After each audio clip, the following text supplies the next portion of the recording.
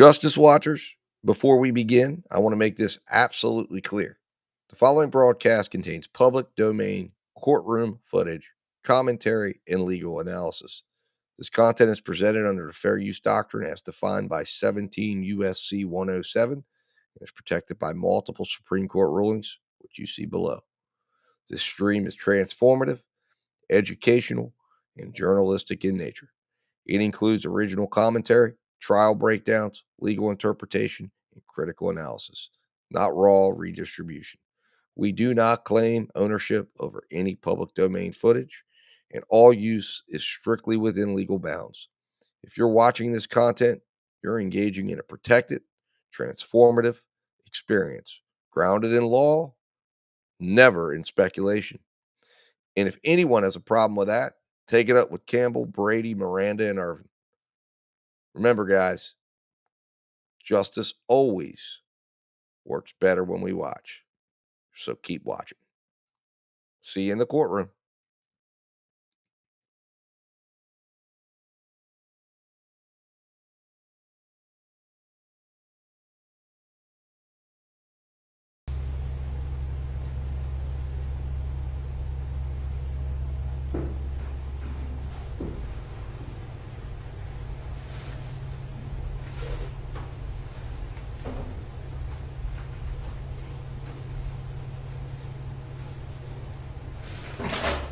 All rise for the jury.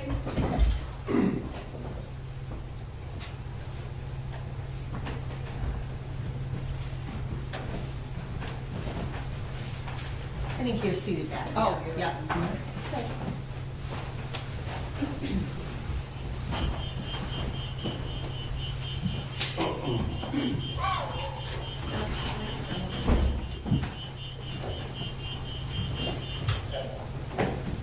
All right, ladies and gentlemen, please be seated. We're going to get into opening statements. Mr. Petrofessa? May it please the court, counsel. Almost exactly 1 year ago to today's date, Linda Murray and her husband, Hussein Murray, were enjoying the life that they had built over 54 years of marriage. They had raised a family, they were enjoying their grandkids. They had a house that was very nice in Rochester Hills that they had bought after 30 years of her husband, who goes by Sam, running two businesses. One was a pawn shop, one is a jewelry store, and their life was going along just like a storybook. But you'll hear that this story doesn't start off with once upon a time, because it doesn't have a fairy tale ending, and it doesn't have a happily ever after. And that's because on October 10th of 2024, the defendant and his co-defendant Joshua Zuazo knocked on their door. They knocked on their door at 10 p.m. Sam went to the door, opens the door. The defendant and his co-defendant are posing as DTE workers. They start trying to get into the house.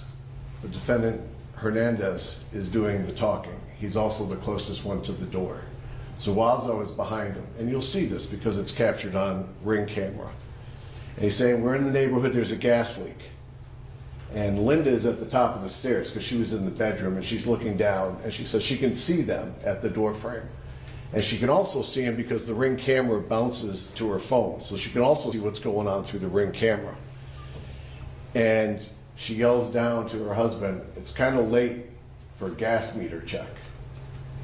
And they start still trying to get in with Hernandez, trying to get in. They have to check to see if you have a gas leak inside. And Linda is suspicious, and she yells down, Sam, do you have your gun? Because Sam was known to carry his gun on his right hip. He would carry a Glock, part of the business of pawn shop owning down in Hamtramck, part of the business of jewelry store owning. It can be dangerous. He was armed. Sam isn't going to let him in the house at 10 o'clock. So he tells him, you're not coming in. At that point, Hernandez says, well, we'll come back tomorrow. So the door is shut. The defendant and his co-defendant leave. But that was not the end of the story. And in fact, little did they know, it wasn't even the start of the story. Because this was not random, this was not an accident, it was not coincidence that they showed up at his house. This was targeted, and this was very well planned. And you'll hear through the witnesses that way before October 10th, Defendant Hernandez had been putting this in the works. You're going to hear that a year earlier, that in fact, we have the receipts as the investigation progressed, that in fact Hernandez had been to that jewelry and pawn shop, that he had pawned items at that store. We have those receipts. We also will show that he came back in February of 2024 to pick up his items. And you'll also hear how he specifically asked to meet with the owner when he was there to pick up his items that last time. And in fact, one of the witnesses was there when he was introduced to Sam, the owner, face to face. It's a business where people carry cash. It's a people may keep things of value at the house. So what Hernandez does at that point is he puts into work posing as a DTE. He goes out, orders signs that say DTE to put on the sign of a vehicle. We have that video of him at the store ordering it, picking it up, him and his wife, Amanda. You're going to hear that, in fact, they didn't use, he has a white Jeep that he came up from Texas with. And he would come up back and forth from Texas with his wife, Amanda, back to Michigan, because Amanda's mother, Danielle, lives here. You'll hear they had a white Jeep, but they're not putting that DT sticker on the white Jeep. Instead, they're using a stolen vehicle, a stolen SD 250 that was stolen about 10 days earlier. That's what they're going to use to get there. And in fact, also other indicia of being DT as they try to pose as DT agents as they come in. Then you're going to hear that, in fact, the next morning, about, again, 10, 11 a.m., you're going to hear Linda had gone to a doctor's appointment. She had gone by herself. She had gotten back home. Sam's car, which was an older Audi, always in the same spot, very visible from the road. The Audi was also visible at his store. He would park where anybody could see. That's an Audi. That goes with Sam. So you could tell that Sam is home. Well, when Linda gets back in, Sam has just finished cooking food for his employees. It's a Friday. He's planning on going in about noon, and he's bringing food to feed them. So that's on the kitchen counter. When Linda gets there, she starts cooking breakfast. And then there's the second knock on the door, which changes everything. And again, it's Defendant Hernandez and Defendant Zuazo at the door. Again, Sam is armed with his Glock on his waist.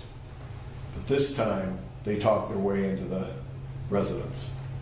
And as they come in, Linda will tell you that she recognized him from the night before. She's already testified about this at preliminary exam. She's already identified both of these guys at exam under oath. She'll say, I'll recognize them. It's the same guys from the night before.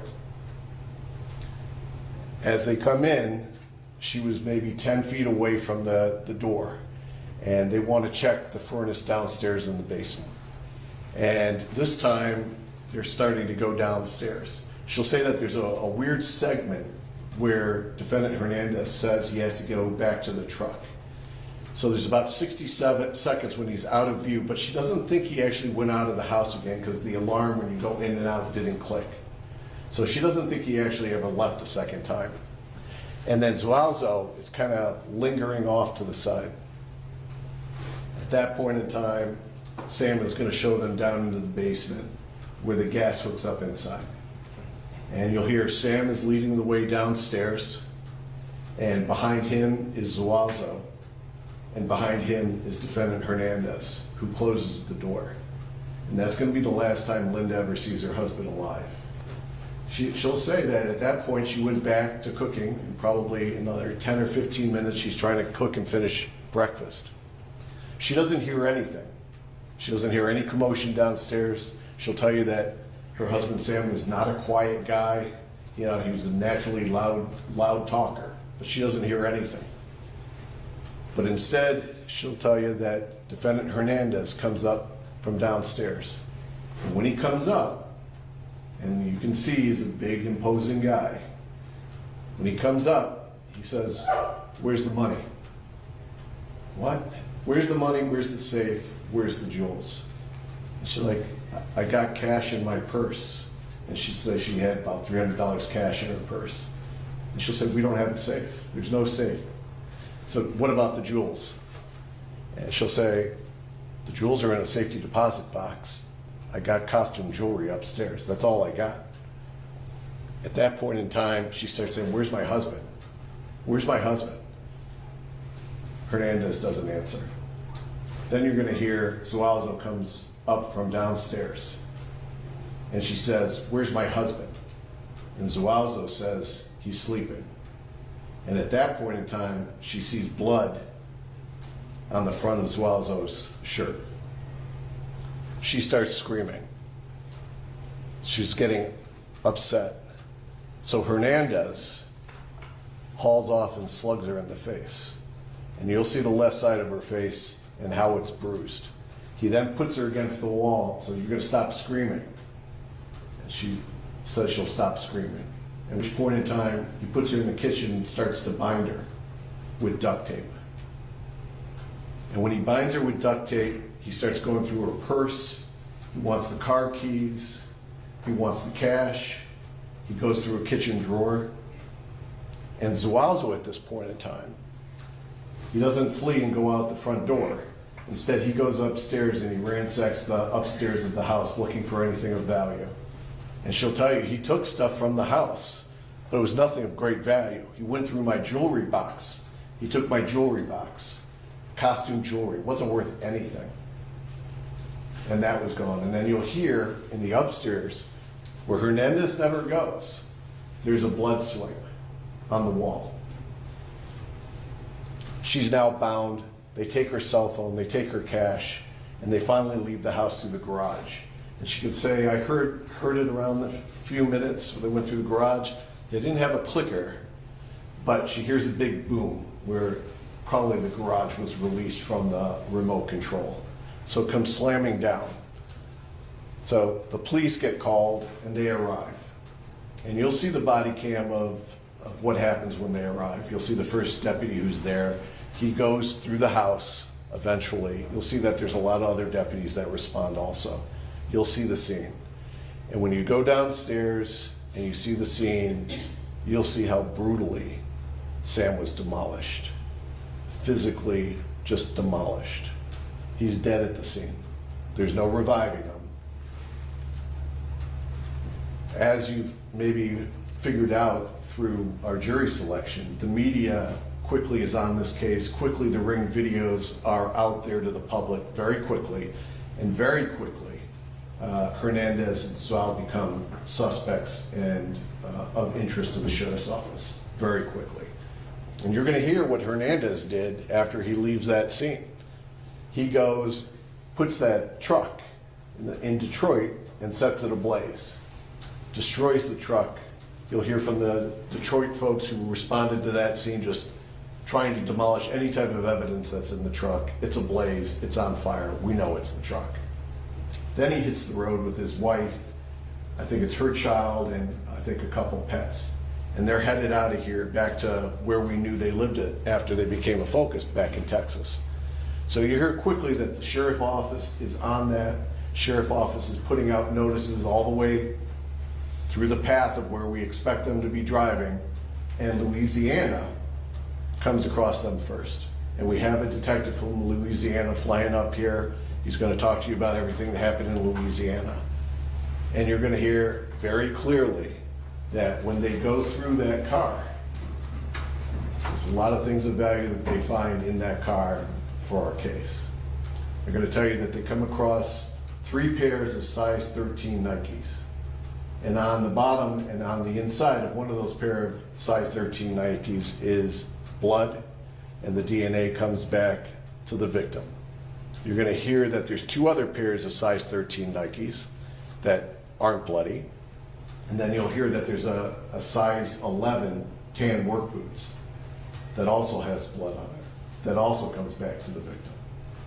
Then you're going to see, as they went through it, that there's a white size 5XL t-shirt with blood on it that comes back to the victim. You're going to hear that they also discover jewelry boxes in his luggage that he has packed up.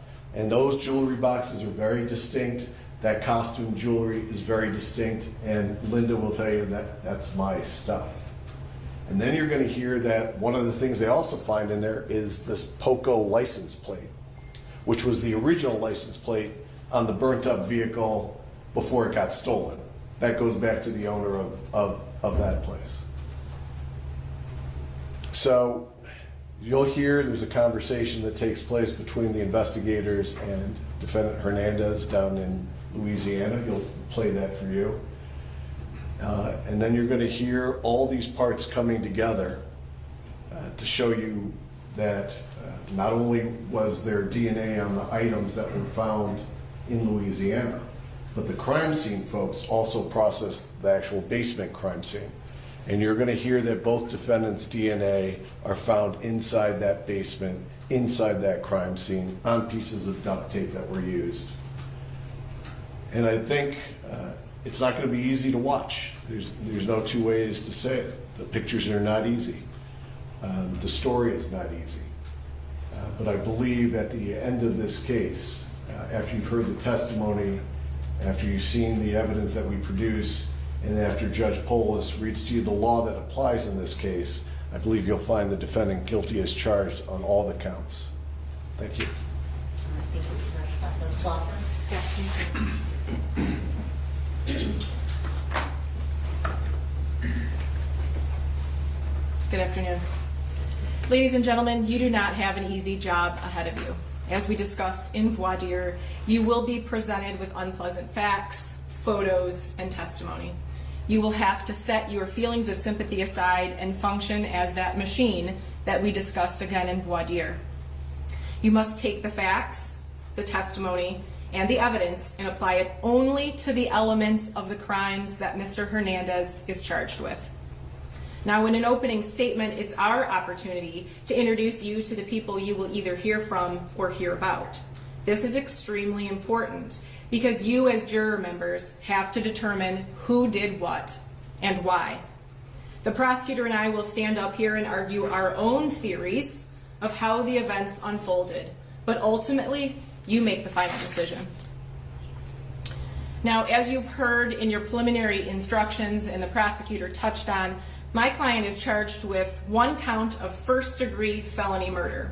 And because the elements are so important, I want to go over them now. To prove this charge, the prosecutor must prove each and every one of the following elements beyond a reasonable doubt. Remember, not just one or two, but all. First, that Mr. Hernandez caused the death of Hussein Murray, that he died as a result of neck compression and blunt force trauma. Second, that Mr. Hernandez had one of these three states of mind.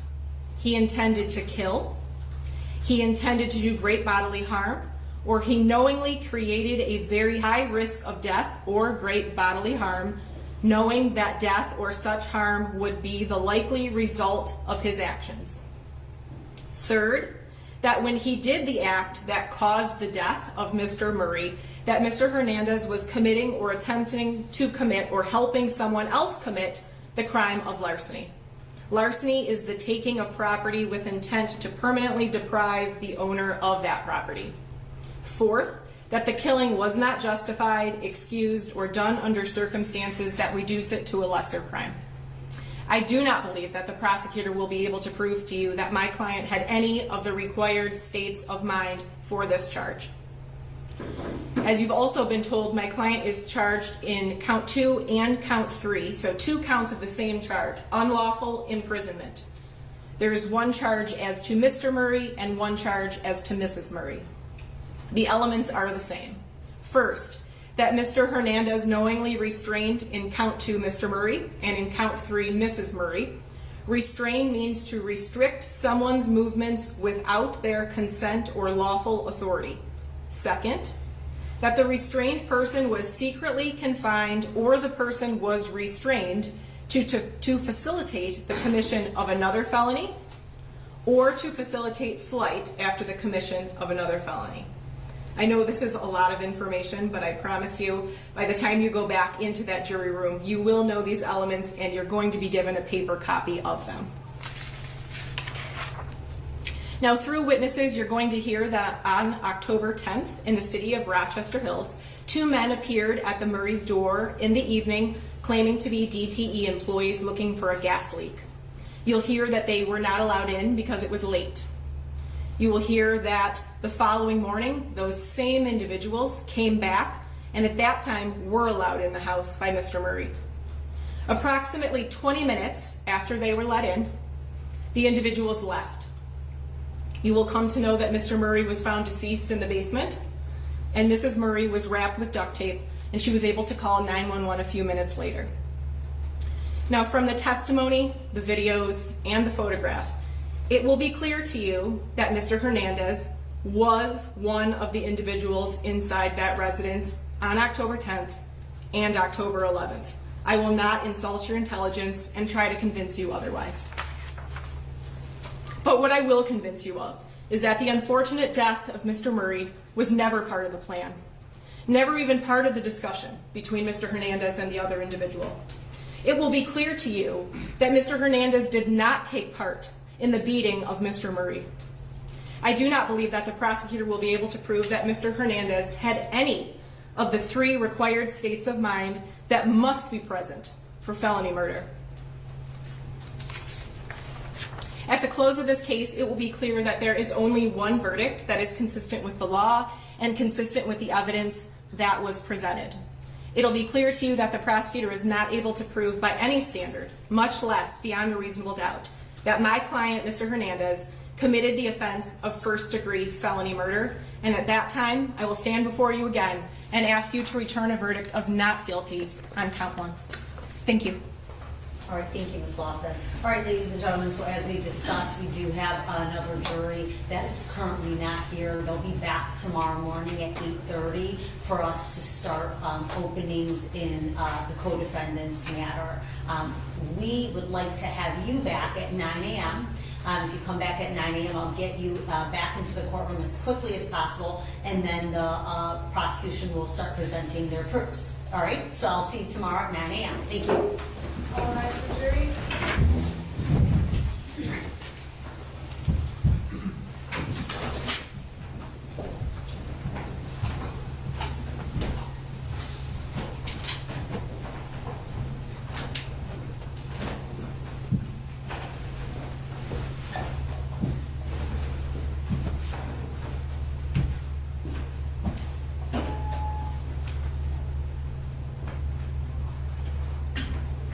Anything else for the record at this time? No, Your Honor. Your Honor, I know I did discuss with your staff the placement of the tables and the placement of Mr. McCarthy. It would be my preference for safety for all that the co-defendant be seated farthest away from my client. I don't anticipate there's going to be any issue, but I definitely don't want there to be any issue. Okay, so logistically, where would Mr. McCarthy sit then? Here. And where are you going to sit on the other side? Yes, sir. And Mr. McCarthy, though, takes issue with sitting there? I was not present, but I believe so. We just happened to have a off-the-cuff discussion about sitting and where we like to sit. And Mr. McCarthy yesterday said he always likes to sit closest to the podium. Just it had nothing to do with placement for this trial. It was just in general. Okay, let's discuss it again tomorrow morning when everyone's back. And I mean, if there's a safety concern, then certainly we'll address that. Okay, all right, I'll see you guys tomorrow. Thank you. All rise.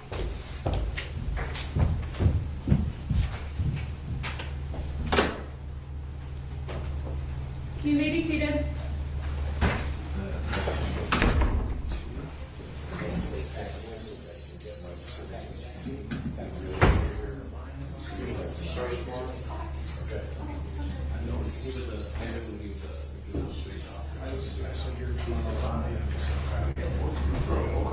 I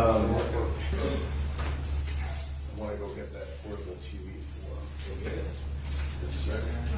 Take them with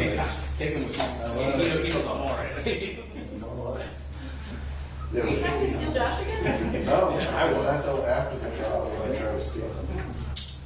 I'm in charge of all financial negotiations for all. I already mentioned it. Okay, I'll be back. What's that? Am I able to leave some?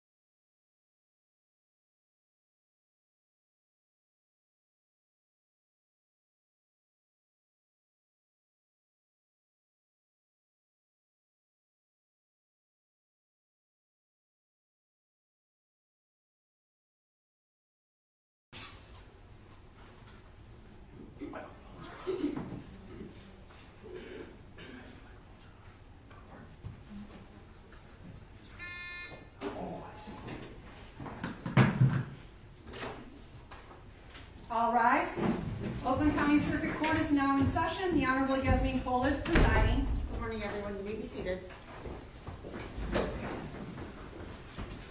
Calling People versus Joshua Zuazo, case number 2024-291950 Good morning, Your Honor. May it please the court, John Petrofessa and Andrew McGarrell on behalf of the people. Okay. Good morning, Your Honor. Michael McCarthy, P3015, appearing on behalf of and with Joshua Zuazo. Mr. Zuazo is standing to my left at the council table. Okay, tell me your name. Joshua Zuazo. All right, good morning to everyone. So I do want to bring in the juror who came yesterday at 8:30 in the morning, even though they were instructed to come back today at 8:30 in the morning. I don't know if you heard about this, Mr. McCarthy, but one of the jurors came in yesterday morning, buzzed, and said, I want to talk to the judge. I need to talk about why I can't serve. I, of course, sent the individual away, said you must return today. I'm going to bring that person in individually to question them as to what their concern is at this time. Okay? Thank you, Judge. Yeah. Just that Mr. Petrofessa did tell me that Okay. yesterday. there's video media. They need to be instructed not to show the juror who's coming in face or record or photograph that juror. Understood. I think everyone knows. Okay. Will that juror be in the jury box? Yes.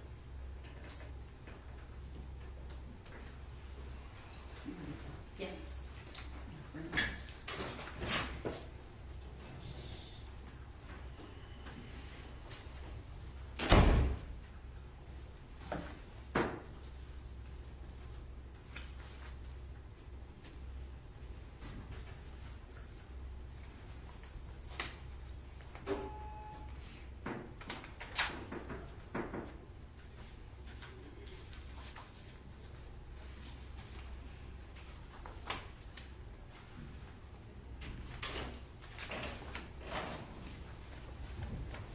All rise for the jury. Hi there. Good morning. Morning, Your Honor. Come on in and have a seat. All right. Please be seated. So my understanding is you came in yesterday morning. Yes. Yesterday morning, because you were here on Monday, you were chosen on Monday. That's correct. And then you said you wanted to address something with me, so we just wanted to get that out of the way before we got going this morning. What's Yes. going on? I mentioned Monday that I might know the victim and the family. Okay. It was brought to my attention in the courtroom that I may not. I certainly do. How do you know them? I went to school with Hussein Murray. His brother is a religious advisor in my community. Okay. All right, so, and I know we talked a lot about this during voir dire, and the lawyers asked a bunch of questions regarding it. So my recollection is you went to school with him 30 years ago. Correct. You did not have any you have not had any communication with him over the past 30 years. With the exception of his 40 under 40 celebration Which was when? 10 years ago. 10 years ago. Correct. All right, so it's been quite some time. His brother is a religious advisor in my community. It's hard to pin down what interactions might be determined there. Well, I mean, when was the last time you had any interaction? A year? Okay, and in what capacity would you say interaction, coming and going, or? Religious advisor. Okay, all right, so, I mean, at this point, you've been sworn in as a juror to serve. So I'm gonna let the lawyers ask questions, but Sure. it's pretty complicated at this point to let you go. Understood. So what I'm gonna need from you is confirmation that you're gonna be able to set that aside and listen to the evidence only and make a decision based on evidence only, not any prior past relationships or personal knowledge you have of what could potentially be the victim's family here. Okay, I stated I knew Mohib, when we read the list of possible people who testify here. You did not. The prosecutor mentioned that I do not know the victim. When I heard the victim is when it sank in. I didn't claim to maybe know the victim personally, but the family members certainly. Well, what changed between that, like overnight? Because we were here for a long time on Monday, so what changed? When you read the charges and I heard the victim's name, Linda. Okay, so how do you know Linda? She's my friend's mother. When you say friend though, this is an individual you haven't seen in a decade? I'm not trying to put you on the spot, we just really need to I dig own a down into business it. in the city of Troy, and he's an attorney in the city of Troy. Have you used him for work? No, not personally. I haven't hired the firm, no. Okay, all right, Mr. Petrofessa, any questions? Just briefly, Judge. We had a discussion Monday on this topic about, I think you said you may know the victim at You one read the point. list. Yes, I said I may know. I didn't Okay, know the and name. when we talked about it a little bit more, I think we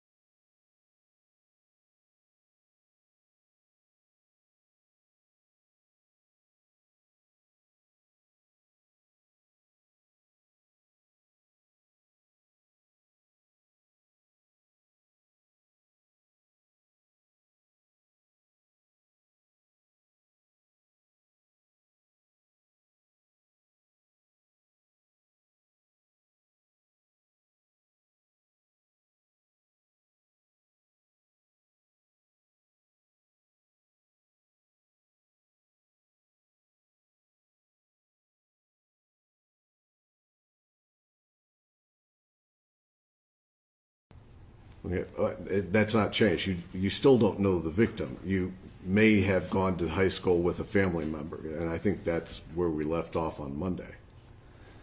If that's not my determination, but sure, okay. Okay. Thank you, Judge. And let me just follow up on that. So you don't, the person that you went to school with, did you ever hang out at this person's house? Yes, I played basketball in his driveway. Okay, so you knew mom and We were- dad? We were on the same basketball team. Okay, Yes. so, so you knew his mother and father? Yes. Like in passing as acquaintances, like someone's parents, right? Correct. Okay, and you feel like realizing that that's your affiliation with the family now, that you could no longer be fair to the defendant here then? Yes. Okay, all right, Mr. McCarthy, do you have any questions? I do.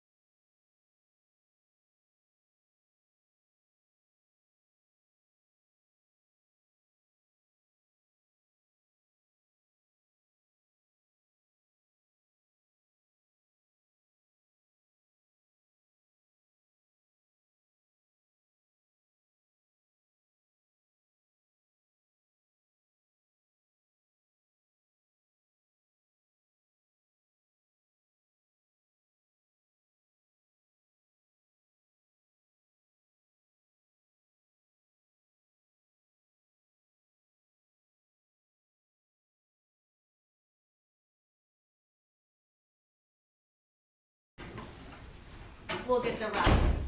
Thank you.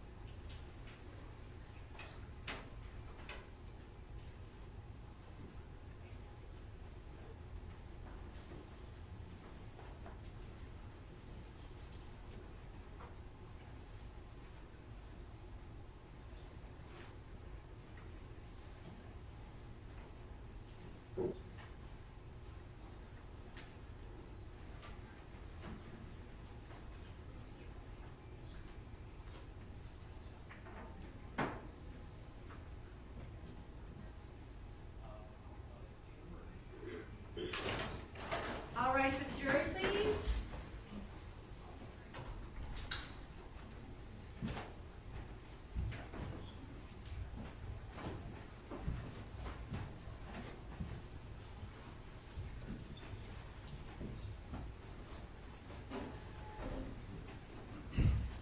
And the lawyers approach. Come on up for a second.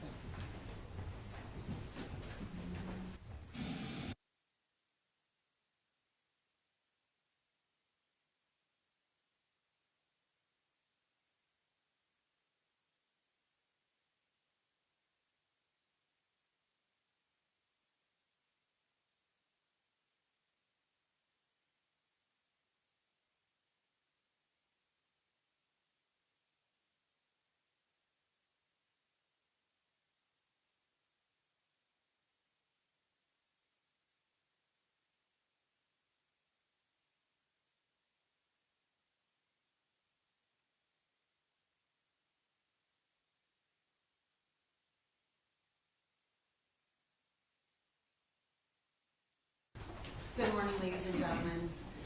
Ladies and gentlemen, as you can see, juror in seat 9 is no longer with us. There's some information that we received that no longer allows him to serve on this jury. That should not affect your opinion or how we move forward or any of the voir dire process that we had. But we do want to know whether or not anyone discussed in the jury room this morning any information that was provided to us through juror seat 9. We'll just take hands if anyone talked to juror in seat 9 or juror seat 9 share any information with anyone. It's important for us to know that at this time. I'm seeing all nods, so nobody had a conversation this morning with juror in seat 9. Counsels, are you comfortable with that? Yes, Your Honor. Okay, Yes, Your all right, Honor. then we're going to go right into openings. Good morning. Go ahead, Mr. Bashkasa. May it please the court. Counsel. Good morning. About a year ago, you're going to hear that Linda Murray and her husband, Hussein Murray, who would also go by the name Sam, were enjoying the fruits of their 54 years of marriage. They had raised a family. They were enjoying grandkids. Her husband, Sam, was still working on a regular basis at the two businesses that he had run for almost 3 decades. Down in Hamtramck, he had both a pawn shop and also a jewelry shop. And he would still go there on a regular basis. And you'll hear as the testimony comes in that that life that they were living and were expecting to continue to live came to an abrupt end starting on October 10th of 2024 when there was a knock on the door. And that knock on the door was at 10 p.m. And that knock on the door was with this defendant, Joshua Zuazo, and his co-defendant, Carlos Hernandez. Little did they know when that knock on the door came that their fate was about to be changed forever, and there was no going back. Linda Murray is going to testify this morning, and she's going to tell you that there was a knock at about 10 o'clock, and she's upstairs getting ready for bed, and her husband Sam is downstairs. And when that knock comes, they had a house that was set up with Ring cameras. And there's several Ring cameras around the house, and the Ring cameras also not only let you know somebody's there, but they also give you the video of what's going on at the knock on the door. So Sam goes to the door, and she's at the top of the stairs, and she'll tell you she could see what happens at the front door. And she'll tell you when the door opens, Defendant Hernandez and Defendant Zuazo are standing there, and they're dressed as DTE employees, and they are not DTE employees, but they're posing as DTE employees, and they want to get into the house. So they're saying, we're here because there's a gas leak, and we need to get in and check the house. And Linda's suspicion is up right away, and she yells down, it's kind of late for a gas leak check, isn't it? And her husband Sam has the door open, and Hernandez is still having a conversation about needing to check the gas. And Linda shouts down, Sam, do you have your gun on you? Because Sam, because of his businesses, because of the pawn shop, because of the jewelry, was licensed to carry a firearm and would carry a Glock on his right side. The conversation ends. Sam says, you're not coming in. It's too late. And then Hernandez says, well, we'll be back tomorrow. The door closes. They continue on with their night. You'll hear in the next morning that Linda has a doctor's appointment, and she goes to the doctor's appointment. She gets back to the house about 10 o'clock. When she gets to the house, Sam's already been cooking that morning because she's going to bring in food for his employees. It's a Friday now. And he often would cook for the employees, and he'd bring it in to share with them throughout the day so they had something to eat at lunchtime. Usually would go in around noon. So she gets in there, she starts cooking up breakfast for her and her husband. There's nobody else who lives at the house, it's just the two of them. So as she's doing that, Sam has already made the food. He's over in the family room. There's another knock on the door. And this time, when they go to the door, Linda's now on the first floor, and she cuts through between the kitchen and the front door, and she's looking towards the front door, and she can see that it's the same two guys who were there the night before. And she will identify Defendant Zuazo and Defendant Hernandez as the two guys who were there. You will see the Ring camera videos of all of these. And again, they want to come into the house. They have fake DTE badges. They come along with props like gas detector that you can buy on Amazon for $25, and they want to get in. This time Sam lets them in to check for the gas. So as they come into the house, the gas that they want to check is going to be in the basement. So at first, Zuazo comes in and kind of lingers around. I think Linda thought he was going to go to the gas dryers. He doesn't. And then Hernandez says something kind of strange, like, well, I forgot something out in the truck. So he disappears slightly, but she doesn't hear the alarm in the house beep. So she doesn't really believe he actually left the house to go out to the truck. And then you're going to hear that her husband, Sam, leads down into the basement. And you're going to hear that Zuazo is the first one to follow him down the stairs. And then Hernandez comes behind. And Hernandez closes the door, and that's the last time Linda ever saw her husband alive. She'll tell you that she's in the kitchen, she's doing breakfast, she hasn't finished it takes 10 to 15 minutes. She doesn't hear anything coming from the basement. She doesn't hear commotion, she doesn't hear screaming. She'll tell you, I believe, that her husband was a loud talker, and that for his age, he was a strong, physically fit guy. She doesn't hear anything. So as the door opens, up comes Hernandez first. Hernandez now, and you'll see the pictures between the entry, exit to the basement is very close to the kitchen. Hernandez is there, and he starts saying, where's the cash? Where's the safe? where's the jewelry? She's like, we don't have a safe. I got cash in my purse. It's like, where's my husband? It's like, where's the cash? Where's your jewelry? Jewelry's in a safety deposit box. Where's my husband? And then you'll hear, up comes defendant Zuazo. And now she sees him at close range, and she sees blood on his shirt. And at that point in time, she starts screaming. She starts screaming. What happened to my husband? Where's my husband? And Zuazo says to her, he's sleeping. Then you're going to hear Hernandez, who is a huge human being, I think he's like 6'5", 450 pounds, hauls off and punches Linda on the left side of the face. She's then pushed by Hernandez. Are you going to shut up? She said, I'll stop screaming. At which point in time, he starts in the kitchen to bind her up with duct tape. At that point, where's your cash? In my purse. Starts going through a kitchen drawer. Where's your car keys? They're attached to the purse. And while that's going on, you'll hear defendant Zuazo doesn't leave the house. He doesn't go in the car. He doesn't drive away. He doesn't run down the street. Instead, what he does is he goes upstairs and ransacks the bedrooms up there looking for valuables. Goes into the master bedroom, which is completely ransacked. You'll see photos of it. Goes through the other bedrooms, and you'll see that there's a jewelry box that had her jewelry, which was valueless, costume jewelry. And one of the drawers from that jewelry box is taken. And you're also going to hear that defendant Hernandez does not go upstairs. Only defendant Zuazo goes upstairs. And in one of the bedrooms that he ransacks, you'll see that there's a blood smear on the wall. That blood smear, when it's tested by the Oakland County lab, come back to the victim, Hussein Murray. He comes back down, time to go, so they exit through the garage. Now, they don't have a fob for the garage, so she says they're in there for a little bit, and she hears a huge boom, which is probably because the garage is disconnected. If you don't have a way to open it, you can disconnect it, pull it up, and pull it down. It comes crashing down. She hears it from inside the kitchen.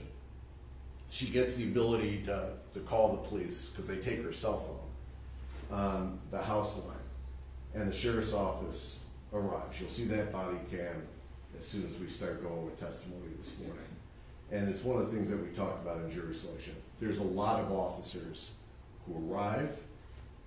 That's before they go into the basement. There's a lot more officers who arrive after they go into the basement. Because when you go into the basement, what you see is Sam is on the ground. It's a horrible scene, brutal scene, very bloody scene. The Emmy will tell you about the damage he sustained down in that basement. But you're going to see that his hands are duct taped, his feet are duct taped. They're also zip tied, other zip ties there. You'll see that the gun that would have been on his right side was gone, never found. And you'll hear what a brutal end to his life happened on that October 11th. You're going to hear how the investigation, because the Sheriff's Department with the Ring camera smartly and quickly released it to the media. And the media put it out on TV immediately, which was a great thing because they start getting tips. And as you'll see, it's not hard to see, defendant Hernandez sticks out physically. So the focus quickly turned onto defendant Hernandez and also defendant Zuazo. You'll hear from a witness who worked with them, who says, I saw the video, I recognized him, I recognized what he was wearing from, that was what we used to wear at work. And so and I recognized his voice. So I knew who that was. So the sheriff's office quickly gets on to trying to track down where they are. Now, what is happening with the defendants at this point in time? Well, they're trying to destroy evidence. So you're going to hear that truck, which was a stolen truck that was stolen about 10 days before. You'll have that witness come in and say that the truck was in front of my house. It was our work truck. I went to bed at 11, it was there. I woke up at 5, it was gone. So he'll come in and say how that truck was stolen. one more layer of trying to get away with what happened on October 10th and 11th. Then you're going to hear that the plate that was on the truck was actually stolen from DTE itself. So if anyone was to have run it, say, is this a DTE truck, it would have actually come back to DTE because that plate was stolen. So that truck is taken down to Detroit. It's set on fire. You'll hear how the Detroit officers responded to the blaze. There's actually a photo of the truck on fire as that piece of evidence is trying to be destroyed. So the sheriff's department quickly starts, there's a thing called the flock system. It's used to be few places, now it's every place. Pretty soon, you're not going to be able to drive without them being able to track your plate if they want to, because it photographs the plates. And they got him, Hernandez, going south. And they're also aware, now that they've started their investigation, that Hernandez has another residence that he uses down in Texas. So they put out a bulletin all the way down the trip, what they expect to be to Texas, and Louisiana on October 12th quickly comes in contact with them and pulls them over. They conduct a search warrant, and what you're going to hear they find in the vehicle that Hernandez is driving is the original license plate on the stolen truck that's designated POCO, because I think that's the company's name. That's in there. You're also going to hear that there are size 13 shoes, 3 pair of size 13 shoes. And on one of those pair of 13 shoes, there's blood. And when the lab tests that blood comes back to the victim, Sam Murray.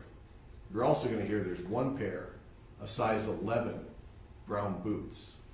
Not size 13, but size 11. There's also blood on that. Those boots also come back to the victim. Then you're going to hear that there's a bucket hat found in that, a bucket hat that is identified by witnesses as the defendant wearing on prior occasions. And then you're going to hear that as the investigation continued, the lab that was processing that scene comes up with DNA of both defendants on different items that were found at the scene and in the basement. As the case progresses, you're going to hear evidence that throughout this course of events, which started way before October 10th and 11th, because as the investigation now focuses, you're going to hear that in fact, defendant Hernandez had gone to Mr. Murray's store almost a year earlier, back in October 2023. And he had pawned items there. And he's going to be identified by witnesses as being a guy who they remember coming into that store. By his size, he stuck out. They also have the records of his pawn slips. And then you're going to hear how he came back in February of 2024 and was also at that store. This time at the store, horrible, horrible detail. But he actually asked to be introduced to the owner. And he was introduced face to face to the owner, Sam. And you'll hear that Sam would park his car at that building, open to the public. You could see his car, it's an older Audi. You could see that he would park his car outside the house in the driveway, so you could see if he's home or not home. So this was not random, this was not an accident, this was targeted. They did not give up after the first time, where a lot of folks might have said it didn't work. They may call DTE, they may call the cops, I'm not showing back up tomorrow. That doesn't happen. They're back on October 11th to finish that mission. And that mission was also planned by getting false DTA stickers for the side of the truck. This was well planned, well targeted, and ended horribly. And you'll hear, I think, at the conclusion of this case, and I think you'll come to the conclusion that they were in it together from before the 10th, the 11th, and after. All of these factors, I believe you'll find the defendant guilty as charged on all counts. Thank you. Thank you, counsel. Mr. McCarthy? Thank you, Your Honor.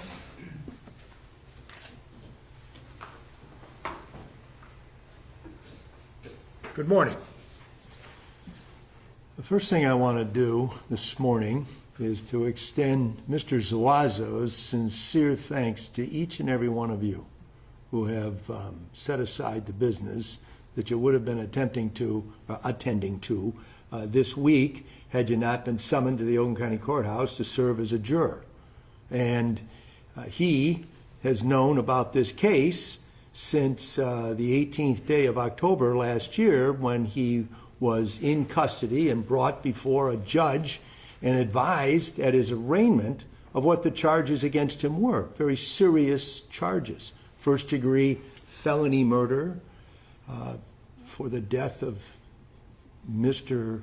Murray, and the unlawful imprisonment of Mr. Murray, and the unlawful imprisonment of Mrs. Murray. So since that day, the 18th day of October in 2024, Mr. Zuazo has been looking forward to this day. He didn't know when his trial would begin.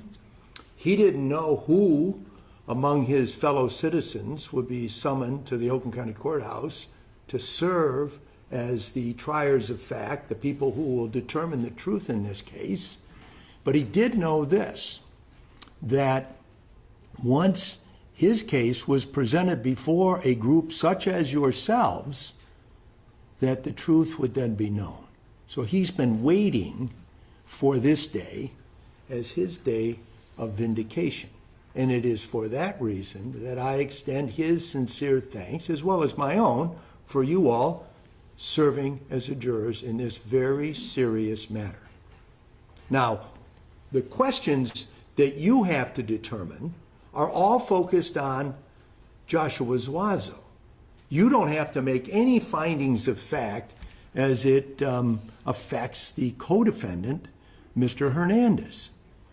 And that is as it should be. There's a separate jury that will deal with the facts associated with him. But because the allegations are that the two men worked in concert, or that at least this, and this is what I am prepared to concede today, is that Mr. Hernandez did not work alone.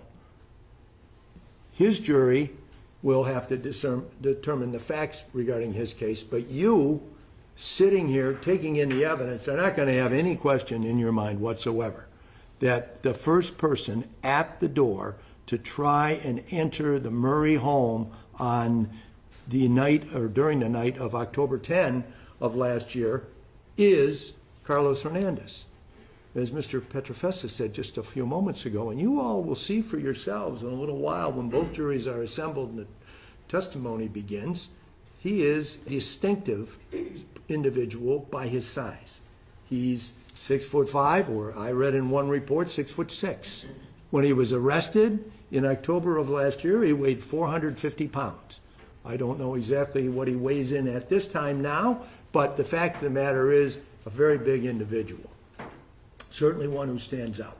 And you'll see the ring videos, you'll have a feeling for a very good eye view of who the first person is. The question in this case is one of identification, as to all of you. Now, I understand what Mr. Petrofessa said, that he intends to present evidence, the people do, that would show that Mr. Zuazo is that second person. Your job is to determine whether he is correct, and has he proven that allegation of identification beyond a reasonable doubt. In the law, depending on the seriousness or the type of case there is, we have different measuring sticks by which different juries determine what is the truth. In a criminal case, that measuring stick is the highest burden of proof in the law, proof beyond a reasonable doubt. You can't have, and Judge Polis has already given you a description of what a reasonable doubt is. She's going to instruct you on it again at the end. But I ask you to keep that in mind, because what your job as jurors is to scrutinize the evidence, listen carefully to it, and come to a conclusion that you are convinced is the correct one. Either that the people have failed to prove, or they did prove beyond a reasonable doubt. It's a serious obligation. And I'm sure when you received that summons, whenever that was, it said you had to be here this past Monday to serve as jurors, or at least potentially serve as jurors. You looked at it as not a wonderful opportunity to do some public service or civic duty, but as an interference in whatever it is that each of you would have been doing this week. But now, because you have taken that solemn oath that was administered to you on Monday afternoon, your job is to determine the truth. That's what a trial is. It's a search for the truth, and you all are the truth finders and determiners. So just along those lines, I want to tell you that if you let your mind wander while we are all gathered here together and start thinking about those things that you would be doing this week had you not been summoned and sworn in to serve as a juror, while the testimony is being presented or exhibits are being displayed, the evidence in the case, you're going to miss something. If you go this afternoon at lunchtime and have a excellent meal somewhere, and when we get into the afternoon session today or tomorrow or Friday or however long this trial lasts, and that meal starts to settle and your eyes become heavy and you start to drift off, you're going to miss something. Don't let that happen. This is serious business. And that oath that maybe went in one ear and out the other has real serious implications. And the reason for all that is, and the reason why it's so important that you listen, is because in the end, when all the evidence has been presented, and the arguments of Mr. Petrofessa and myself have been presented, and Mr. Magaro, and Judge Polis has concluded, giving you her final instructions on the law, 12 of you will be chosen to go back into that jury room where right now you can talk about anything except this, the only reason why we're all here together. And then begin your deliberations, your discussions about what the evidence is. And that's where paying attention is essential, because you can't honestly participate in those discussions if you weren't paying attention. And the way and the reason why, and you know, even as wonderful as the United States is, we didn't come up with this idea of 12 people on a jury. That goes back to the old English common law, and it's been around for centuries longer than the United States has existed. And the reason it's done that way is because 12 people of differing life experiences and just knowledge of life in general sit down, they listen to what the evidence is, and then they all tell their different perspectives. And they engage with one another and come to a determination of the truth. And that's, while I am cross-examining witnesses and listening carefully to everything that goes on during the course of the trial, while Mr. Magaro and Mr. Petrofessa are examining witnesses and doing exactly the same thing, you all will be sizing everybody up. One of the things that Judge Polis has already instructed you on, and she's going to instruct again, I'm pretty confident, at the conclusion of the trial, is listening to the witnesses. And I'm not going to say that any person who comes into this courtroom and takes an oath to tell you the truth, because I know who these witnesses are, and I've read what they've said in the past, and I have an understanding of what I expect you all are going to see. I'm not going to tell you that anybody's a liar. But one of the instruction you get on listening to witnesses is people can give testimony about what they think they saw, say it honestly because that's really what they believe, and still simply be wrong. You know, I am not a very good mathematician. I had trouble with that when I got to trigonometry. But I understand that, you know, we all understand 2 and 2 is 4. But a person can add up a column of numbers and get the wrong answer, think they're right, they answered it on their test paper because they thought it was correct, and simply be wrong. This information that you're going to hear during the course of this trial is traumatic And it's disturbing. And as you sit through it, you are going to be traumatized yourself to a certain extent, because you're going to see some photographs that are pretty rough to look at of Mr. Murray, where he was found by the deputies that went to their home, the Murray home, and started their investigation. You're going to see Mrs. Murray testify. She herself is a victim of a crime. There isn't any question that this happened. It's a question of who did it. And the identification is the issue as it affects Joshua Zuazo. But you're going to see terrible things. Then it's hard to do that. And it's especially hard to do it when you're the trier of fact. Because unlike anybody else, you are obligated to use cold-eyed calculation to determine the truth. You can't let sympathy or emotion enter into your decision-making about what the facts actually are. It's a hard job, and I don't envy you.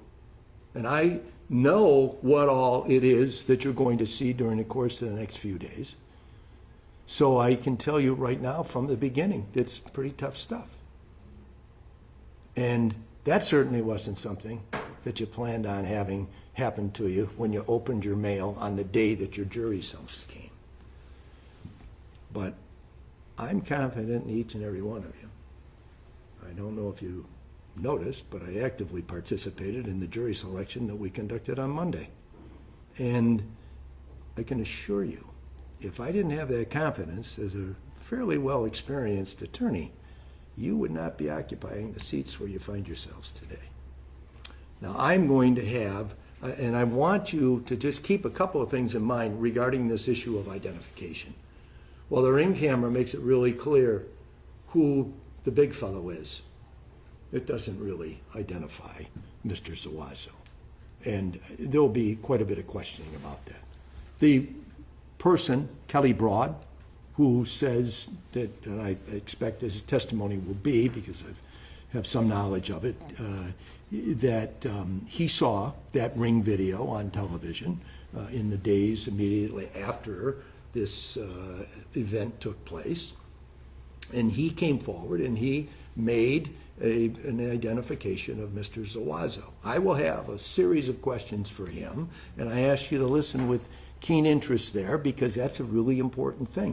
He's an essential witness in this case for the prosecution to establish that Mr. Zuazo is the person.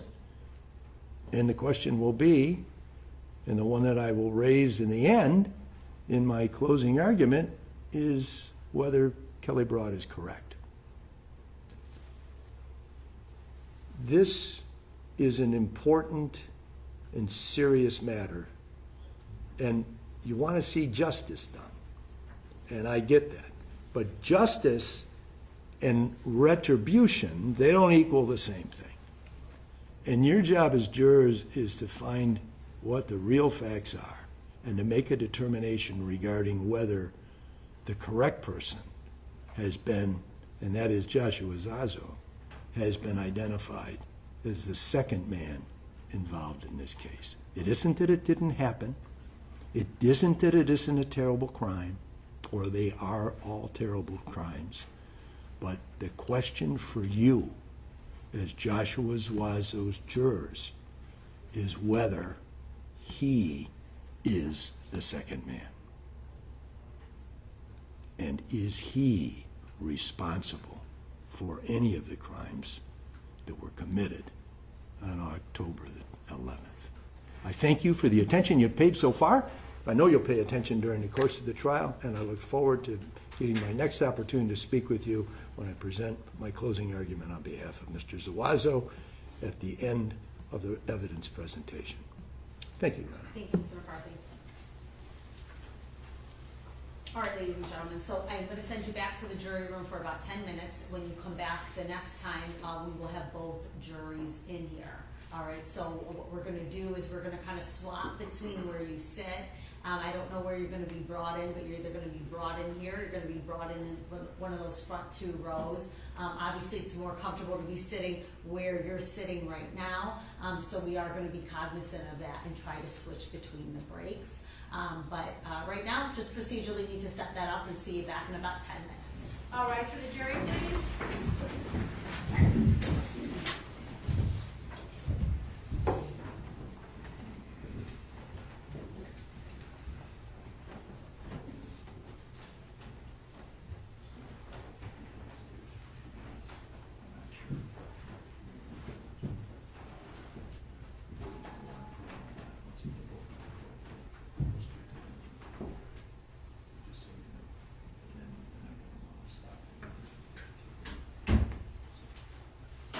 What's more convenient for the Sheriff's Department, to take down Mr. Zuazo and bring him up with Mr.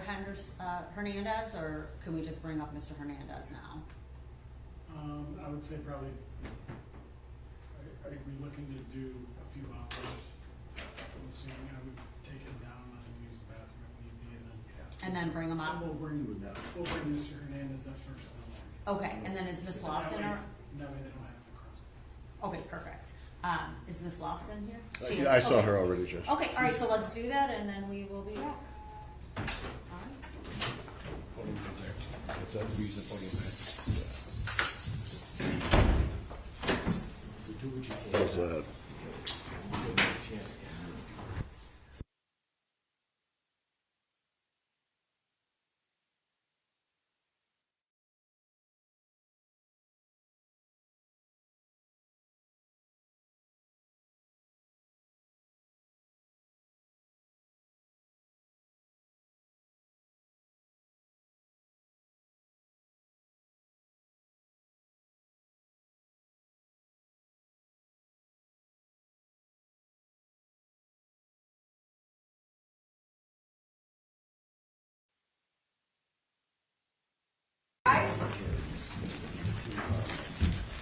Okay, thank you. You may be seated.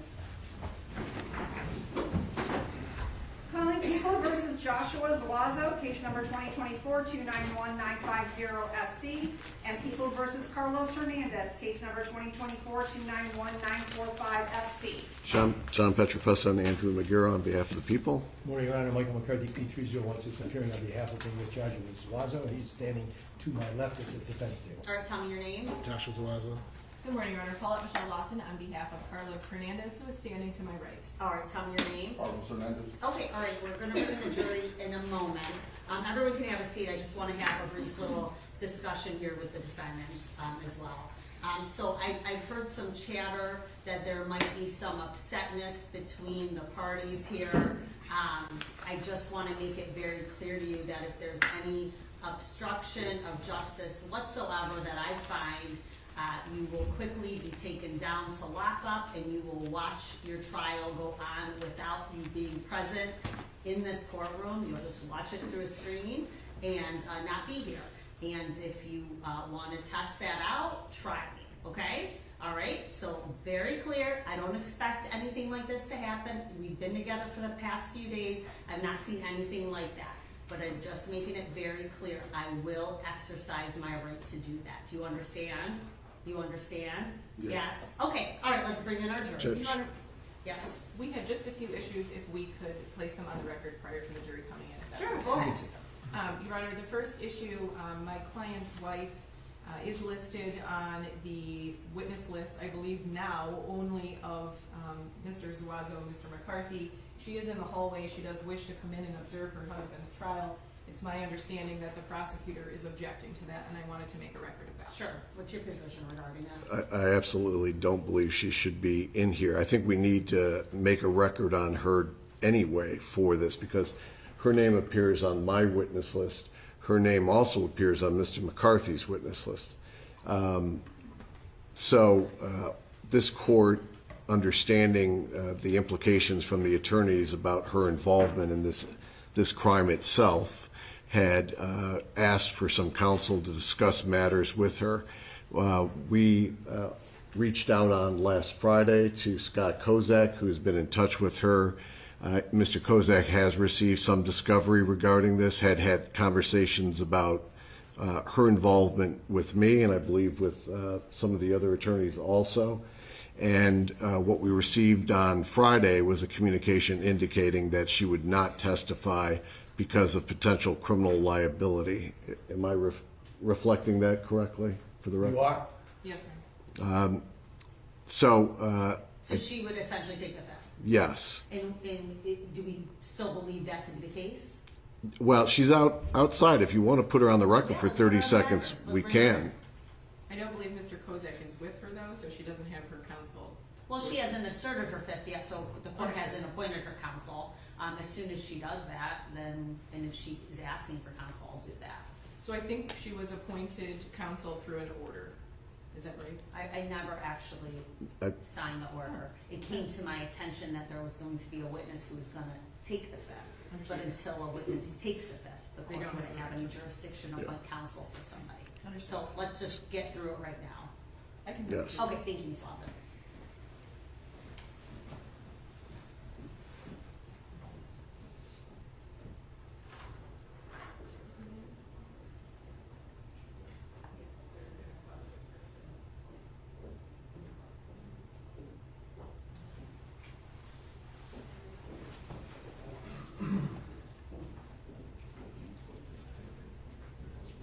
Which way would you like her? This way.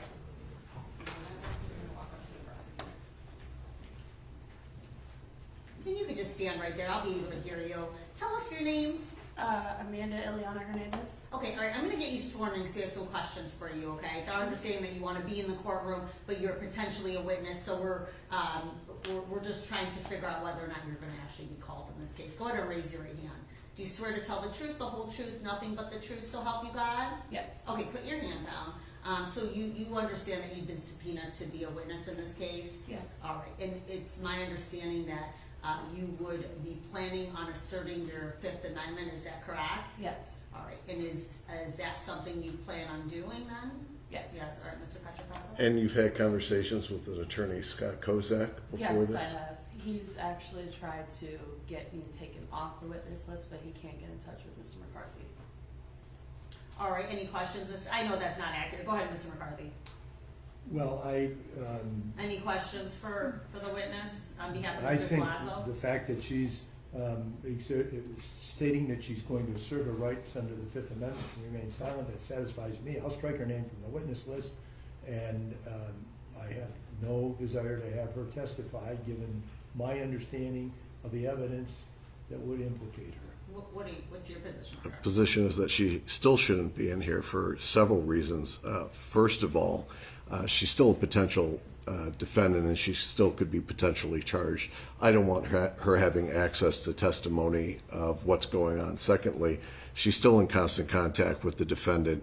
I have concerns about her intentionally creating a mistrial. She's also living, I believe, with another witness, Danielle Diaz, her mother, who's going to be testifying tomorrow. I also believe that she can watch, because I believe it's being live streamed. If she wants to follow this case, she can watch it on live stream.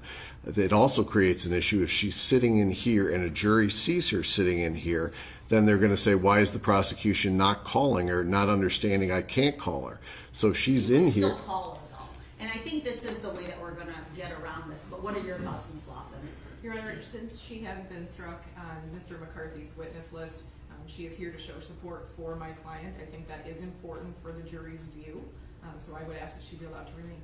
She's still on your witness list? Yes. And you still could intend to call her? I could give her use immunity if I decided to. Okay, all right, so for that purpose, because obviously you're telling me you're gonna take the fifth, you are not yet called a witness. You could be called a witness and come in and you could say the same thing you just told me right now. That just prevents the lawyers from asking you any other questions, but doesn't prevent you from being called as a witness. So I am gonna ask that you remain outside the courtroom at this time, okay? Your Honor, before she leaves, I think there's one other thing that she should have a clear understanding of. Sure. And that is that I shared some discovery with Mr. Kozak in order to enable him to give good advice to his client, Ms. Diaz.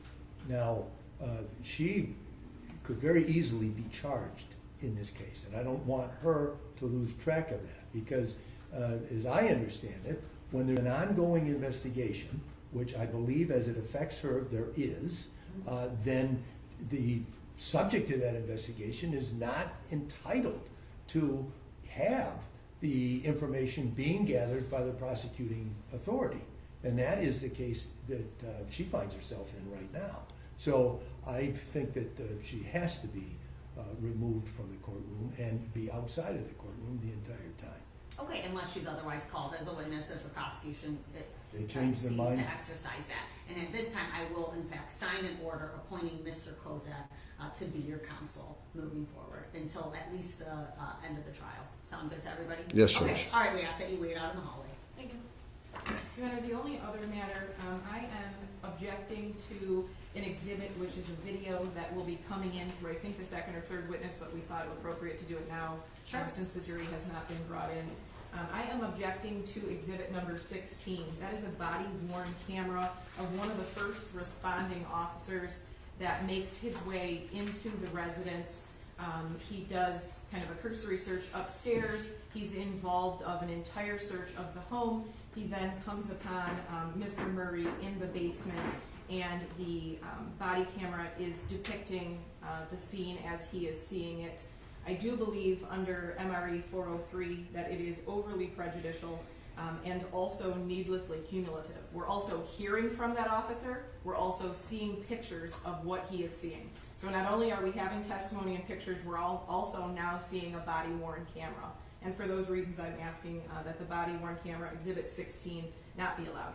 Well, that argument, wouldn't it be, I hear arguments from the defense asking that body-worn cameras be shown. So, it's only applicable sometimes but not others. That's your position? I think due to the graphic nature of what he comes upon, I think it's overly prejudicial. Okay, overly prejudicial. What's your position regarding that? Your Honor, all evidence presented that doesn't correspond to their position be prejudicial. That's not the test. It's just if it's substantially outweighed. At this point, it's going to depict the scene when Deputy Copeland shows up. It's going to depict the victim, the state she was in. It's going to show clearing of the house.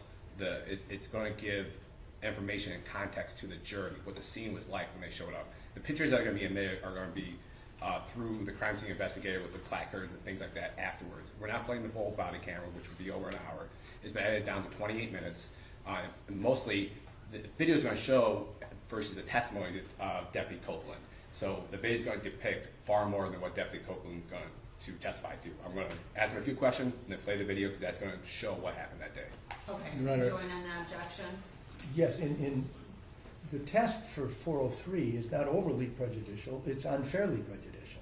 And its unfair prejudice outweighs the probative value of the evidence. So I join in the motion brought by Ms. Lofton, but I'm making that distinction because that's the actual language in the rule. And it is, I submit, in agreement with her that the presentation of that body-worn camera would be more unfairly prejudicial than probative because you do have the witness who can tell you what he saw. And in response to your question regarding people objecting or wanting the body-worn camera, I submit that those instances where defense counsel asks for that is because it records the statement made by a particular witness, which may be different than what it is that the officer remembers from what it is that they Not saw. always. There's a ton of scrutiny regarding whether or not there's a body-worn camera if it's not played in trial. This court is always, if it exists, play it because it's going to give the best description of what that officer was able to view at that time or any conversations that happened in or around that. The evidence here in and of itself is prejudicial.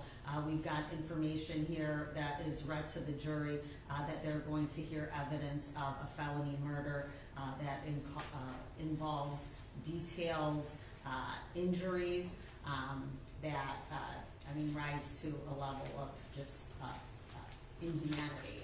The evidence in and of itself here is prejudicial. So I have a hard time thinking that the body cam video shouldn't be shown because it's overly or unfairly prejudicial, as pointed out, pursuant to 403. Prejudicial evidence is allowed unless the court finds that it is rises the burden to the defense and causing fairly prejudice and being less than probative. I think it's probative. It's going to be admissible. So 16 is in. Any other Thank you, Your Honor. objection? No objections and nothing further prior to the jury being. How about people? Any objections to anything? No, Your Are there Honor. gonna be any other objections that I should expect through trial, other than potential just questions or anything like that? I think that's where we're at right Okay, now, yes. same with the people? Yes, Judge. Okay, all right, then let's bring in our juries.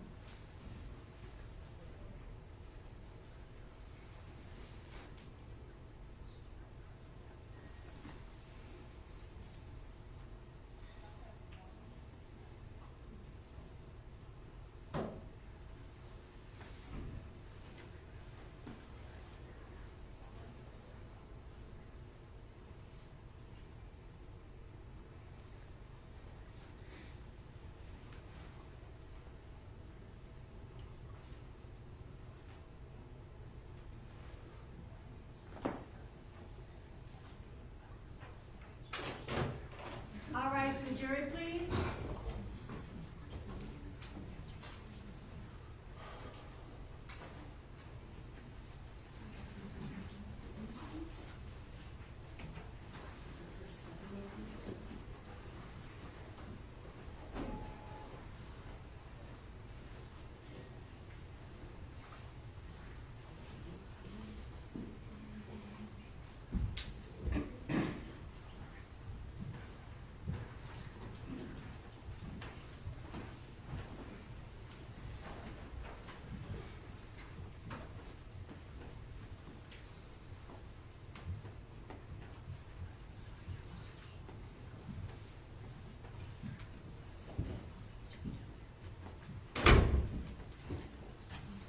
Welcome back, ladies and gentlemen. Please be seated.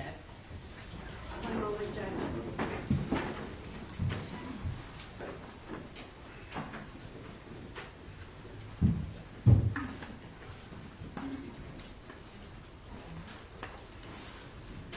All right, during the box, obviously, thank you for your patience this morning. I know everybody was back here on time. Sometimes things take a little bit longer than anticipated, but we're ready to get into witnesses at this time. People, call your first witness. People call Kristen Nahas.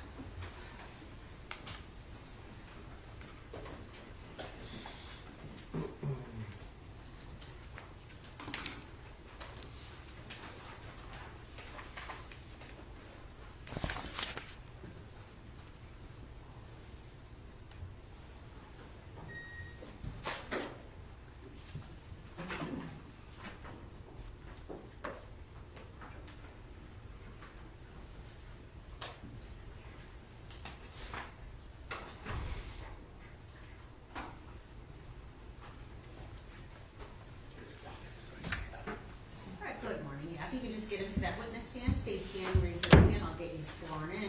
Do you swear or affirm the information you're going to provide today is the truth, the whole truth, nothing but the truth, so help you God? Yes, I do. All right, thank you. Please be seated and tell us your name, Kristen Nahas. your witness. And ma'am, can you spell your name for us, please? First and last? Yes, please. KRISTINNAHASS. All right, thank you. And where do you live? I live at 3759 Newcastle Drive in Rochester Hills. Okay, and how long have you lived in that subdivision? 11 11 years? years. Okay. Do you remember back in October 11th of 24, did you have to talk to the police that day? I did. Okay. And do you recall about what time of the day did you have to speak to the police? Probably around 12:15. Okay. And what did you talk to the police about? I told them what I had seen that morning when I had been out for a walk. Okay. And you went out for a walk that day? I did. Okay. And what time did you leave the house to go for a walk? I left at 11:15 to walk my dogs around the block. Sunny. It was a beautiful day like this week. Okay. So you left your house about 11:15 to walk the dogs? I did. Okay. And while you were out walking your dogs, did you observe anything that caught your attention? Yes. The first thing was it was very busy. It was, sorry. Busy. Okay. Immediately, the houses, down from me had a lot of action. The dogs were kind of excited about work crews, a lot of trucks, a window crew at another house 3 doors down. They had a table saw out in the driveway and people working. It was, you know, exciting for them. They were distracted. The dogs were distracted. Yes. But almost immediately I heard a squeaking noise, like a fan belt, of a vehicle that was going so painfully slow. It was kind of annoying, but everything going on, it was maybe 5 miles an hour. And it was, as it passed me, the pickup truck carried on down the street. Okay, and when you saw this truck, what street were you on in your subdivision? I was on Newcastle. I was only 2 doors down from my house. Okay, so you had just started your walk, and Just started the walk. and a lot of stuff is going on, but you see a truck. I heard it first. You heard the truck first. What type of truck was that? It was a pickup truck, a white pickup truck. All right, anything about that truck that caught your attention besides it going slow and the noise? Honestly, it was the noise was obnoxious almost. Okay, and so when you heard this noise, that truck caught your attention, and what did you do next? It rolled on, so nothing. I carried on with my walk. Continued maybe another couple houses down. Stopped to let the dogs take a sniff, and then I could hear it coming back up the street, the other direction, toward me. Okay, so I want to just orientate a little bit. Are you familiar with the Murray's house? I am. And do you know where they live? I do. Okay, and were you friendly with them? I was. Okay, so in relation to where you live and to where the Murray's house is, can you describe to us where that is?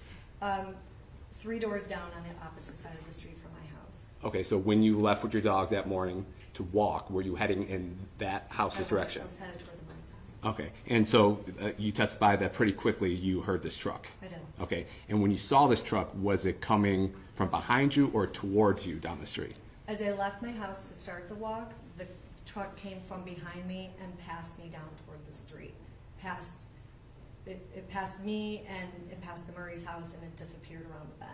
Okay, and so while you're walking, that truck goes past you and the Murray's house at that time? It did. Okay, and about how long after you saw the truck, heard that noise, does that truck come back around?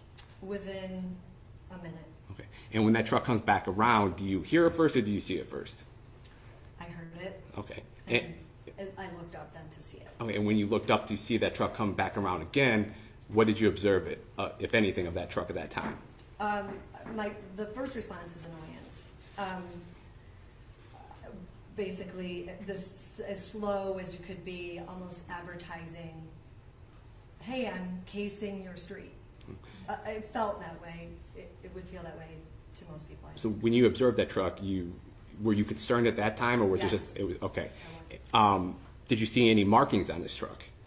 I did look up to confront the driver and initially looked at the face. The window was down and was prepared to just kind of hold my hand up and say, how can I help you? Okay. That's- Did you do that? I looked up and I looked at the driver, and at the same time I saw the DTE decal on the side of the truck. It diffused me completely. And so when you saw it may have been utility company, you were no longer concerned? Yes, it occurred to me that, oh, they're just looking to do service somewhere. Okay. And at that time, you said you were going to stop and confront the driver. Did you observe anything about that driver at that time? At that time, not necessarily. And so after easing your concerns about what you observed about this truck, what did you do next? I carried on around the block, fairly short block. I was back to my house within 12 minutes, probably, and I went home with the dogs. Do you recall about 11:15 you left, and it was about a 12-minute walk, you'd say? Yeah. Okay. Do you recall how many people were in the truck? Yes, there were 2 men in the truck. Okay, 2 men in the truck. There were. Okay. And when you see this truck the second time, does it continue driving at the same slow pace, or does it stop, or what does it do? At the moment that, as I mentioned, that I felt like I was going to intervene, and I saw that they were actually pulling up to the curb. I was taking a picture of my dogs to send my daughter at school. So they're on a leash, I have my phone out, and I'm taking a picture. And in that picture and at that moment, I can see my dogs looking over my shoulder at them as they're pulled up to the curb and actually getting out of the car. I could hear them. Do you recall what curb they pull up to? Do they pull up to Murray's house, or is it another neighbor? I didn't actually turn around and visually see, but sensing that they were directly behind me, it would have been the neighbor just to the southeast of the Murray's house, the tall residence. Do you ever see them exit the truck? I didn't see them, but I heard them get out, feet at the ground, doors shut, start to get things out of the bed of the truck. Okay. And is that as you're walking around the block at that I time? was standing, the dogs were sniffing. Okay. I hadn't quite walked away yet, and I could hear them start to, what I assume was getting their beer. Excuse me, I didn't hear the last thing you just said.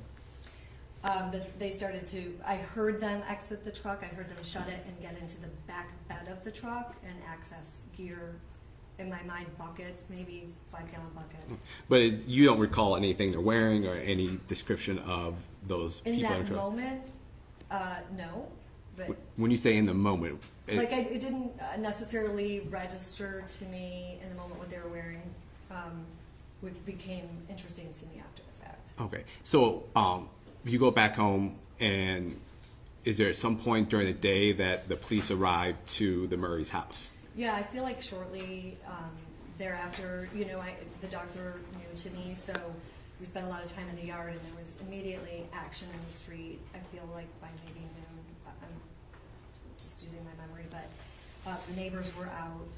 It was obvious that something serious was happening, and I would guess it was probably a half hour to 40 minutes. I'm sorry, I think it was about a half hour later, so I estimate noon. Okay, and when you see this commotion of the police outside, do you go over to their residence to speak to them? Okay, and at that time, do you speak to the police and tell them what you observed that day? Within the course of a few minutes, one of the neighbors had said they think there was some. Well, objection to any hearsay about whatever a neighbor said. You know, we're not offering for the truth of the matter, sir, so it wouldn't be hearsay. It's a prompt. One second. If there's an objection, you have to wait. Well, I don't know if somebody said something, why isn't it for the truth of the matter, sir? For the effect on what I heard, I don't know what she's about to say. I don't know what this neighbor said. It all depends on how that evidence is being offered. Then I would suggest that you heard what the neighbor said. What did you do next, rather than hearing from the neighbor? That's fine. It's hearsay. Thank you. Re-ask the question. Yeah, you go down to where the police are. Is that a yes? Yes. Yeah, everything's recorded. We have to say Yes. it's all right. So you go down there and you tell the police. You hear something from the neighbor and you go down to the police. Is that correct? Immediately prompted me to engage with an officer. Okay. And when you speak to this neighbor, does it jog any sort of memories from that morning? Viscerally, yes. Pardon me? Viscerally. Okay. What memory did that jog? It occurred to me, I mean, it was a short sleeve weather day. It wasn't, it was warm. And immediately realized that the driver of the vehicle, I believe, was wearing a balaclava, the style where the whole face is cut out, and a hoodie with the hood up, and that the passenger in the vehicle, who was turning his body towards the passenger window, was also wearing a hooded.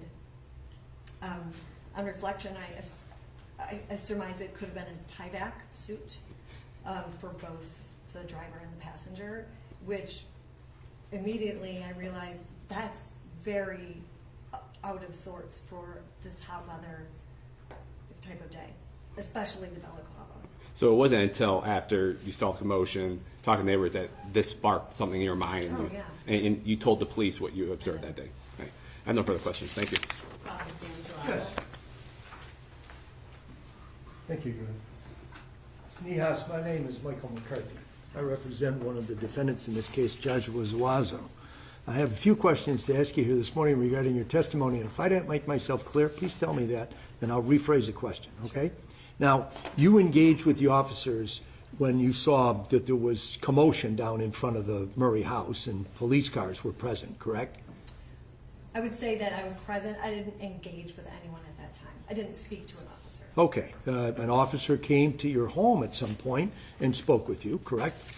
And you were on the front porch. I mean, and this was in daylight, and it was sometime in the early afternoon of Friday, October 11th, correct? Yes. And you told them, the officer that you spoke with, what it is that you saw that day, right? And would that name Officer Bowie ring a bell with you? Okay, so you spoke with Officer Bowie, and then you also told Officer Bowie that you would give him a written statement, correct? I did. All right, and then you've had an opportunity to see that written statement before you assume the witness stand here this morning? I did. Okay, and you've read over it. I know that you, in your statement, you identified the driver having this balaclava mask, and also that he was a man with an olive complexion and little to no facial hair to note. Direct quote from you. Then, and you said that he had a light-colored, hooded, possibly Tyvek material with a Alte Viz orange balaclava with the entire face exposed. That's what you wrote? I believe.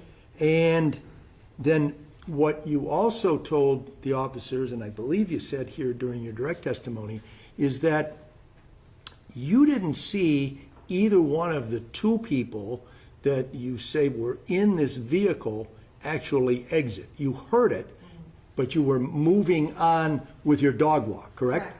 And this was not anything of interest to you. You were more concerned with taking a good picture of the dogs and sending it on to your sister and continuing with the walk, correct? Is that a yes? Okay. Now, you said that in your statement, the passenger, or his passenger, was a male, but the only observation, I think he may be taller and thinner than the driver. Remember that? I do. Okay. You didn't say anything in your written statement when this was all fresh in your mind about what it was that the second man in the vehicle was driving. Wearing? Wearing. Well, that's what I meant to say. Oh, I don't recall that I didn't write what he was wearing. Well, may I approach, Your Honor? I'm going to show you a document. You please tell me whether you recognize it. And then if you do, I'll have further questions for you.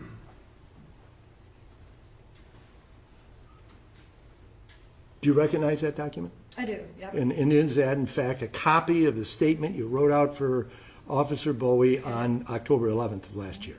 All right. Now, what I'd like you to do is take a look at that and see whether or not you gave a description of the clothing the second man was wearing in your statement. I didn't.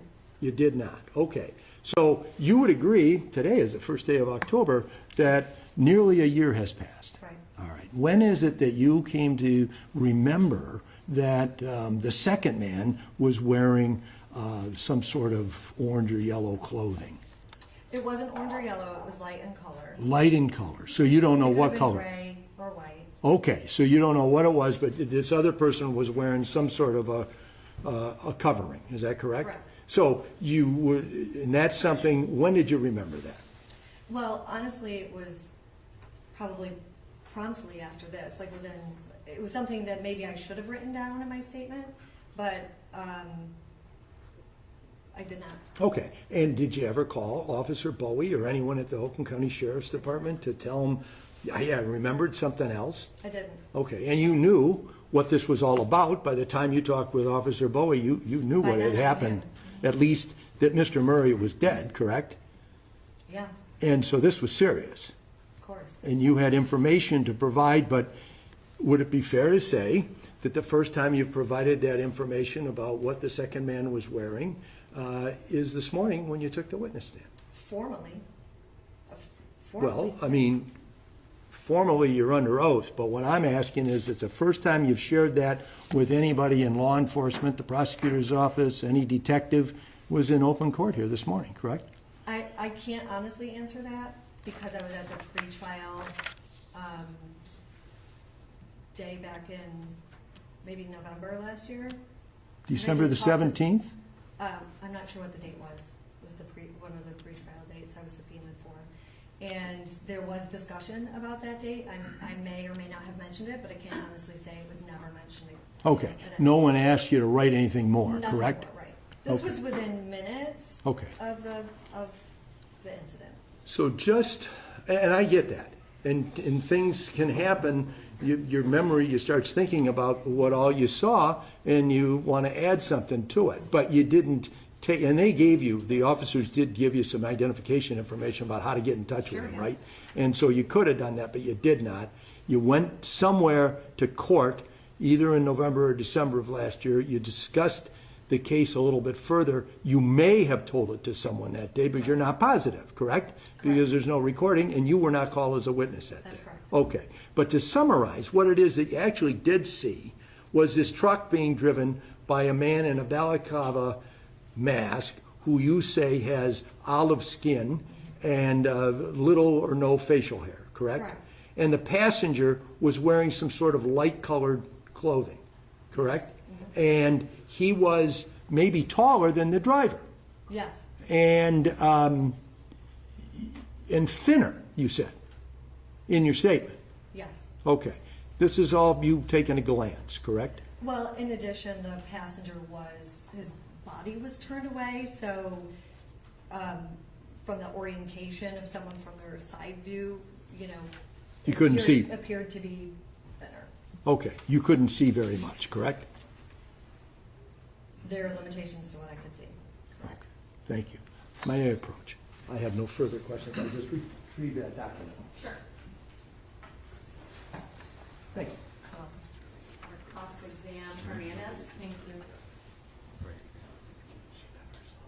Good morning, ma'am. I just have a few more questions for you, okay? I'll try not to ask the same questions that have already been asked. As you described the person that you said was in the driver's seat, I know we've gone over, you said olive complexion, little to no facial hair to note, correct? Correct. You also then described a high-vis orange balaclava mask. What does high-vis orange mean to you, just so that the jury is clear?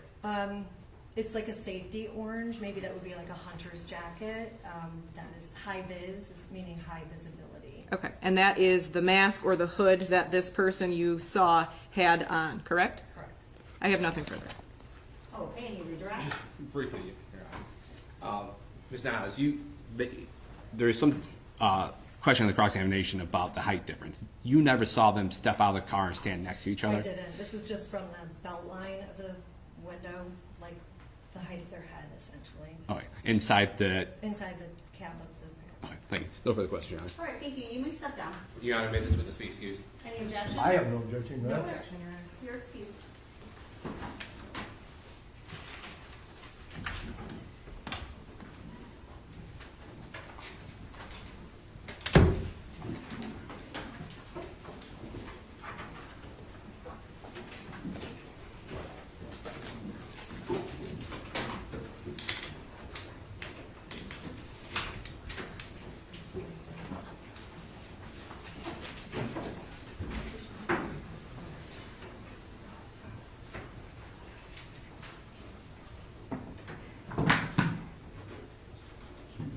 People's next witness. People call it Deputy Copeland.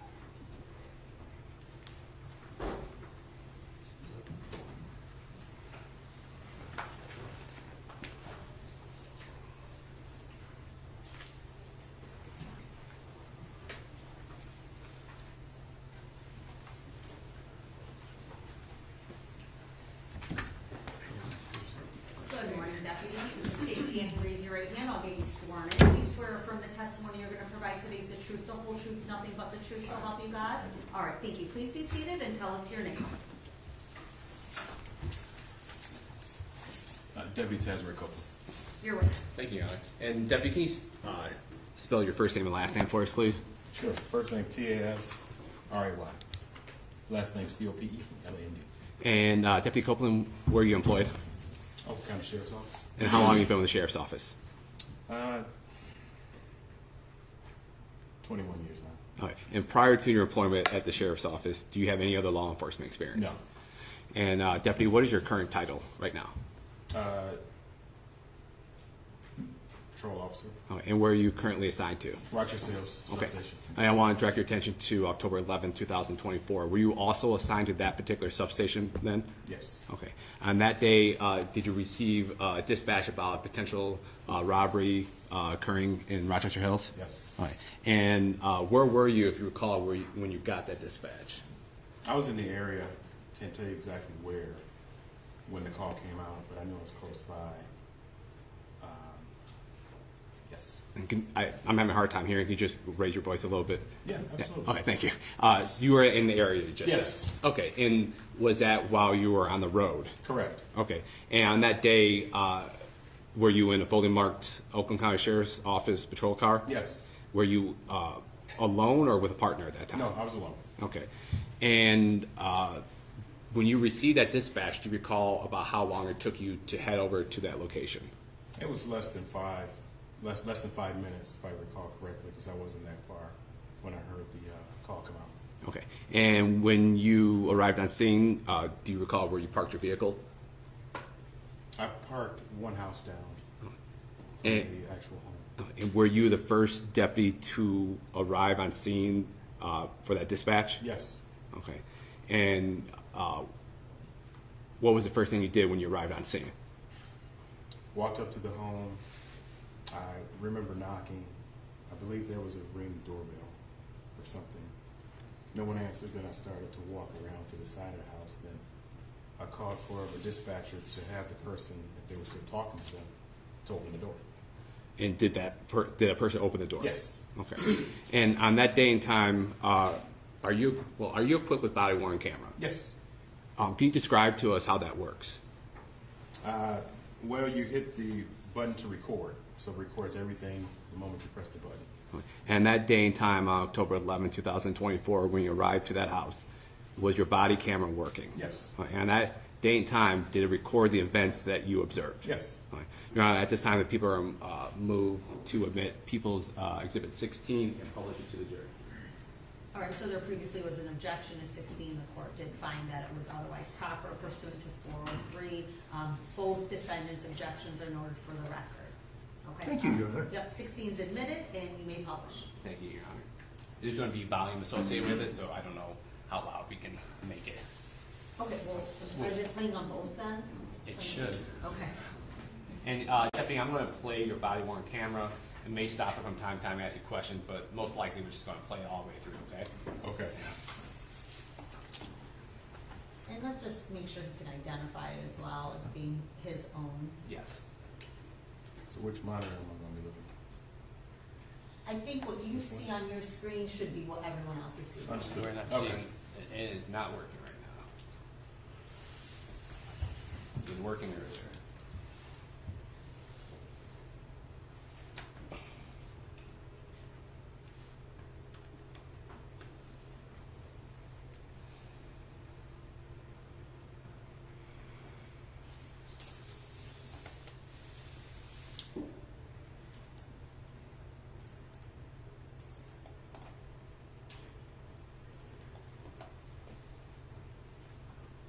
Do you see it on your laptop? Yeah, it's where I just don't know. not. I Okay, don't so know it's why not it's not on the working. screen. We tested it all out.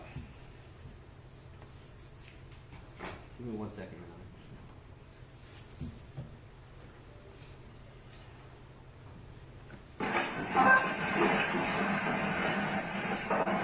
The audio's working, but Okay. we got it. So we see that. Now, yesterday when we had IT down here, everything was working. Okay, yeah, I understand. Let's see if we can get somebody down.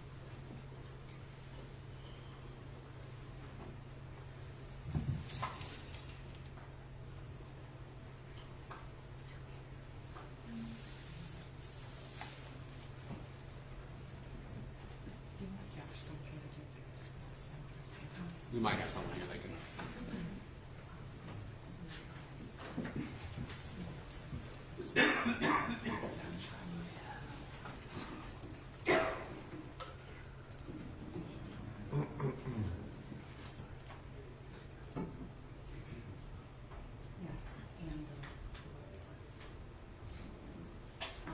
this ages you. So Thank you. all right, we're done.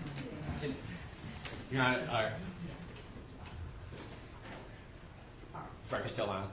What's that? The record's still running. The record, yeah, we never stopped the record, so just have them identify. Yes, and Deputy, would this be the body worn camera that would that be the recording that was recorded from when you arrived on scene? Yes.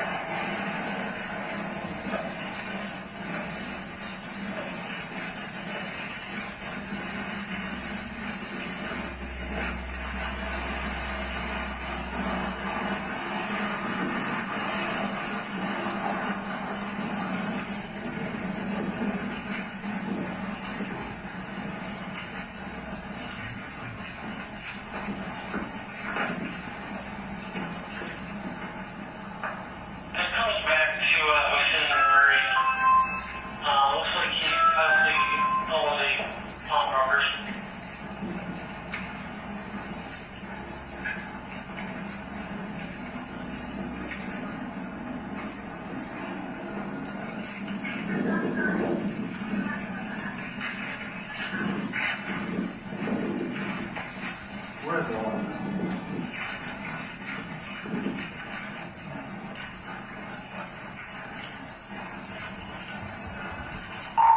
Alright, no one's answering in front. I'm walking around.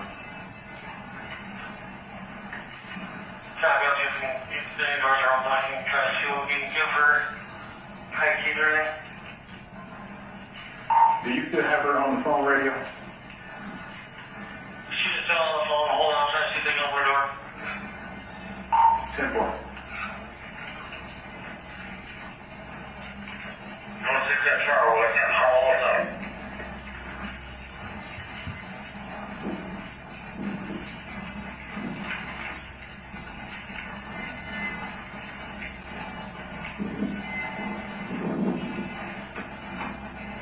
They have ring cameras, so like ring cameras all over.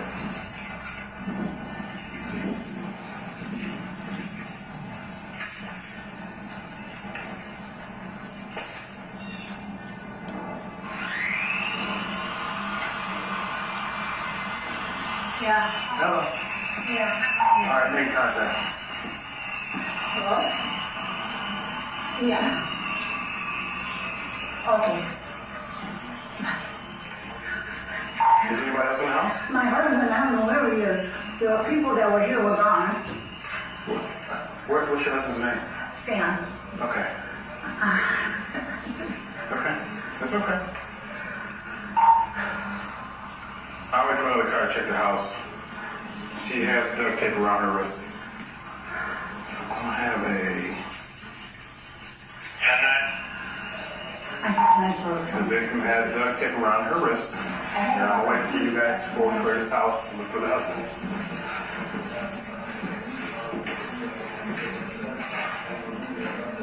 Yeah, 13 calls. What are the numbers? 3750-3730. Call me to confirm with her that it's a DTE on the truck. Yes, it's DTE on the truck. You were here last night. DTE on the truck. She said they were here last night. Looking for a gas mask. Which I thought was really unusual. We wouldn't let them know. Okay. Can I go on the daytime? No, I need you over here. I need you out here. Okay. Just stand on outside. She said they were there last night, like that. I want to do one floor at a time. No problem. We're good. I want to do one floor at a time. Do we have the guy? Yeah, she said her husband's still in here.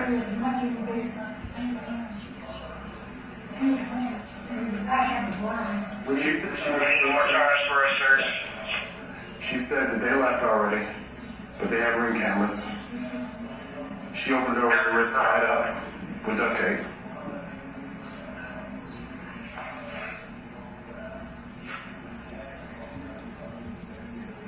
I walked with her to the kitchen so she can get the tape off her wrist. I don't want somebody to leave. You gotta watch your back. So we're gonna watch your back. So somebody stay here, and then you want to wait for one more. Sherman, head to the back, please. Watch the back. Yeah.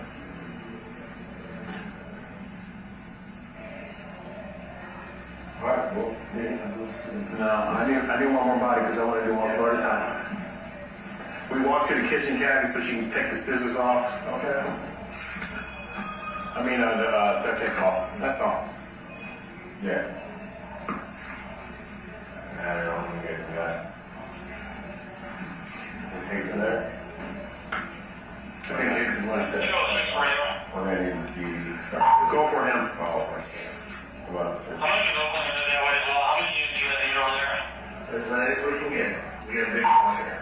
It's a pretty large house, so whoever you can get over here. Good morning, Mary. Copy. If you have people description, I already advised Robert Hills of the area, inspect the area, but when you go for them, I'll try to get a couple open, alright? You said it was a DTE vehicle, ma'am? Yeah. Was it just a label or the whole truck was marked DTE? It was looking at the truck. I was looking for DTE outside. Okay. Yeah, that's good. That's good. Me and you need to sit here and watch all this. Let's do it. Wait. Let's just, yes. We're good. We need more bodies. Yeah. Please. Victims give a description of a possible DTE vehicle that's marked with DTE, white in color. Possible DTE vehicle marked in white in color. So, talk to me. When we walk down there, Caddy, what do you see over there? Yeah, we need more bodies. Yeah. We walk down there, they got an open area, like a living room / family area. Yeah. And then this is dining area.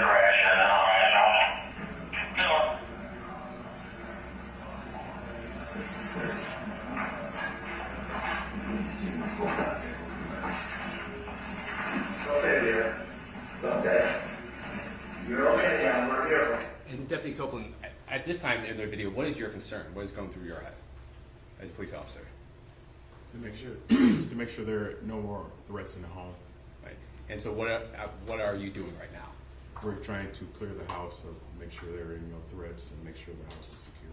And I was hearing over on the radio, you were asking for more bodies. What does that mean? We need more officers to clear this house because it was a big home. Right. So is it fair to say you were waiting on more deputies to arrive so you can clear the house? Correct. And is that your standard procedure when you arrive to a house based on the information that you have? Yes. I got the corner that see the kitchen. Yeah. Yeah, we already walked through here. Yeah. All right, we're good here. Yeah. We were already in here. Yeah. Stay at the door, Cabby. We're good, Cabby. Come here. Come across. That's fine. Stay at the door. Move on here. They got an open area up top. And all the way here. Okay.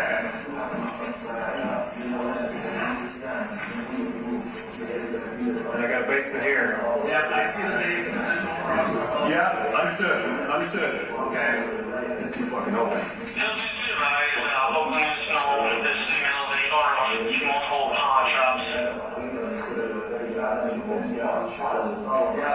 She owns them? Yeah. Take for it.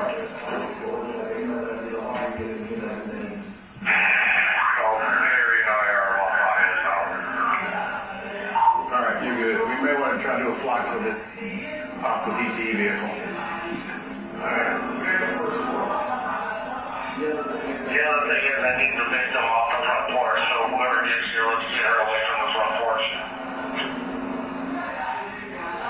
What you got with you guys? I'll have a step away. Thank you.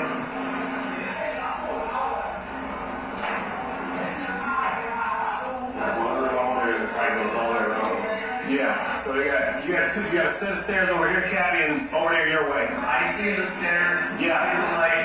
Yeah. There's a hallway down here. Yes. I've got an open door in front of me before I get to your hallway. Okay.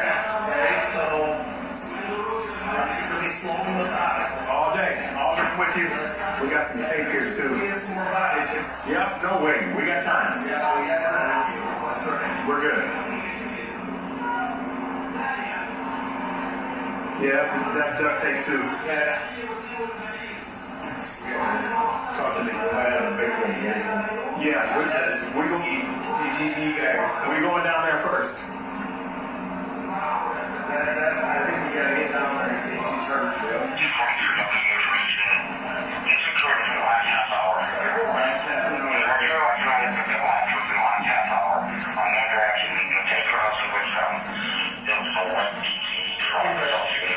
He took them, he took him with her. Who's relaying this? He got here, it's Hagler. Okay. Hagler's got our victim out by his car. Okay. She just told me she thinks he's in the basement. We're still searching anyway, so we're good. How are we looking? We going out first. How are we looking, guys, before you get here, please?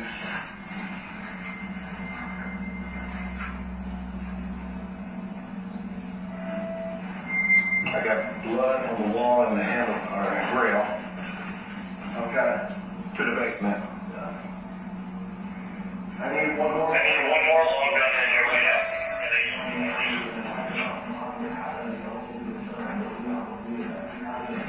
I'll be right here.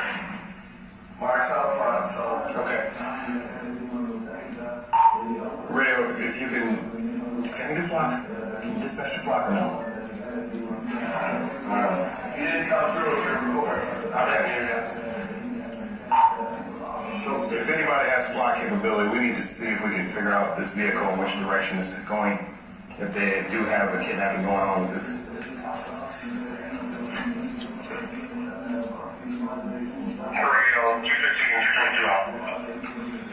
Once those two get in here, yes, we can go and press on. Yes, we're good. Mark's in here with me. Yeah. Come around, up the way, Mark, through the kitchen. Hey, Mark, go. Yes, Mark. I know. There's a lot of wall up. No, our guys are in there. Just come on. That's all clear. That's safe. Just come to me. When Harry and Brandon get here, yeah, we'll then I'll secure this first floor and then you guys do your search. Yeah.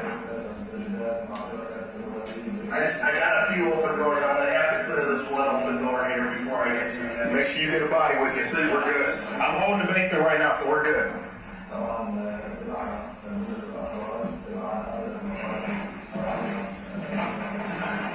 You come with me.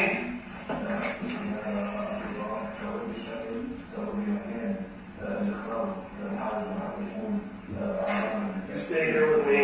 Okay, so that whole side's clear. That's clear. 3 over there, 1 long gun.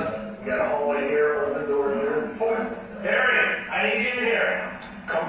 Okay, go ahead. Yeah, you got this. I got this. As soon as Harry gets in here, yep, I'm gonna press forward. We're gonna check this first open door. Go ahead, guys. Can go to your clear to the basement. Okay. He's over here in the corner. Okay. Be careful with that open area too, Mark. Okay. That whole area is clear.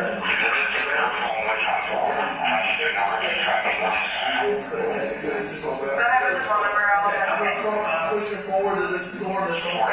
Okay, I'm holding, so you're good. Clear. Open door there. Alright, I mean closed door. I got this. Copy 248-316-7707 Verizon.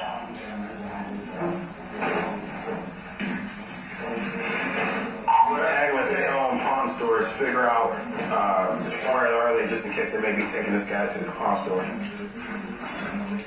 Well, we got bodies? Okay, we got bodies. I'm going to just cover you. What about this? What is this? Files.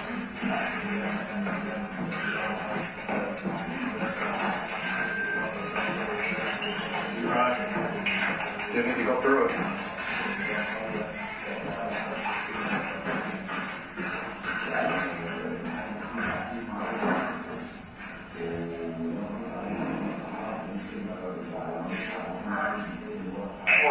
In the area. There's more. Yeah.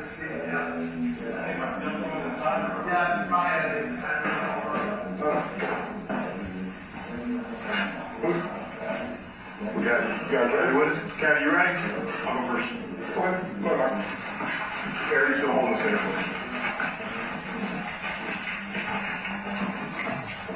I'll take some clean back now. Yeah,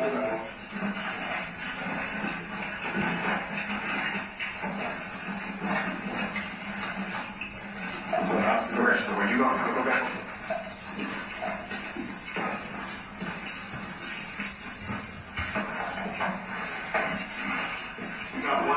You got one down. Go. We gotta go. Is he dead? I got it. Let me do the talking. Let me do the talking, please. Go. 6, we got one down. Shot in the head.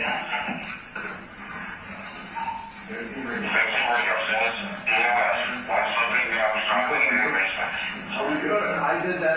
Copy, EMS in route 1 down, shot in the head of basement. Clear. Look at the blood behind you guys. Watch your step. We need lights. Right behind you, James. Right behind you. Let's get first. Everybody relax. You hold this. Let's get with Harry and clear upstairs. Yeah. Everybody relax. We're good. Let's get with Harry and clear upstairs. We're clearing upstairs now. Everybody stand by. Where you at, Joe? Clear? Yes. Okay. Hey, hold on 1 second. This one has a... Go ahead. Kobe, you get that out of this right here? I got you. You have a 16 10 4 and everything? First out, right? Okay, ready to go? Yep, here. Come on. I got here.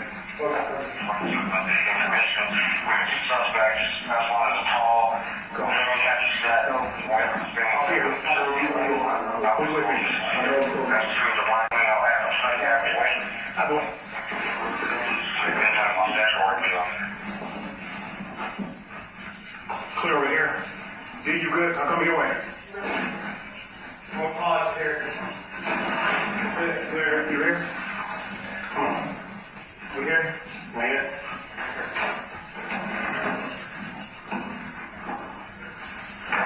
Clear. All right. Coming your way. I did not, but we can. Where we at? Got an hour.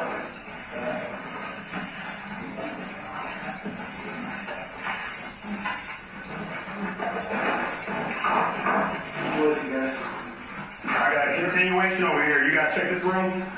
Not yet. Hey, we're pushing forward here. I got you. Okay. Pushing, moving.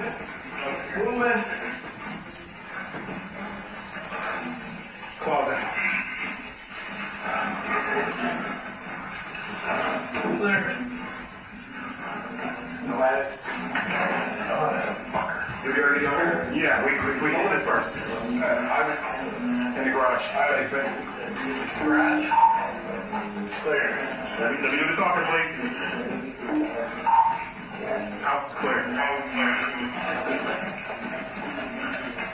Sit fire. Sit here.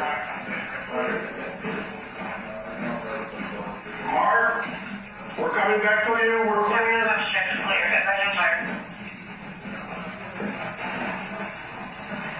Where's she at? Halen, check there. If she has access to the ring camera, please.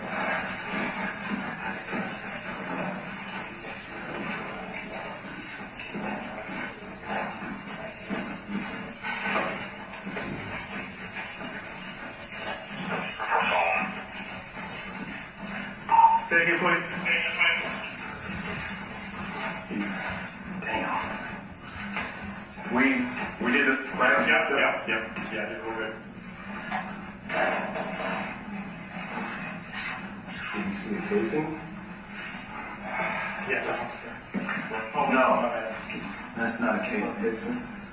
We got a Boston, we got a Boston splatter. There's a ring right there. Where? There's a ring underneath his body. It's a gold ring. Okay.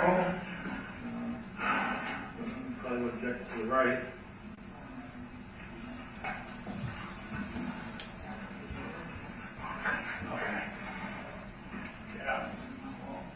They got ring cameras. We got at least got that. Anybody up on clock? Boy. I don't see it. 270 check-in. Thanks, sir. Me neither. There's one hand of the wall right there in the corner. I mean, I'm sure they Lights are bound, it's, hands are bound too. I wonder who's over here. This one. Yeah, because if you look at that and then look at this over here, did we even, this is still a question, but did we check this post, four posts? I don't know, Everybody have gloves? Please, there ain't fucking gloves. You got Joe, gloves? Mark right there and block the tree on. I know it's silly, but what the hell?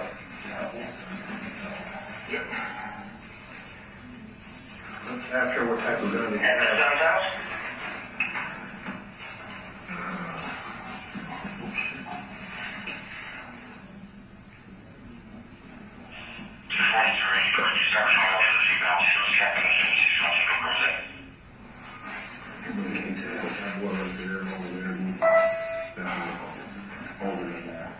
We also have zip ties right there that they might use.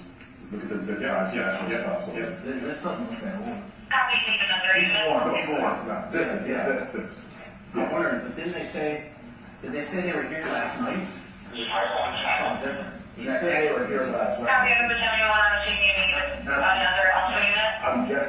I assume she's talking about that. Because this could have been going on all night, and so that could be part of it. But looking at the feet, I can't. I can't really tell. He's still warm, but he's still heavy. this is not that old. It's got to be a gunshot. No, he's still warm. It's going to be a gunshot with all that coagulated blood. Look at that weight right there. Hit him with that. Probably. I don't think so, Buzz. I don't think so. Look at all those stats all the way over there. They might hit him with that weight. We can't tell. Shit. I can't tell. Fuck.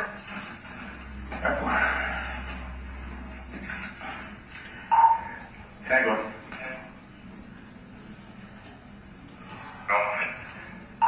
Ask her about the gun holster around his waist. What type of weapon did he have? Please.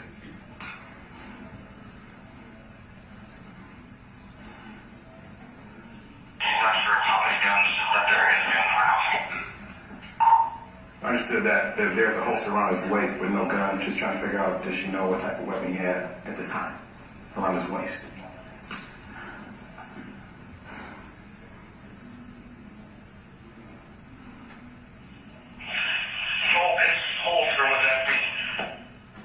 I see that. Watch your legs, Cole. There's blood in that box right there. In your legs. Thank you. Couldn't find a pulse? He's so heavy. Just checking around his neck. It's hard to tell, if anything.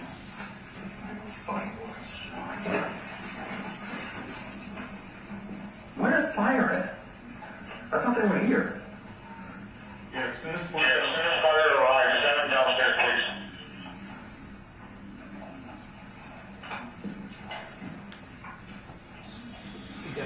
You just said that you're waiting on fire. What does that mean? Waiting for the fire department to come and check them out. Would that also include EMS? Yes. Still breathing. Look at his hand. It looks like fire's empty. Copy, fire.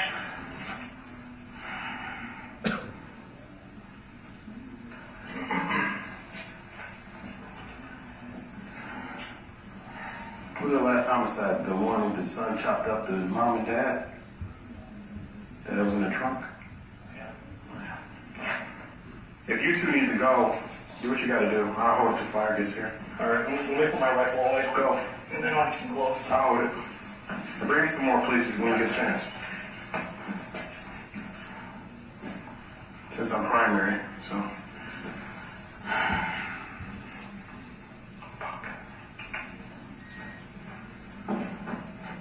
curious now, since they all know these pawn stores, if they head to a pawn store.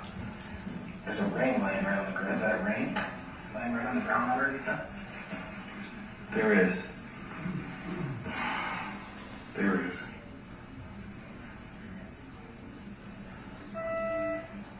It's a lot of blood all over. It is. Like I said, he's still warm. He's still warm. So If he got hit with that weight right there.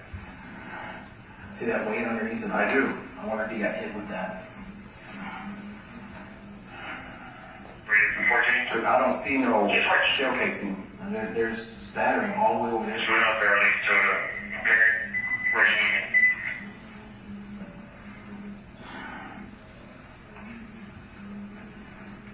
The only thing left in pending I have is this alarm on that screen. Okay.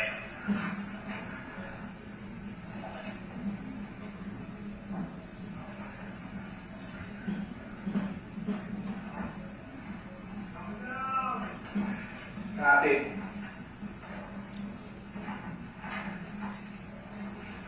Shit, it's on the fucking camera.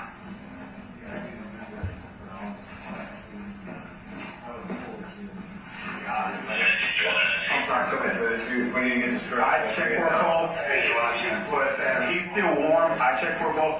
I didn't feel one, but feel free to check over me. I'm good.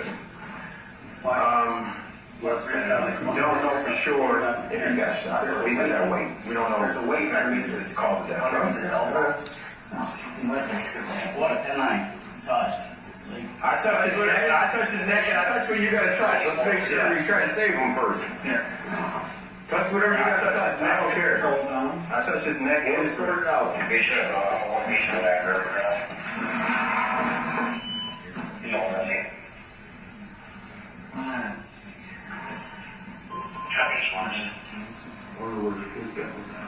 That's what I was asking.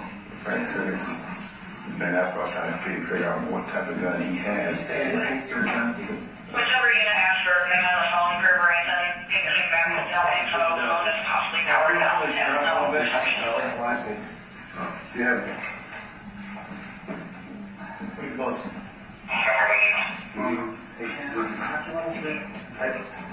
I always do. He's still warm. He's not. I totally agree. Okay. He's okay. Bringing the stretcher down. No. Until we need. he was still warm. He's still warm. It just happened. When I had your dog running along, I checked his neck and his wrist. I didn't feel nothing as far as the pulse. The same.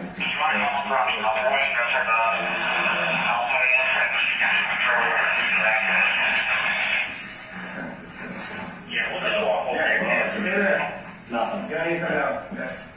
Just go out in the rig. You got an outpatient in the rig. It's DB here. Hold on, negative.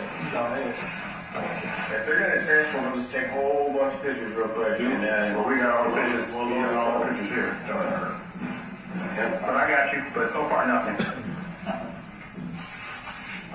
He's nothing.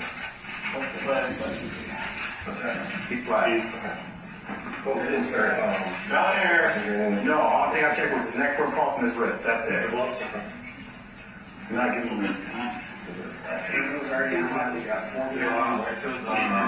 Right, does she have access on her phone? This is her phone. And the ping came back, phone power down. Okay. What about yeah, did this phone, you know that? We're about to find out, but I'm pretty sure they did. So we got to do an SW4 ring. You got exit window on? She said they were here last night. Bulging on the back. Okay. I can't see a hole though. They were here last night. That would be good enough. Just come on out. Just don't touch anyone. Keep up there about a minute, and then this happened. So they were here last night and left. This could be part of it too. You said, well, that's old. Well, nothing happened last night. Oh, we lost it last night of the back. Okay. So you, yeah. Excuse me. You said, where is the exit? There's bulging on the back of the head. I did not see a hole. Gotcha. Thank you. I also didn't inspect it completely. Yes. Okay. Okay. I'm with you. It's not very easy. It's solid. Okay. Appreciate you. Thank you, sir. Yep. Go ahead. It was a C or a K? C. I'm going to use on phone. It was a flashlight. The flashlight? What's happening? Oakland. Was Oakland here? Yes, we have to keep everybody out of this house. Everybody but a detective and. County's here. You still the Oakland? No. I don't think so. No, I don't think so. If they get here, we'll chase them away. But I'm just trying to keep track of who's been coming in and out of this house. Okay. Yeah, for me. I got it. You guys haven't seen any stakes or anything around the house? Or? No, we just searched.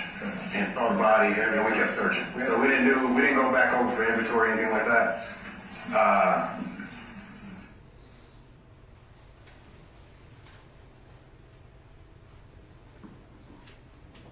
Less noisy? Probably, yeah. Yeah, I'll do that because I figure it'd be like that, less noisy, no one will hear it down here. Yeah. Did we do this? This little footprint right here? No. Step on this? Okay, so that's either, no. Mark did not go that way. Mark went this way. We hit you out of lane. Well, this is his shoe right. Right, I'm just trying to match the print. Yeah. There's no footprint right here, but this is his shoe. It's not looking. It's not matching. It doesn't look like his shoe right. It's not matching this there.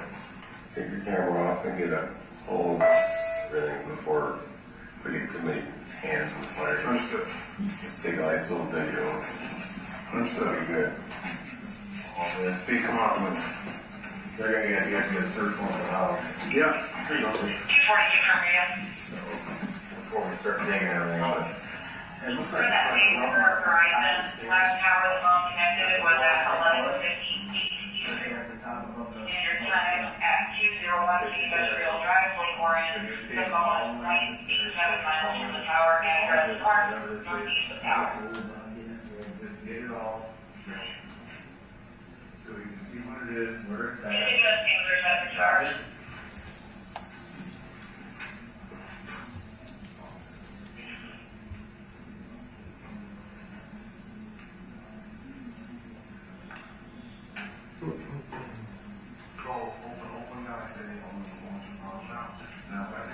I heard that on the radio, I don't know how they know, and who they know. Okay, so that's well, they came to the specific house room. Of course, they heard you know they had pawn shops and were looking for either something specific here, or that they would have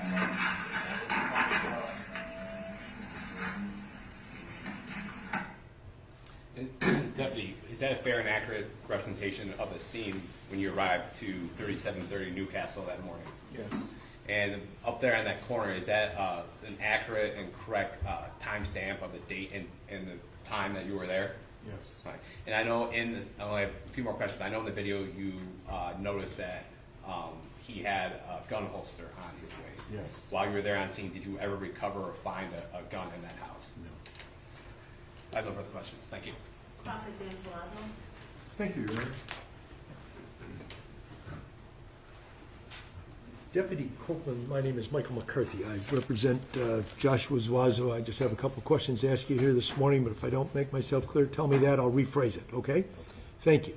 Now, this, your involvement in this case started on October 11th of last year when you arrived at the Murray house. Is that right? Correct. And then your involvement ended when you left that house that day, correct? Yes. You obviously were wearing a body-worn camera throughout your search through the house and finding the body and all of the things that we've just watched. But that was pretty much your involvement in this case, correct? You didn't you didn't interview any witnesses that day, and you didn't gather any evidence, correct? I did speak to the wife.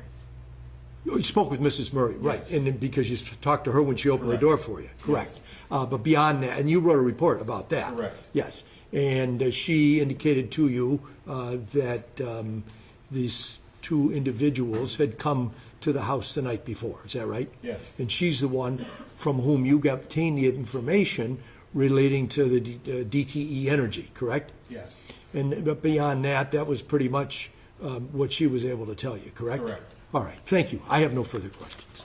Okay, thank you. Cross-exam for Hernandez. Yes, thank you. Good morning, Deputy. Good morning. I want to go over just a few things. How many minutes from when you were dispatched did you arrive? How long do you think it took you? I know you were on road patrol, but how long do you think? I think less than 5. Can't give you an accurate. Okay. And you testified that you were the first officer on the scene, correct? Yes. All right. Now, both juries were able to see, obviously, the body cam video, I should say. And we note that, obviously, later in the video, you came back downstairs after you located Mr. Murray, and you made a comment, I know it's silly, but what the hell, check for a pulse. Yes. Okay. When you arrive on scene, obviously, you don't know what happened, correct? Correct. And you are there to determine, one, if there are any people in the house that could be a potential threat to yourself, correct? Correct. But also to see if there are any people located with injuries. Is that correct? Yes. Okay. And it seems from the conversation between the deputies that you had made an initial decision that he had been shot in the head, correct? Correct. Okay. And you know now that actually was not the case, correct? Correct. All right. So you decided to wait then to check for a pulse or to render aid. Was that based on the fact that you believed he was shot in the head? And usually people with head injuries do not survive? Well, given the fact that the way he was laid and all the blood that was all over his body, I thought he was already dead, to be honest with you. All right. And Mr. McCarthy touched on this, but your involvement ended that day, so is it fair to assume that you never had any interaction with Mr. Hernandez, my client? No. All right. I have nothing further. Thank you. Okay, redirect. No redirect, Your Honor. Okay, thank you, Deputy. You may step down. And may this witness be excused? I have no objection, Your Honor. No objection. Please excuse.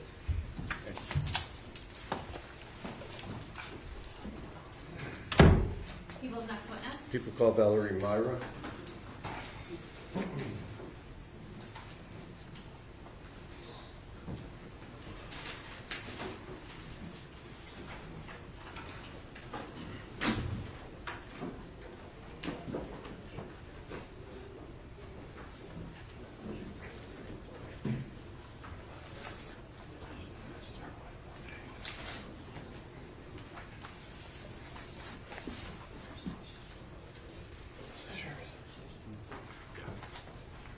Are you done with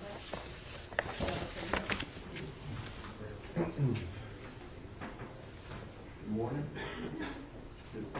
Approach the bench to be sworn in.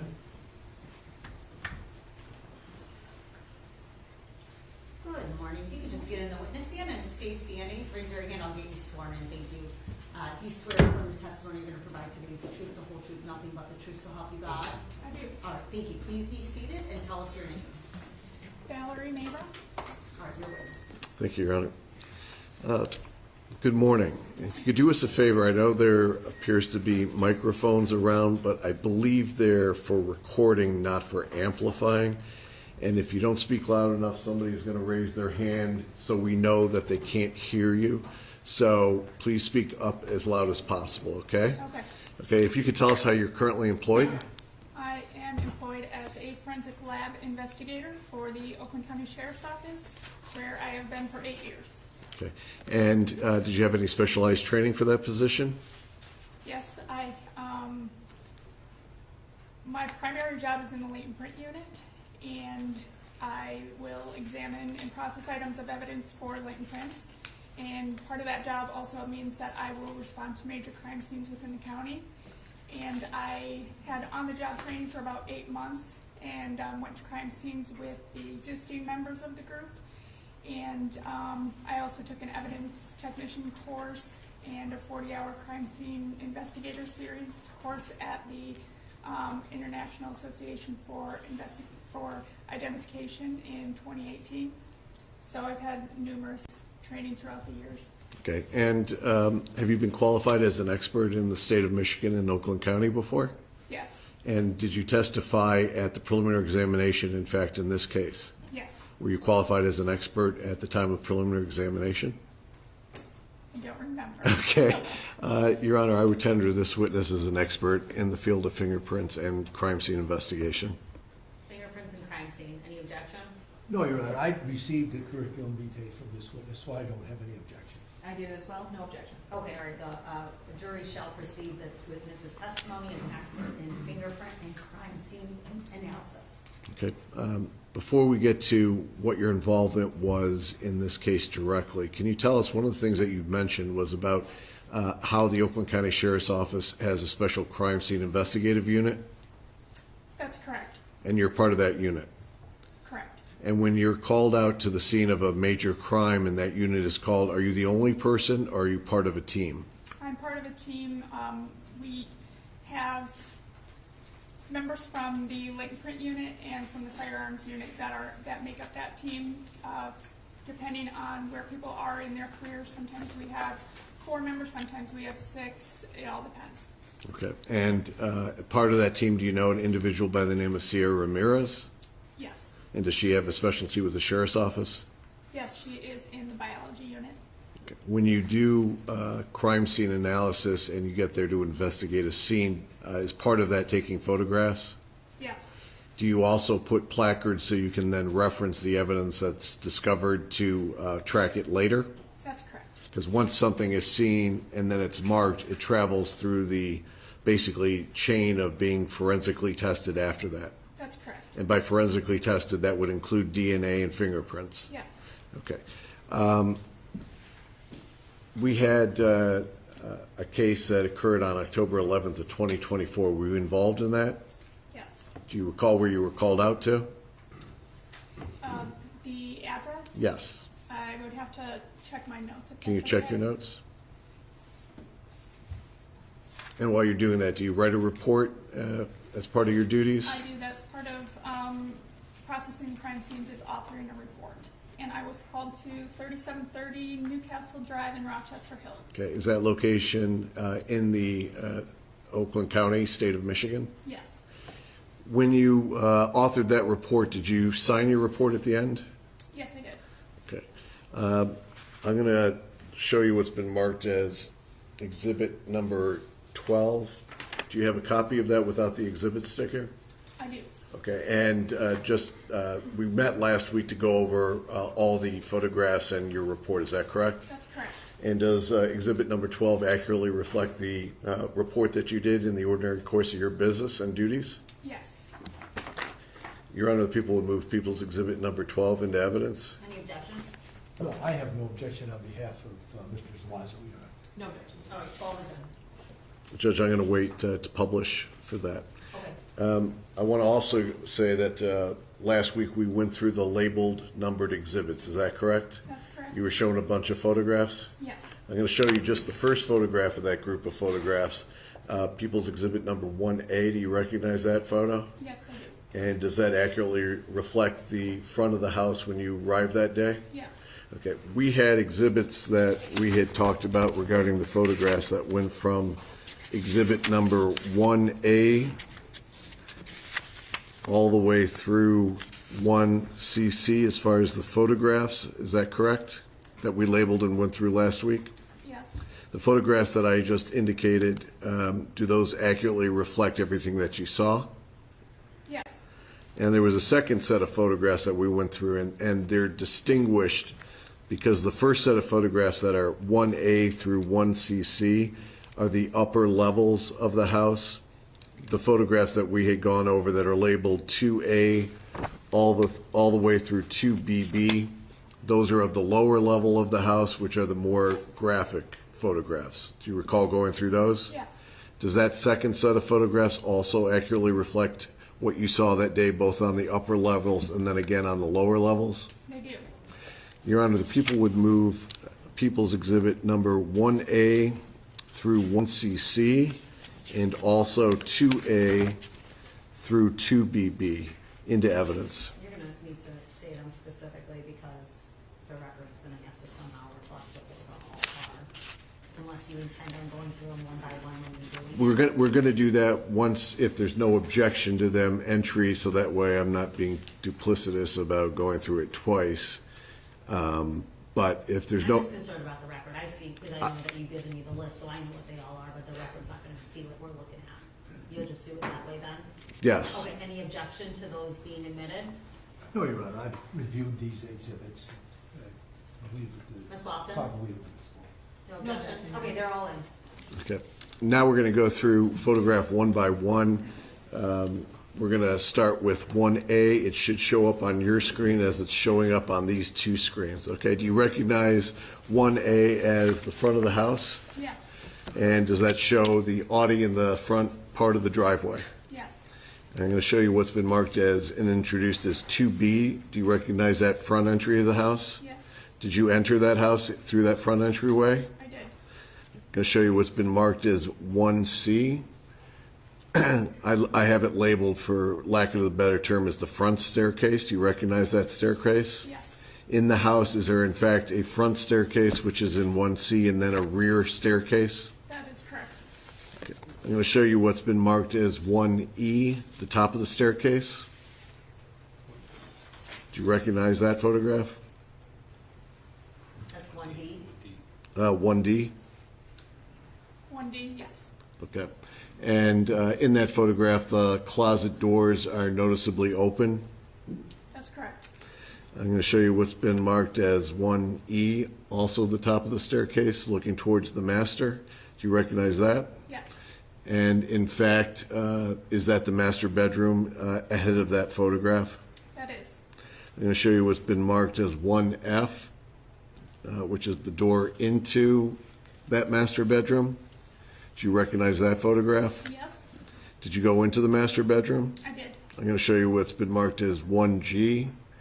Is this traveling inside of that master bedroom? Yes. Can you tell us what you observed in the master bedroom in regards to the drawers?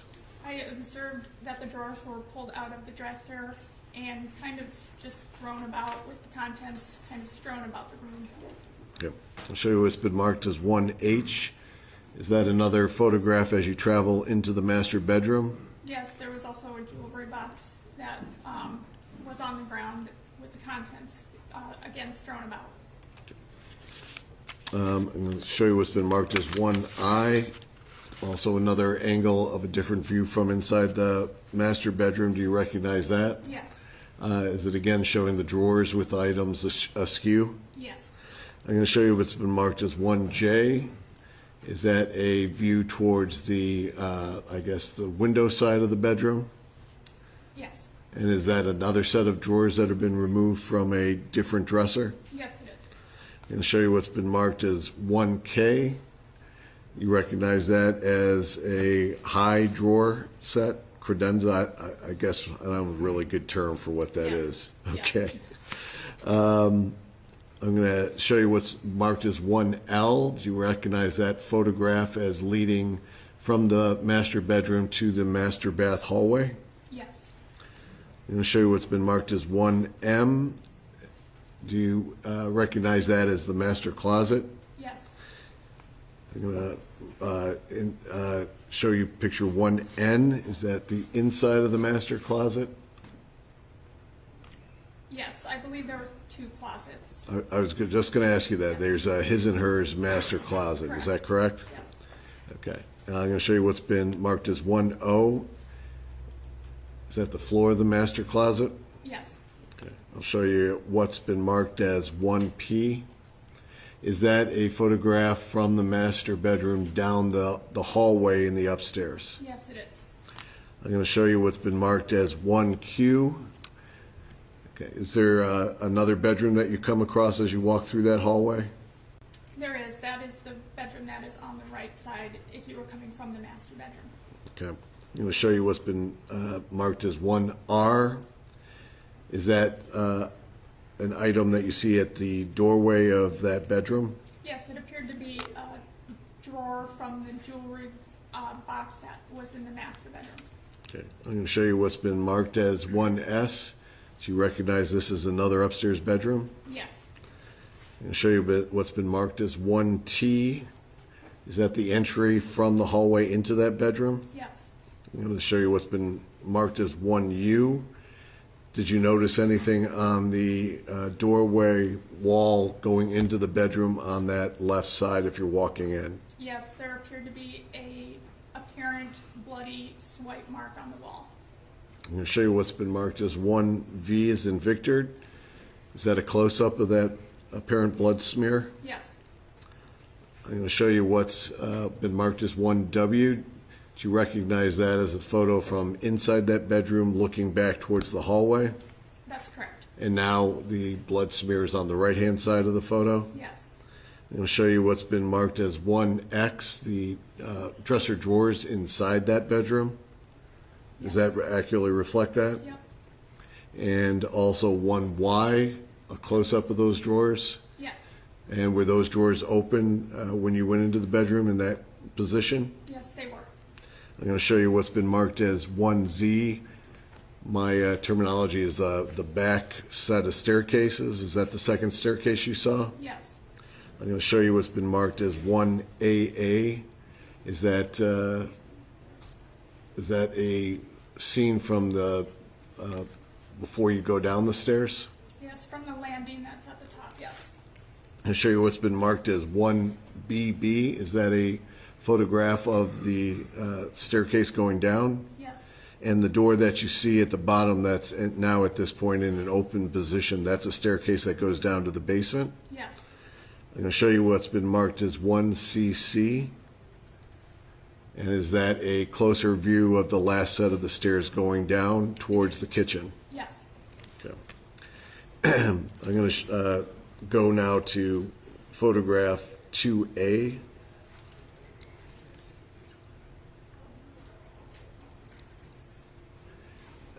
Do you recognize these items on the floor in the kitchen?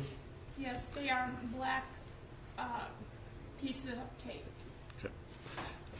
And I'll show you what's been marked as 2B. Do you recognize that as another set of duct tape? Yes. And as far as placards go, this one's been given a exhibit placard of number 2. Yes. Okay, and when it's given a placard of number 2, that's a way to track it through the rest of the system at the Sheriff's Office lab? That's correct. And the first one that I went to, did that also have a placard number 1 in front of that? Yes. I'm going to go to exhibit number 2C. Do you recognize that as duct tape cutting and scissor that is on the kitchen counter? Yes. And that was given placard number 3. That's correct. And picture 2D, is that a close-up of exhibit number 3? Yes. I'm going to show you what's been marked as 2E, the landing towards the basement. Is that correct? Yes. And did you travel down into the basement? I did. I'll show you what's been marked as exhibit 2F. Okay, is that a photograph from the basement leading into the back, lack of a better term, furnace area, water heater area? I called it a utility room in my notes, but yes. I'll show you what's been marked as 2G. Is that as you're getting closer to that area in that section of the basement? Yes. I'm going to show you what's been marked as 2H. Is that a photograph from an angle of the victim and his injuries? Yes. Okay. Can you tell us what did you observe that caught your attention about how he was in that position and any type of bindings that were on him? It appeared that he was bound both at the hands and at the feet, and he was laying on his left side, and he had apparent blood pooled underneath him and spattered in different areas around him. Okay, and you've had, unfortunately, a lot of experience in crime scenes that are graphic. Is this a graphic crime scene? I would say this is especially brutal, yes. Okay. And the duct tape that's shown in this exhibit 2H, is it the same color duct tape, or are there two different colors of duct tape? There appeared to be two different colors. There was gray tape and also black tape. I'm going to show you what's been marked as 2I. Can you tell us what's depicted in 2I? So this is a close-up of his bound hands that were in front of him. It appeared that he was bound with both zip ties and tape. So this is a close-up of that. Okay. So he's bound with both duct tape and zip ties? That's correct. And also in that photograph, is that what appears to be a Home Depot bag? Yes, there was a sink that was on the ground of that room, And inside that sink there were various pieces of plastic, a plastic bag, the plastic Home Depot bag, kind of a larger clear plastic tarp type bag, and then also a red inflatable type of plastic. I'm going to show you what's been marked as 2J. You recognize that photograph as showing placards number 4, I believe 10, 11, 13, and 15. I don't see 13, I see 14. I don't know. 2J says 410. Okay. I think 13 may be behind the pole, but yes, that, it is. okay. That being said, you recognize that? Yes. I'm going to show you what's been marked as 2K. Is that a close-up of a pair of glasses that was found? Yes. And that was given marker number 4? That's right. I'm going to show you what's been marked as 2L. That's a different angle showing the position of the victim, but also placards number 5, 6, 8, 9, 13, 14, and 15. Is that correct? Yes, that's right. I'm going to go to 2M, which is a close-up photo of 5, 6, 7, and 9. Do you recognize that? Yes. We indicated that there was some zip ties that you saw around the victim's hands. What are those items that you noticed?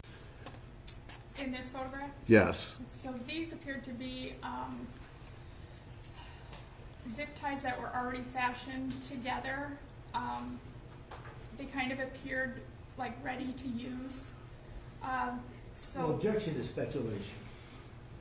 You can say what it is that you observed, but to draw a conclusion about what their purpose was. All right, let's rephrase the question. Thank you.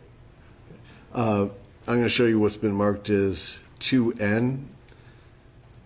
Is that a close-up of the zip ties 5 and 9? So the zip ties were just number 5, and 9 was the apparent bloody shoe impression under the zip ties. Okay. I'm going to show you what's been marked as 2O. Can you tell us what you see in 2O? So number 6 is the smaller set of zip ties, and 8, I believe, is the duct tape. Okay. And what color is that roll of duct tape? That is gray. And that's exhibit number 8? Yes. I'm going to show you what's marked as 2P. Is that a close-up of exhibit number 8? Yes. And I'll show you what's been marked as 2Q. Is that a close-up of exhibit number 7?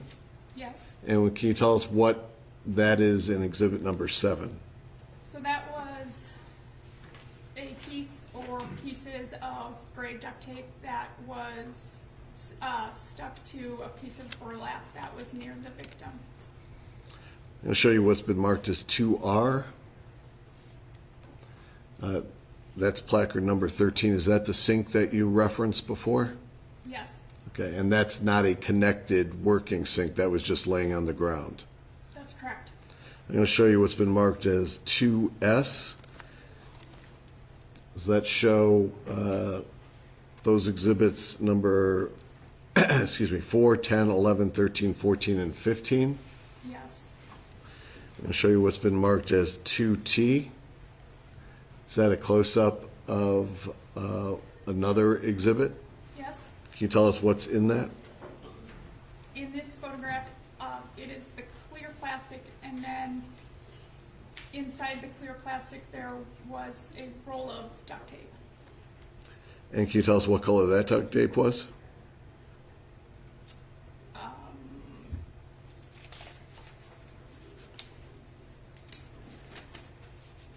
I believe it was gray.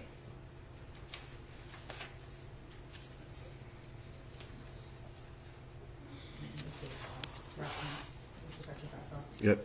Do you have it in your notes or your Yes, shirt? is That is can I gray. refer to Okay. it? Okay. I haven't checked yet. Can I refer to them? Would you like to check? Yes. Okay.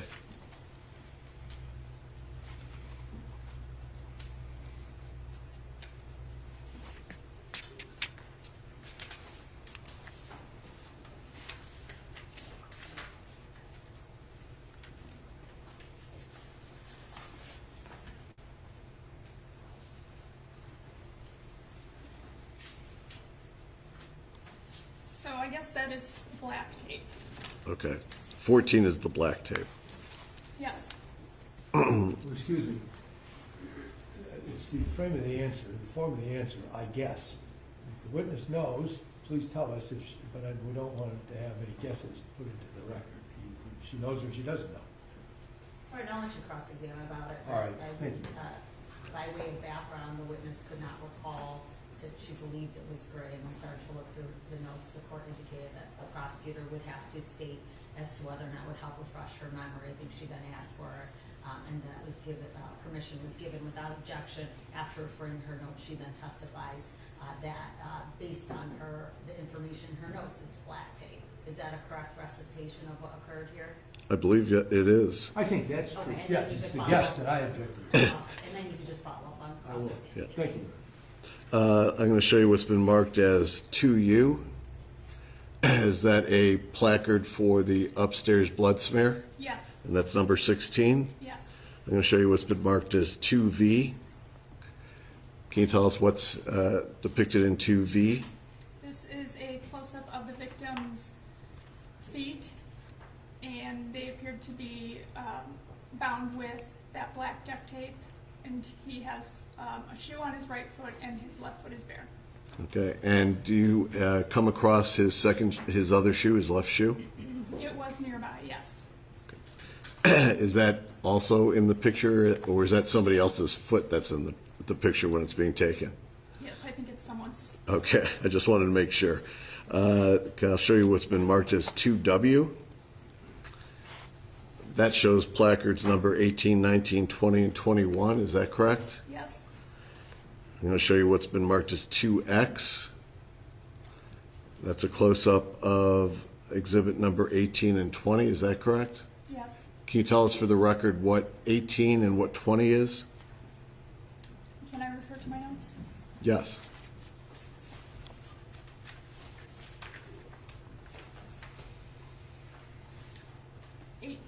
Was the bar with the weights on it, and 20 was the gold ring that you can see below it. Okay.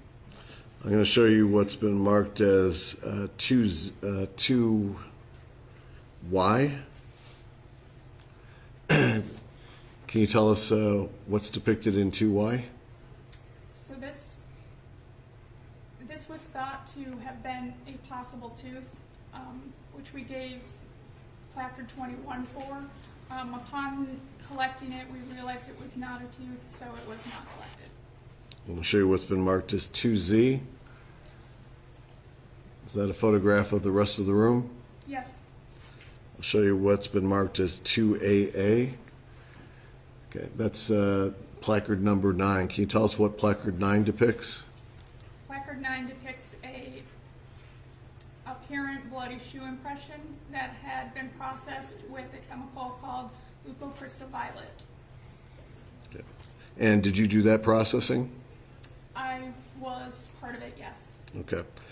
Now, is that something that before it's processed, would that have been visible to the naked eye, or would that not have been visible until it was processed? I believe part of it was, so the leucocrystal-violet works to enhance already visible prints and also develop ones that are invisible to the eye. So whether this one was fully visible before we sprayed the chemical, I don't recall. Okay. And I'll show you what's been marked as 2BB. Is that another angle of those shoe prints? Yes. Also, as part of your involvement in this case, did you have, as part of the team, crime scene diagrams done to depict in relationship to each other where the items are? Yes. Okay. Your Honor, if I could approach the witness, I'll show you what's been previously marked as 5A and 5B. You may approach. Do you recognize 5A as a diagram of the upper stairs that was done by the scene? Yes. And 5B, does that represent the lower floor? Yes. They were reflected accurately as it was drawn? Yes. Your Honor, the people would move People's Exhibit 5A and 5B into evidence. I have no objection. Those are part of the report that I received a long time ago. No objection. No objection. And then Mr. Petrofessa, those are an enhanced version of what would be in a report, right? That was something that was Correct. done to be done. That was already, yes, it's a blown-up version. All right, 5A and 5B are admitted without objection.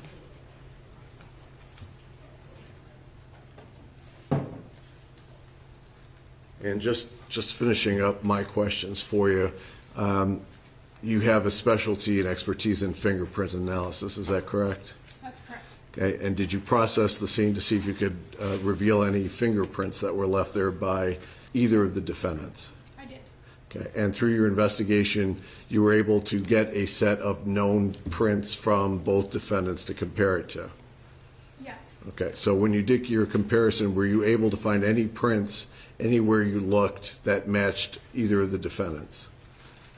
I'm sorry, are you talking about my processing on scene or later at the lab? Both.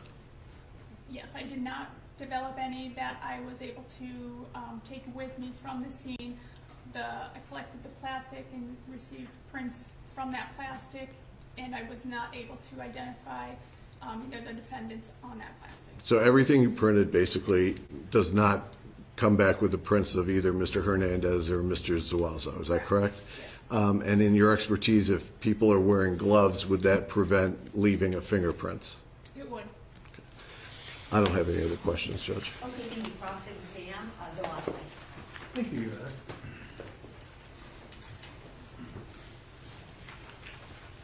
Ms. Myra, my name is Michael McCarthy. I represent Joshua Zuazo. He is one of the two defendants in this case. I have some questions to ask you here this morning, and I'll tell you the same thing that I said when you testified at the preliminary examination about my questions, and that is, if you don't understand the question, just tell me that, and then I will rephrase it so that it's clear that you understand what I'm asking. Okay? Okay. All right, thank you. So following up on this fingerprint business, we saw a lot of duct tape or some type of tape, gray tape and black tape.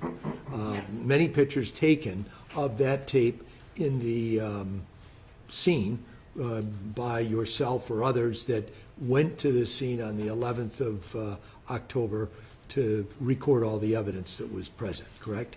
Yes. And at least one of the pictures that we saw, if not more of them, showed a roll of duct tape. Gray tape in particular, is that correct? Yes. And that was taken into evidence, correct? Yes. Yeah, my question to you is either on that roll or on any of those pieces of duct tape, whether you check them or analyze them to see whether there were any usable prints, usable meaning latent prints that you could actually investigate.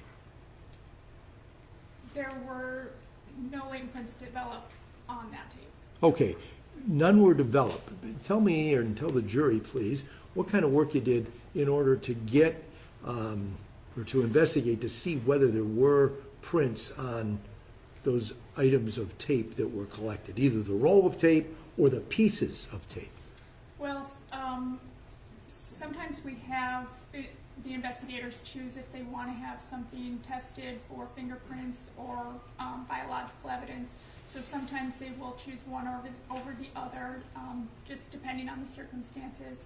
I did process a piece of the duct tape that was, I'm not sure if you have my latent print report, if I would be able to refer to that. You certainly can. If that will refresh your recollection, do you have that report there with you? I don't have the latent print Hold on report. just a minute. Let me see. I think I might have it right here. Yes. I believe this is report 24-0253-852-073. Does that sound right to you? Maybe you'll know it better by looking at it. May I approach you? Come on up. Thank you. Thank you.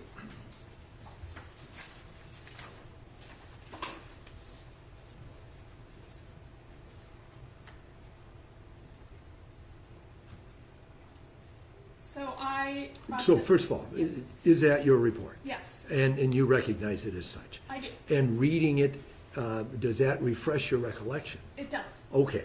Now, you remember the question about how many pieces of this duct tape that you examined? Yes, so investigators determined that they wanted me to process the bundle of crumpled duct tape that was used to bind the victim's hands for latent prints, which I did, and I did not develop any comparable prints on that duct tape. Okay, now you said, you prefaced what you just told the jury, or juries, by saying the investigators determined that they wanted you to look at a certain bundle of tape. Is that correct?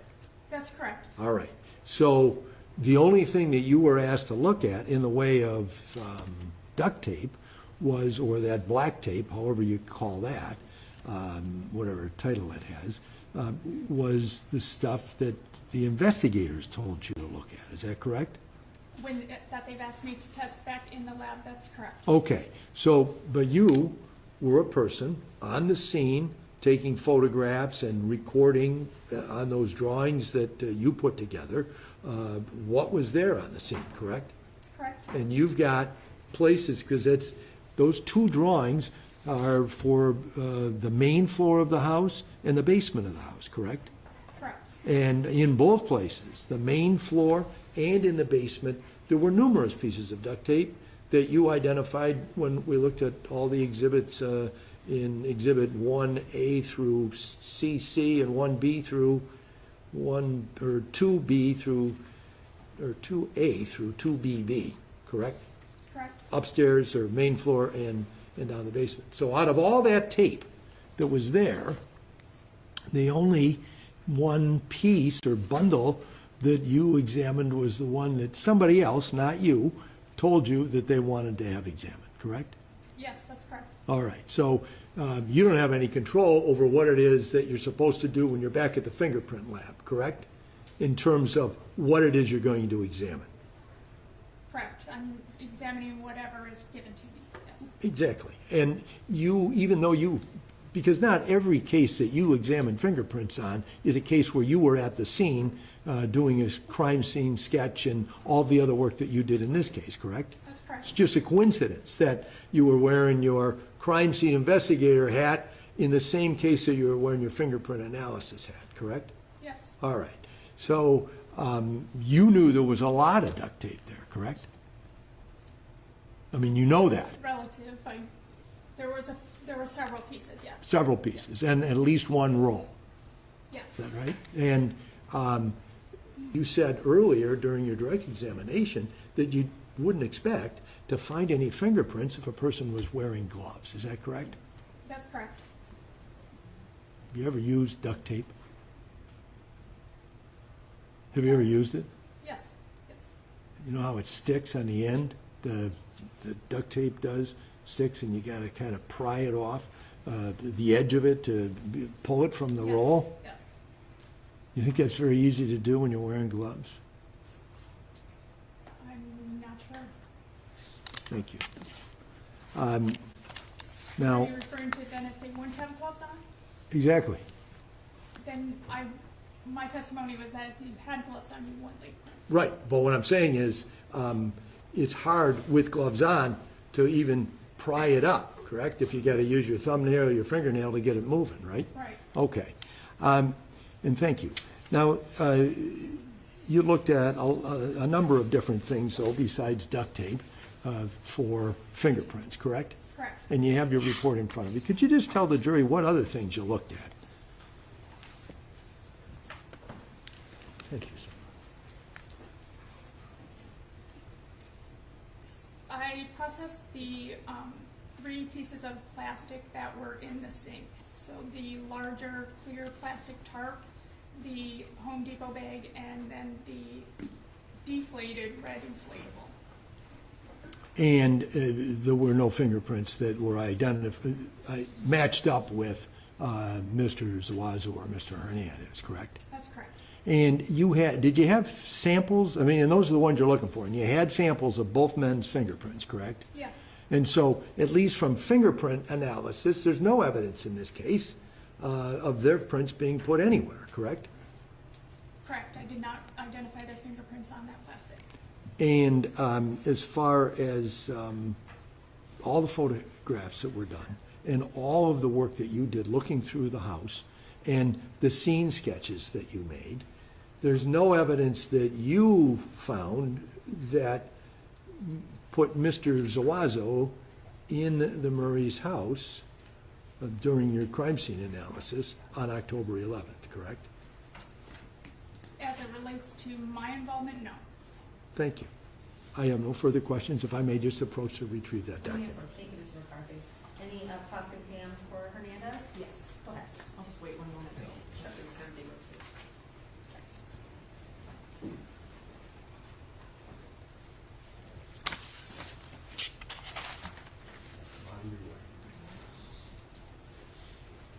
Thank you. Good morning, ma'am. Good morning. So I want to talk a little bit about your involvement. So I know that you testified that there was a number of people from the forensic team that was there with you on that day. Is that correct? Yes. Okay. In looking at page 1 of your report, it lists personnel. I have totaled, there was 9 people. Does that sound correct? Could I refer to my notes? Would it refresh your recollection? Yes. Yes. Let me know when you've reviewed it.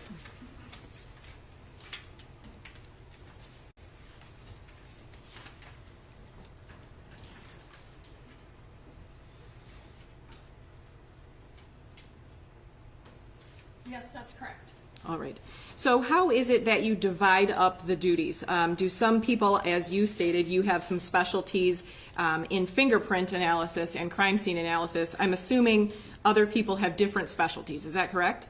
That's correct. So how do you divide up the duties when you get to a live scene? We're all trained to do all of the processing techniques that we use. Sometimes when somebody comes from a particular unit, they will just naturally do that portion of the processing. So we mentioned Sierra Ramirez earlier. She is from the biology unit, so she typically will do any DNA collection processing that needs to be done at the scene. The other processing items that we do, such as the sketch or the measurements or photographs or note-taking, is just kind of divided up. We're all trained to do it all, and we just divide it on who needs something to do at that time. As we get there, we don't all always get there at the same time, so different things just naturally take place, and the duties are just divvied up, you know, as needed. So on that particular day, were you the one taking the photographs or no? Yes, I was. Okay. Now, when you get to a scene, are you first briefed by the officers that are already there? Typically, yes. Okay. Do they draw your attention to what they have found, or do you just go about your way and find all of the things that you can locate? Yes, they will usually tell us what they have already found or seen at the scene, and then as we go through, we will look for any in addition to what they've already seen. Okay. And who makes the call on what evidence to actually collect, like put in bags and take with you? Who makes that call in this team of 9? That is usually kind of a collaborative effort between the crime scene team and the investigators. Ultimately, it's the investigator's scene, so they will make the ultimate decision of what to collect. Okay. And are you involved in the actual collection of the evidence when that decision has been made? Sometimes, yes. Okay. Were you in this particular case? Yes. Okay.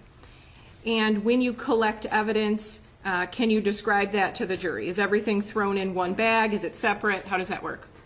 Yes, it's photographed and then everything is put in their its own bag for preservation purposes and designated with the appropriate information on. Do you use paper bags or plastic? It depends on the evidence. Can you describe that? Usually for biological evidence, we're using paper because it's able to breathe. Things that can go in plastic might be currency or things that don't, things that you're not worried about, mold growth would go in plastic, but typically we're using paper. Okay, and you said biological. Is that some type of blood or liquid substance on an item? Is that what you meant by biological? Yes, that's correct. Okay. Do you know your approximate time of arrival on October 11th? I believe it was 2:18 p.m. Okay. Now, you had testified that not only do you take information from the officers as to what they have already found, but obviously you do your own search of the area. Is that correct? That's correct. Okay. So the juries were shown a body camera where the responding officer noticed blood on the wall and the handrail leading down to the basement. I am not seeing that at all in any of your reports.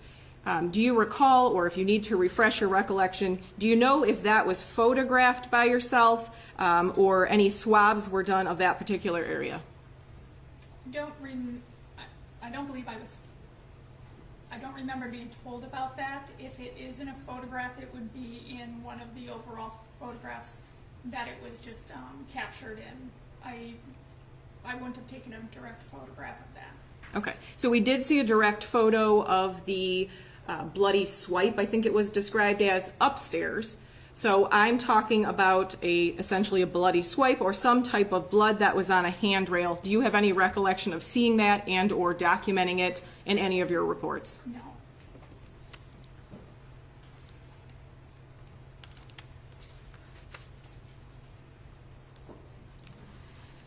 I know Mr. McCarthy spent some time going through all of the items that you tested for fingerprints.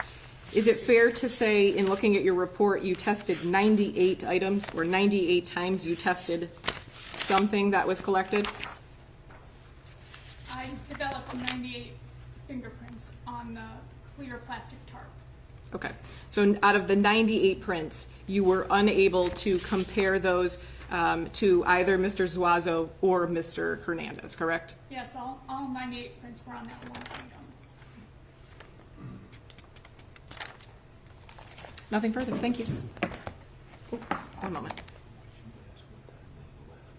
Sure. Absolutely.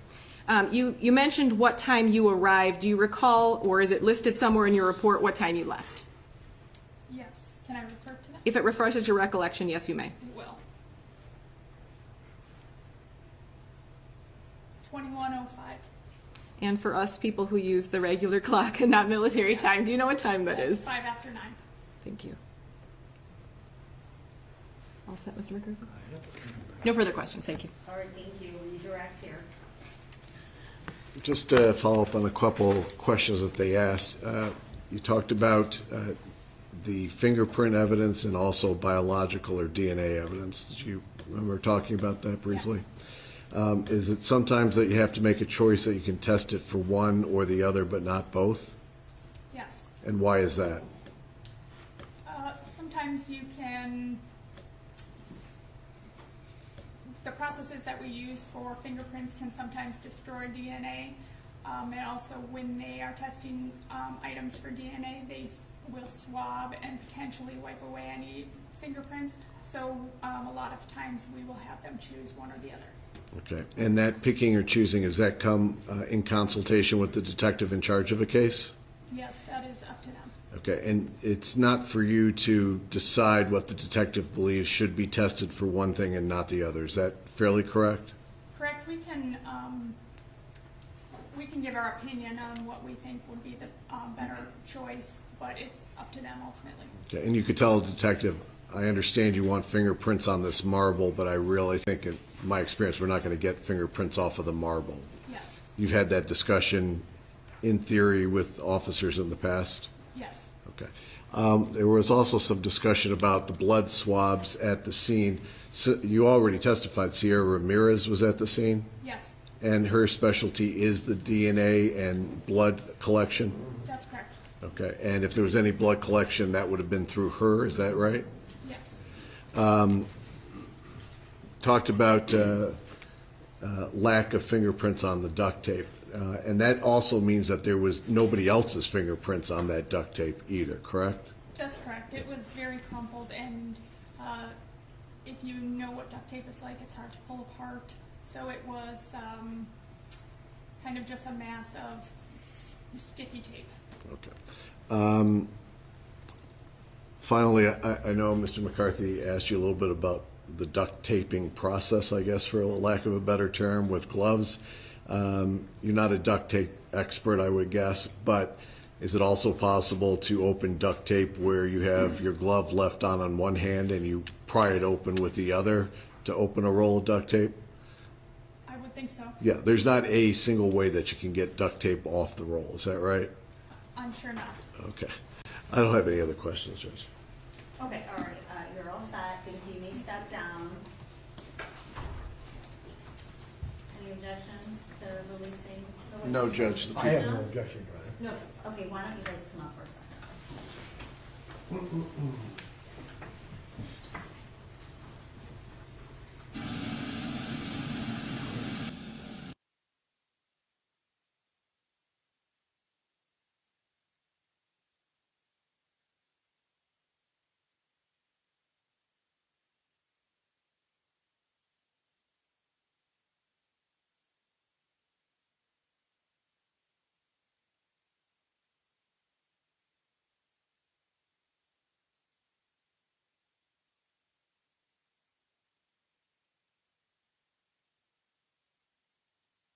We're going to excuse you now for lunch. We're going to do 1 hour, it's noon, so we'll come back at 1 p.m. You're going to be taken back into your respective jury rooms, and just as we've discussed over the last couple days, please do not leave those rooms until a member of staff lets you know that you are free to leave if you wanted to go down or leave the building. Okay? All right, thank you. All right, the jury, please.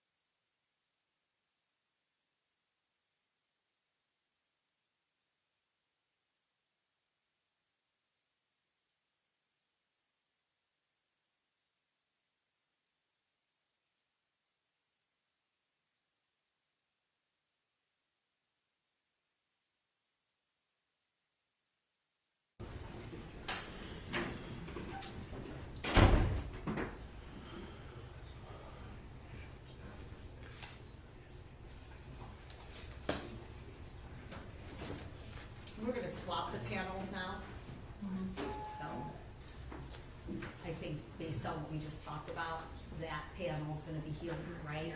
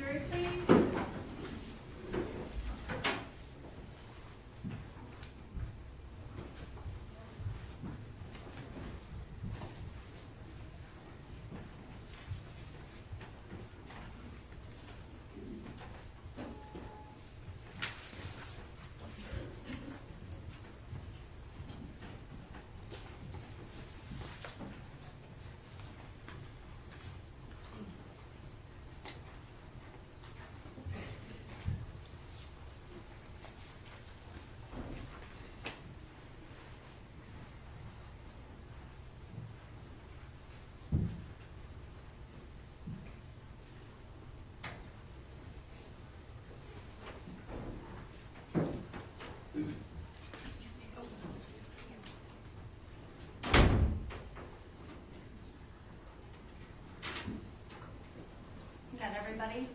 Okay, please be seated.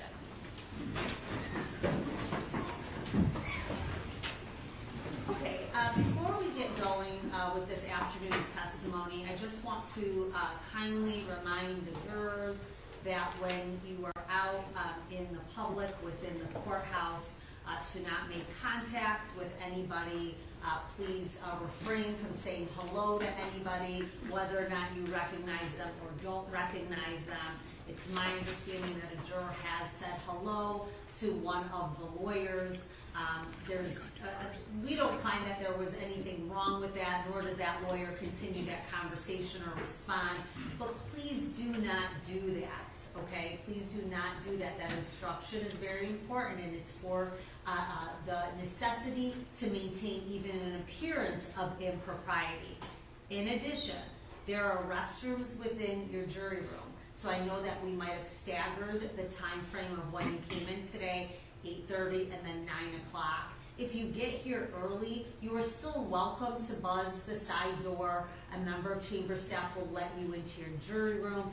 Please try to use the restrooms within your jury room and not out in the public, as that could cause others to run into you in that situation, okay? So I know it's awkward and it's not how we typically conduct our normal day-to-day lives, but it is important that we do that in this trial. Thank you. All right, people's next witness. People call Thomas Colleen.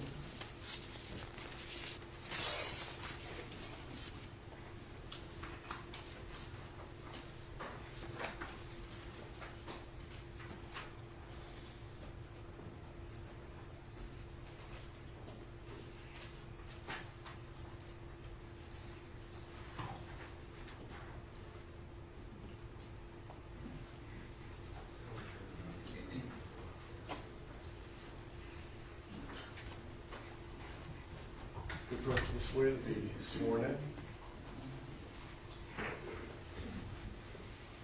All right, good afternoon, sir. If you could just stay standing once you get in the box and raise your right hand and look to face me, and I'll get you sworn in. Do you swear or affirm the testimony that you're going to provide this afternoon is the truth, the whole truth, nothing but the truth, so help you God? Yes. All right, thank you. Please be seated, and then tell us your name. My name is Thomas Keelan. All right, your witness. What's your question? Thank you, Your Honor. Could you tell us how old you are, please? 51. Oh, no, 52. Can you tell us how you're employed? POCO employs me. And what does POCO do as a Traffic company? barricading company. How long have you worked for them? Over 20 years. Okay. What are your duties with them? Signs. I install signs. Okay. Were you, as an employee of that company, were you given a company truck to take home? Yes. And can you describe the truck that you were given to take home? It's a white truck, Ford truck with POCO logos on it, on the side doors, and DOT numbers on it, and a POCO plate. And, Okay. Was it a Ford or a Chevy? Ford. And do you know what, is it a 250, 150, something else? I think it's a 250, I'm not sure. Okay. And how long were you assigned that vehicle prior to September 29th of 2024? We usually vary vehicles, you know, so I've been driving that for probably a week or two. Okay, so the vehicles rotate around? Yes. And what would you note as far as the vehicle regarding the doors and their locking ability? The driver's side door wouldn't lock, so I had to keep that unlocked. And what about the ignition? Did you need a key to start the ignition? Yes. And when you would drive that car home, would you park it in the driveway in front of your house or someplace else? When I'm at home, it's in my driveway. When my daughter's house was in front of the house. Okay. And can you tell us, I don't need an address, but what area were you living in back on September 29th? Dearborn Heights. Okay. And do you recall the evening of September 29th of 2024? With the vehicle, did you park it someplace that night? Yes. And where was it parked when you went to bed? In front of the house. And what was the last time you recall seeing it that night? Probably when I went to bed between 10 and 11. I didn't look at the clock, but it was probably about 10 or 11. Okay. Was there any type of alarm system on the truck itself? No. Okay. As far as grades of truck, A being phenomenal and Z being not such a great truck, where would you rate it in that system? It's middle of the alphabet. It's not that. Okay. It wasn't that nice. And did you wake up on September 30th? Yes, I woke up at September 30th at about 5 o'clock in the morning. And did you go out to your truck? Yes. And did you find your truck? No, it was gone. Did you call the Dearborn Heights Police Department? Yes. Did you report it as stolen? Yes. I'm going to show you what's been marked as People's Exhibit number Q. If I could approach, Judge. We're going to avoid the teleprompter. Do you recognize that license plate? Yes. POCO 32, is that the plate that was on your vehicle? Yes. And that was a company plate? Yes. And I'm going to show you what's been marked as People's Exhibit number 15A. Do you recognize that vehicle on fire? Yeah, I recognize the vehicle. Yeah. Your Honor, the people moved People's Exhibit 3Q and 15A into evidence. Any objection here? I don't have any objection to A. I would ask for more foundation as to B. He said he recognized it. If you could tell us how it is that he You recognized said it. 3Q is the POCO plate, right? And then what was the other one? His truck on fire. I understand it, but he didn't give us that What testimony. What exhibit number is that? 15A. That's 15A. Okay, let's see if you can establish a little bit more foundation. Thank you. Do you recognize that truck? Yeah. How do you It's to the recognize it? side. Because of the bed and the brackets and the frames and all that. Yeah. Is there a special frame on the back of the truck? No, they just it's to hold signs up when we lean signs against it, so they build that railing on it, so the signs don't lean over; they stand up. And you're looking at it, that was your truck? Yeah. I move that into evidence. Now I have no objection given that foundation. All right, any objection, Ms. Lawson? No objection. All right, so that's 3Q and 15A both in. Yes, Judge. I'm just going to ask you a final question. You haven't been to court before to testify in this case, correct? No. Okay. I'm going to ask you if you could look at the two individuals, and I'll move the podium out of the way, starting with the defendant over on the far side of the courtroom. Have you ever seen him before? No. You don't know him? No. Not a friend of yours? No. The second defendant, who's closer to me, have you ever seen him before? No. Don't know him? No. No contact before? I don't have any other questions, Judge. Okay, cross-examine. I have no questions for you, Okay. Mr. Colleen. And on behalf of Hernandez? Yes, thank you.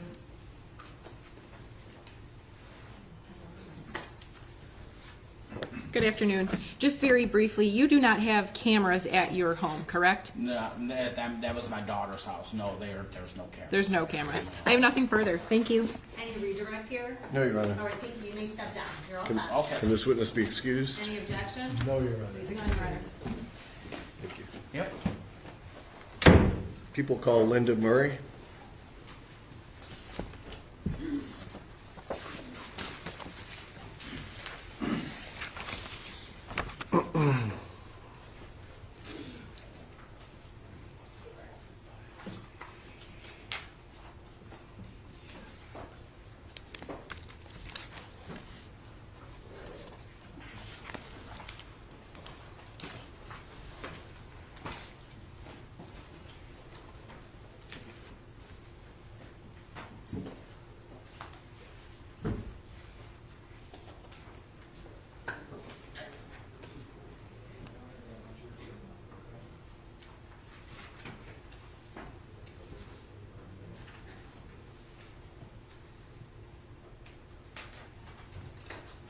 Mrs. Murray, if you could approach this way.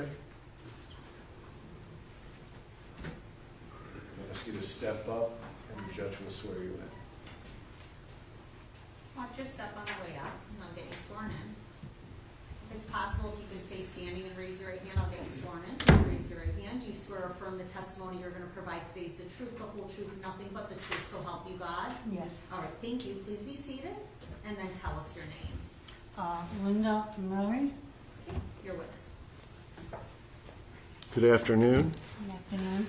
I'm going to ask you to speak up very loudly, because it's not just the folks to your right that need to hear you. The folks out in the first couple rows need to hear you, okay? And if you don't speak up loud enough, we're going to see some hands from the folks there, meaning they can't hear you, okay? Okay. If you don't understand something I ask, or if I'm not clear, just ask me to repeat it, and I'll repeat whatever question it was, okay? Mrs. Murray, could you tell us how old you are? 73. And have you been married? Yes. And can you tell us the name of your husband? Hussein Murray, And how old was he at the time of his passing? 73, Okay. How long had you been married? 54 years. And did you have any children from that marriage? Yes. How many children? 3. And do you have any grandchildren from your kids? Yes. How many grandkids? 11. I'm going to direct your attention back to about a year ago. Was your husband still working at that time? Yes. And can you tell us how he was working? He was a jeweler, and he worked at his store every day. Okay. And can you tell us the name of his store? One was Gold and Glitter, which is a jewelry store, and then on the other side was Hamtramck Pawnbrokers Okay. Where were they located, those stores? in Hamtramck. Okay. And he would go there on a regular basis? Yes. Did he have a regular schedule that you were aware of when he'd go and when he'd typically come home? Yes.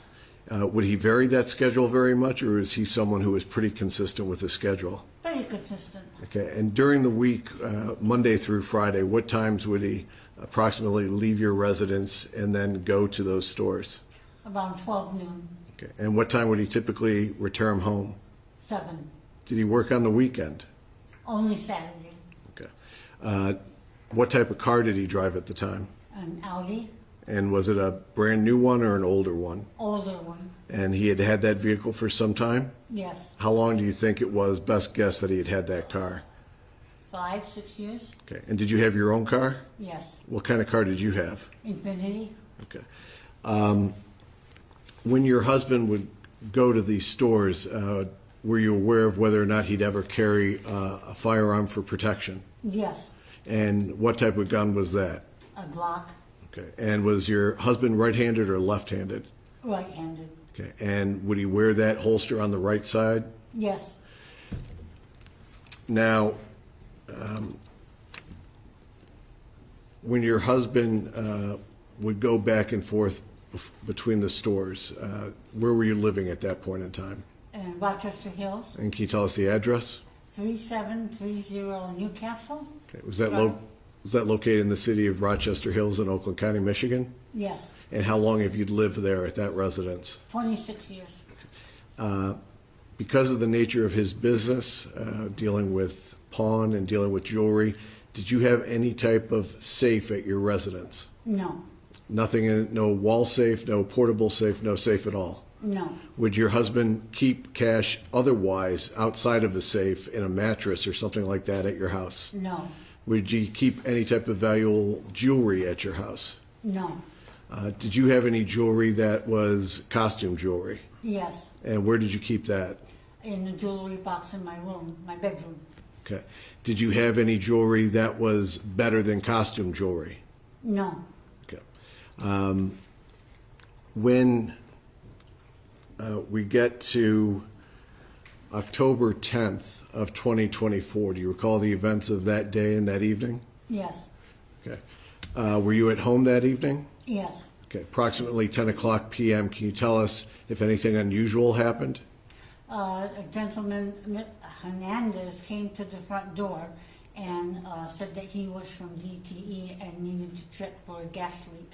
Okay. Now, you identified him by name as Defendant Hernandez just now on the record. Is that correct? Yes. Okay. You did testify earlier at the preliminary examination back in district court December of last year? Yes. Okay. And you identified one of the defendants as Defendant Hernandez back then? Yes. Okay. Was Defendant Hernandez alone when he came to that door?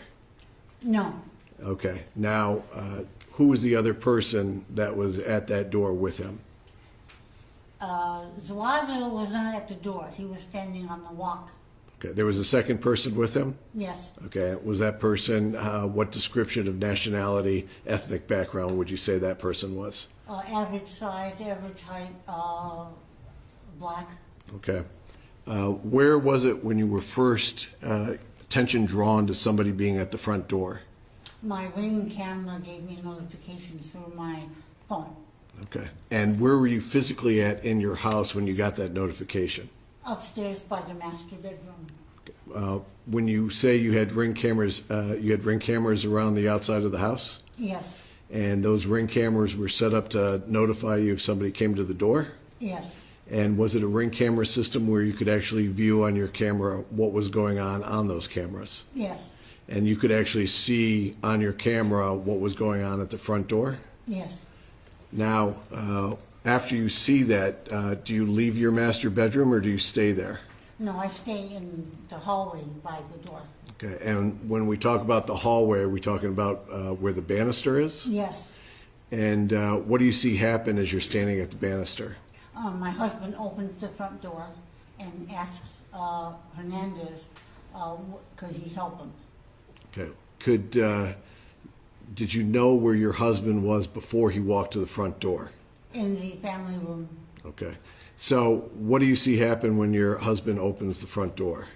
I see Hernandez standing there with a clipboard asking my husband to sign it for permission to enter the house.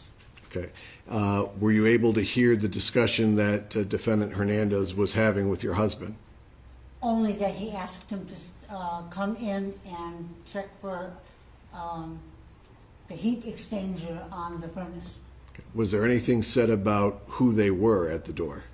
Just DTE workers. Okay. Could you see any way that they were, let me just say, that defendant Hernandez was dressed? He was had a yellow vest on and a hat and a mask. Okay. And how would you describe his size? Very large. What did your husband say to them when when Hernandez asked about coming inside? Well, he asked, well, why? And Hernandez says he needed to check for a gas leak. Okay. Did you get involved in the conversation? Yes. And how did you get involved with the conversation? I asked Hernandez, I said, isn't it a little late for you to be coming to the door? Okay. Was there any response to that? No, he just said, I'm sorry, I have to check for the gas leak. Did you say anything else in that direction to your husband while they were at the door? Yes, I asked him if he had his gun. Okay. And how loudly did you say that? Loud enough for everybody to hear. Okay. Was the door open at the point in time you said that? Yes. Okay. And what do you see that second person doing when that conversation was going on? The second individual there? At that time, my attention was on Hernandez. I believe Zuazo was still on the walk. He wasn't up on the porch. Okay. Were you able to see the second person from the Ring camera? Yes. Okay. What ended up happening when they were at the door after that conversation? They said that they were sorry to bother us and they'll come back tomorrow. Okay. Now, I want to be very specific because we have two different people on trial here. So the word they doesn't help specify. So when you say they, is there one person who says that? Yes, Hernandez. Okay. And what happens after Hernandez says they'll come back tomorrow? They leave. Okay. Did you have any discussion after your husband closes the door about what just happened? I just asked my husband, I says, I don't smell gas, do you? He said no. Okay. Did you call the police? No. Did you call DTE? No. The next day, we're on to October 11th of 2024. Do you recall what you were doing that morning? Preparing breakfast and lunch for the workers. Okay. Did you go any place before you started to prepare breakfast that morning? Yes, I had a doctor's appointment. Okay. And did you go to that doctor's appointment with your husband or alone? Alone. And was your husband at the house when you got back? Yes. And did you drive your Infiniti to go to your doctor's appointment? Yes. Okay. When you get back into the house, where's your husband? In the kitchen. Okay. What is he doing in the kitchen? He was fixing lunch to take to work. And was that something he would commonly do, or is this a special occasion? No, always. Okay. And when you say people at work, approximately how many people would be working at his stores on a daily basis? About 5. Okay. So when you come back in, is he still cooking or has he finished cooking? No, he's finished. And this is approximately 10 a.m.? Yes. Okay. As time goes by, is there a knock at the front door? Yes. what happens when there's a knock on the front door? I hear through the ring camera that someone was saying DTE.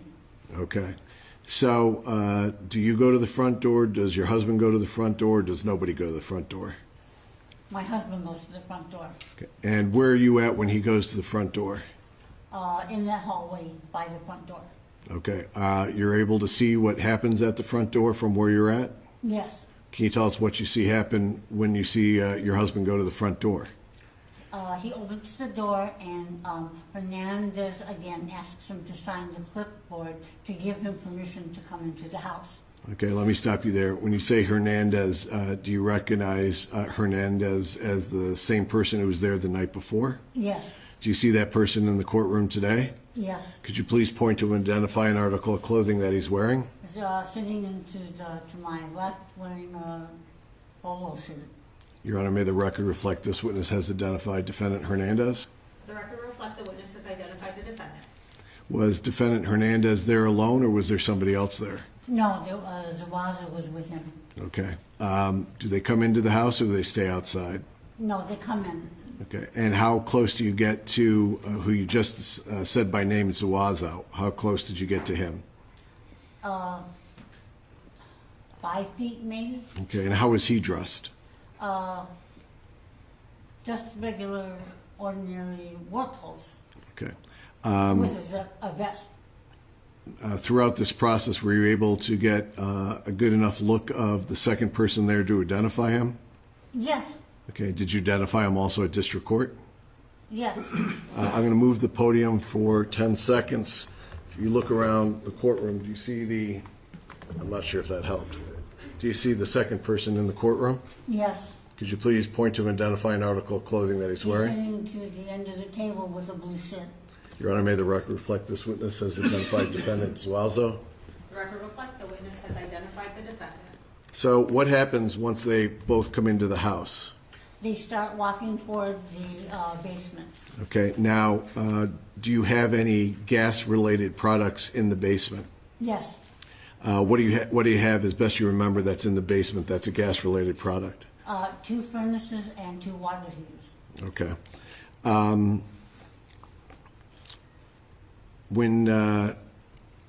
When they're headed towards the basement, do they immediately go down to the basement? No. What happens I before? would get clarification on they, who all were speaking about in that multiple. You can rephrase. Does defendant Hernandez and defendant Zuazo immediately go down to the basement? No. Okay. What happens before defendant Hernandez? I don't want to assume he goes down, but what happens before that? Zuazo goes into the laundry room, and I assumed he was going to look for gas leak, but he looked at the wall where I have artwork instead. And Hernandez. Were you with him when he went into the laundry room? In that little hallway, yeah. Okay. And do you have a gas dryer in that room? Yes. Okay. And do you see what Hernandez was doing? He was standing by the garage door and the basement door. There's a hallway that he was standing between. Okay. And does anything happen before they head down, the 2 defendants head downstairs? Hernandez tells me that he forgot his meter and he had to go to the truck to get it. And were you able to tell from your observations whether or not he left the house? No, I don't know if he left the house because the door would have a chime to it when you open it. Did you hear the charm? No. How long would you say that Hernandez was out of your sight after he had made that comment? A minute maybe. Okay. Does defendant Hernandez return? Yes. What happens after he returns? My husband starts to go down the basement steps. Okay. When your husband goes down the basement steps, does anyone follow him down? Yes, Hernandez does. Okay. And who? No, I'm sorry. Zuazo does. Okay. I just want to be clear. Which of the 2 defendants goes down behind your husband? Zuazo. Okay. And does defendant Hernandez go down the steps also? Yes. And does one of the 2 defendants or your husband close the door to the basement? I didn't notice who closed the door. Okay. Does the door get closed to the basement? Yes. Where do you go after they head down into the basement? I finish up making breakfast. Okay, and how long do you think that takes? Oh, I was almost done, so 2 minutes. Okay, and after you finish breakfast, making the breakfast, how long would you say that the defendants were downstairs? 10, 15 minutes. Okay. People have different tones to their voice. Would you categorize your husband as a soft talker or a loud talker? Loud talker. Okay. When your husband was down in the basement with the defendants, did you hear him at all? No. Did you hear any commotion at all? No. Did you hear any cries out at all? No. Also, folks have different abilities physically as we age. How would you characterize your husband's physical abilities at his age? Very active and strong.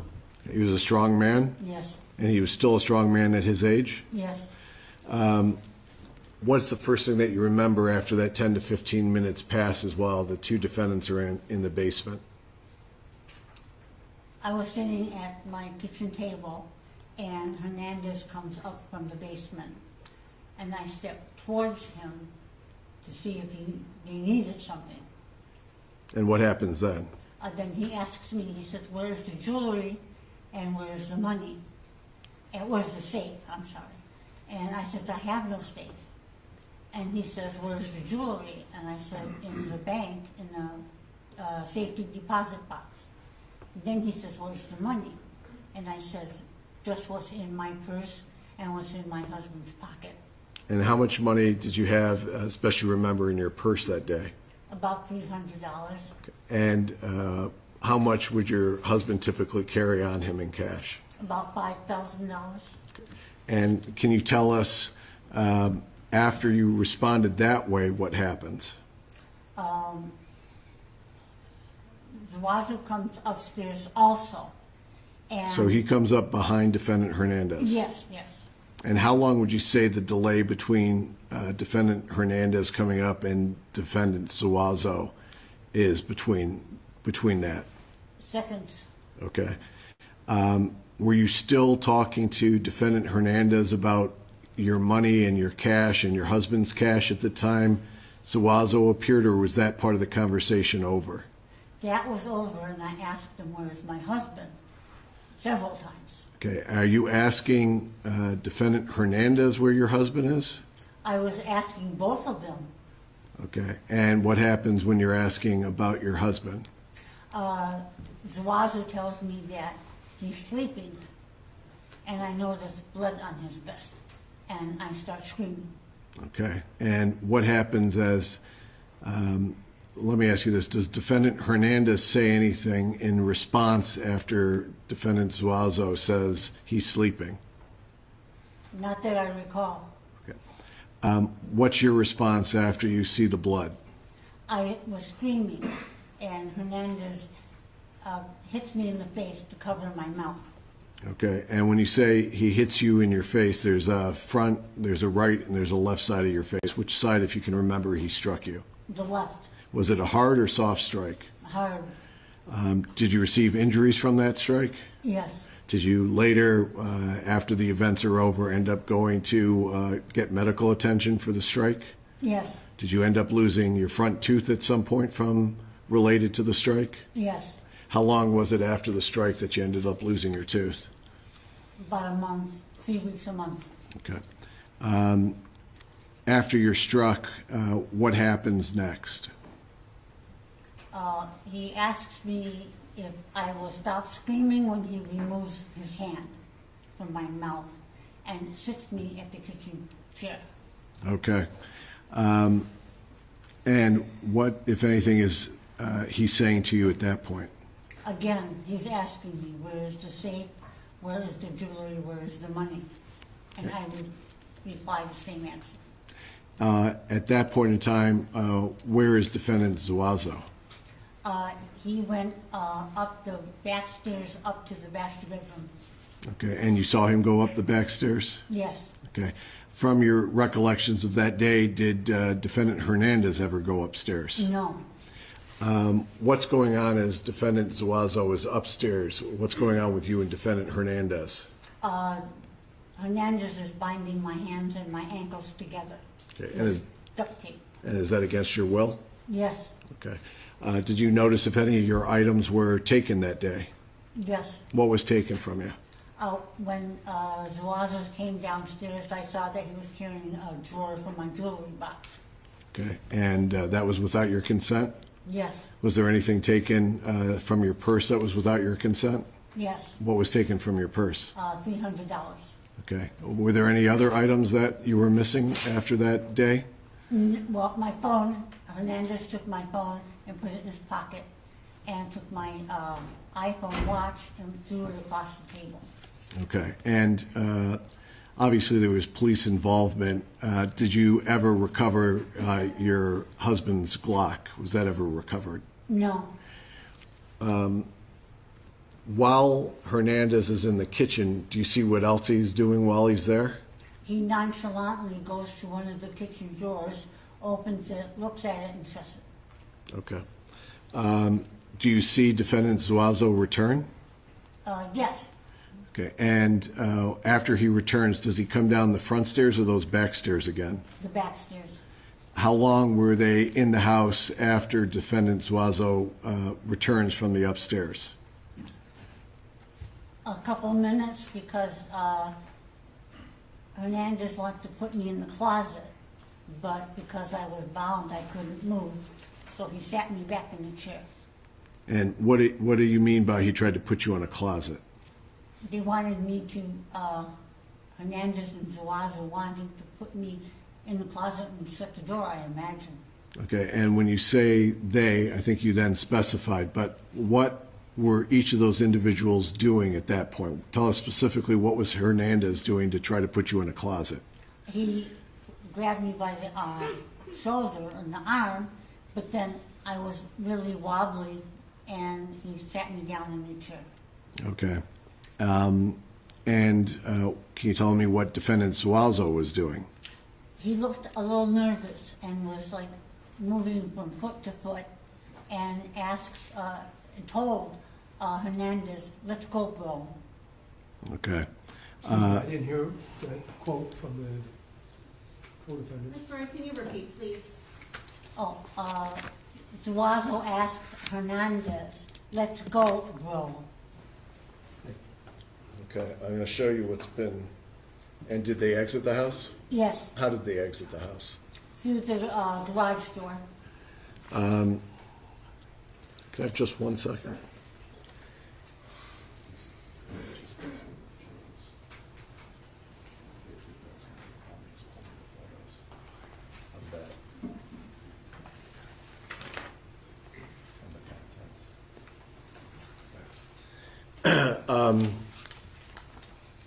Did they go out the garage door, did you say? Yes, How long were they in the garage? 2-3 minutes. Okay. And did you still have your Infinity keys? No, Hernandez took my keys. What do you hear coming from the garage? I hear the door slam down, the garage door. I hear that slam. And was any type of remote control clicker for the garage connected to your keys? No, Okay. How was it that you were able to free yourself from being duct taped? around my ankles there was a small tab of tape that was loose, and I worked it around until it came off. Okay. And were you able to make a phone call to the authorities since your phone, the cell phone was gone? Yes, And how were you able to do that? the house phone. Okay. And did you call 911? Yes, And how long would you say it was after 911 that the deputies arrived? 5 minutes, it was quick. In that 5 minutes before the deputies arrived, did you hear anything or any sounds or noises coming from the basement? No, Did you go down into the basement? no, Okay. And to this date, you haven't seen any photos of the basement, is that correct? correct.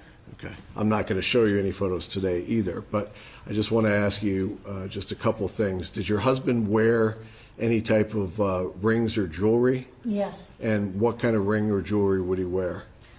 he had a diamond jewelry, a ring on his finger, and a diamond watch. Okay, and when you say a ring on his finger, what hand was that finger attached to, right or left? I think it was the right. Okay, and you indicated that he had a nice watch. Was that a Rolex watch? Yes. Okay. Did your husband wear glasses? No. No glasses. Only for reading. For reading? Yes. Okay, so let me show you what's been marked as photograph 1EE. It should appear up there. Does photograph 1EE accurately depict the injury that you sustained to your face? Yes. I'm going to show you what's been marked as 1FF. Does 1FF show a side view of the injury that you sustained to your face? Yes. I'll show you what's been marked as 1GG. Does that photograph accurately depict the injury that you sustained to your wrist? Yes. And I'll show you what's been marked as 1HH. Does that accurately depict the injury that you sustained to your shoulder? Yes. Your Honor, the people would move those exhibits 1EE, 1FF, and 1GG, and 1HH into evidence. Any objection? I have no objection.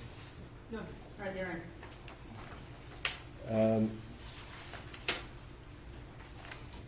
Once the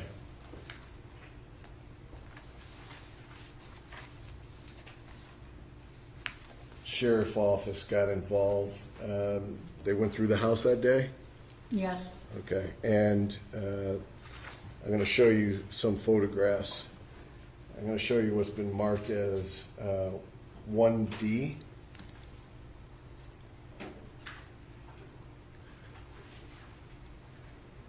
Okay, do you recognize that as the top of your stairs? Yes. Okay, you see the closet that's depicted in that photograph as open? Yes. Would you have left that closet open when you were in the house? No. I'm going to show you what's been marked as Exhibit 1F, leading into your master. Do you recognize that as your master? Yes. Do you recognize that chest of drawers? Yes. Was it left that way when you were last upstairs? No. I'm going to show you what's been marked as 1H. It's a different view. Can you tell us what you see in 1H? Drawers scattered on the floor. Okay. And items on the floor. Okay. I'll show you what's been marked as 1I. Can you tell us what you see in that picture? Drawers on the floor. And 1K? The armoire open. Okay. And the drawers should be inside, but they're not inside. Is that correct? Correct. Did you have any type of jewelry box upstairs? Yes.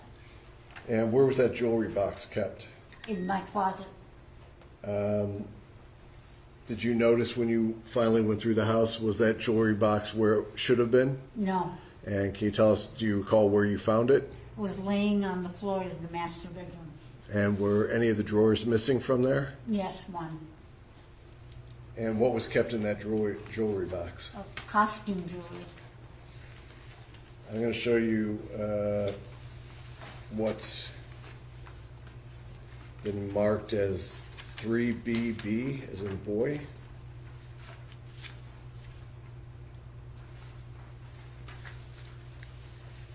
Do me a favor and look this way.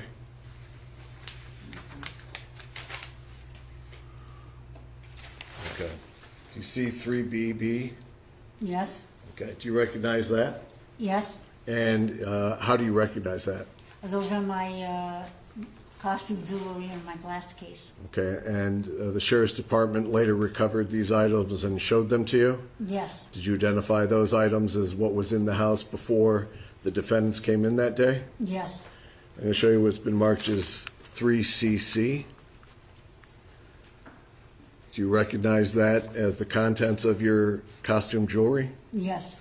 I'm going to direct your attention to what's in the middle of that. It looks like some sort of award. Do you recognize that award? Yes, And can you tell us how you recognize that? that was my grandfather's sports award that he got when he was young. Okay. And that had been passed down through your family. Yes. I'm going to show you what's been marked as 3EE.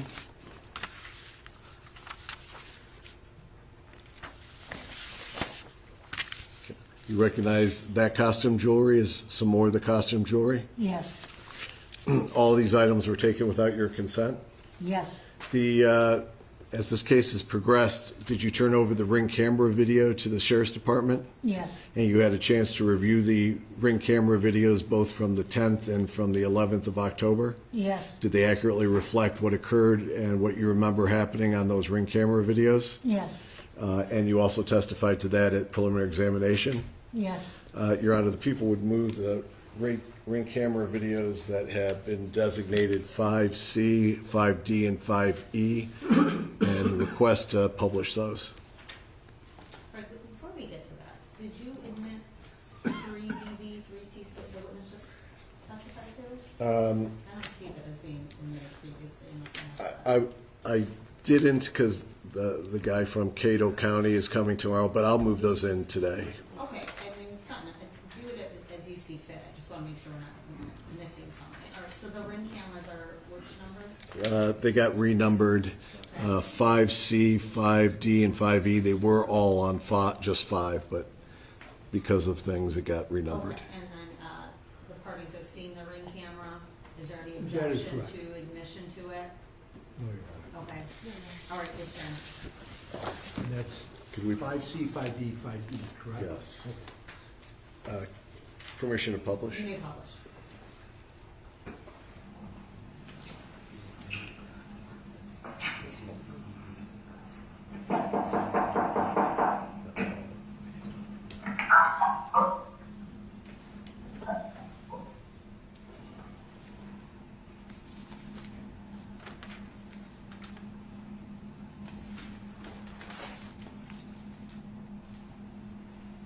Thanks for stopping by. If you'd like to leave a message, you can do it now.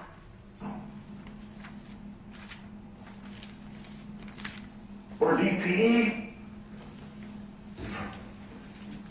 We're checking for gas leaks. Went in the restaurant, so when she thought there was her. Just a minute. At the front door. I don't know. It's DTE. DTE. It's kind of late for you guys to be coming around. I know we've been working in the neighborhood. DTE, I don't know, this is flying. Well, we just got a question. Have you guys had, are you Mr. Hussein Murray? Yeah. We're looking for gas leak? Yeah. We gotta check your back, behind the house for the main meter. Thank you.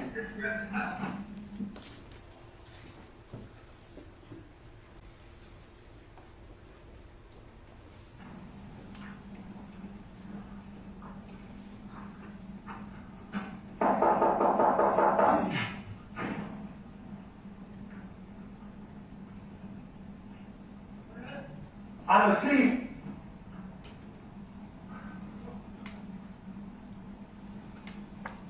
See what's there? Hello? No, I'm coming. Oh, I'm coming behind. Is this the big Yes.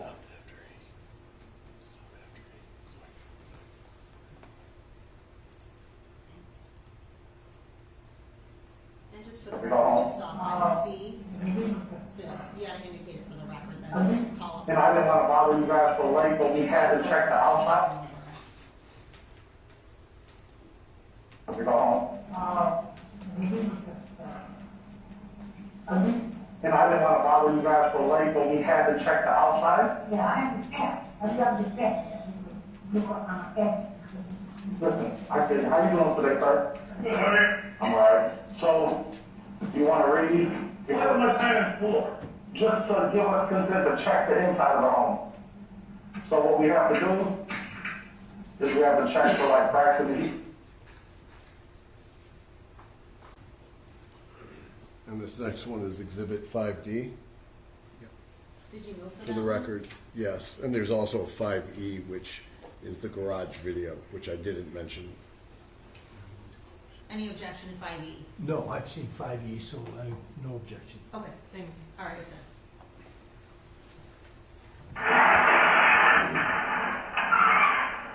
Come on, man. Let's keep it.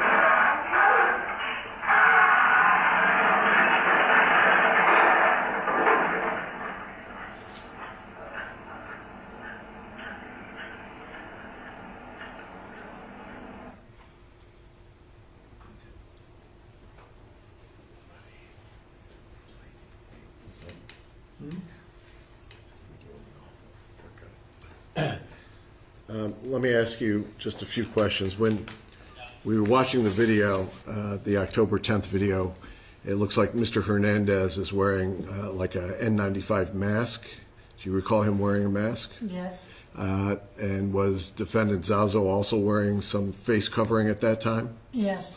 Okay. On the October 11th time that they were at your house, was Defendant Hernandez also wearing face covering? Yes. And was Defendant Zuazo wearing a face covering? Part of the time. Okay, when you say part of the time, was there a point where that face covering gets moved? I think when he came up the stairs from the basement, he wasn't wearing a mask. Okay, so when he came up from the basement, Defendant Zuazo's mask was not on. Correct.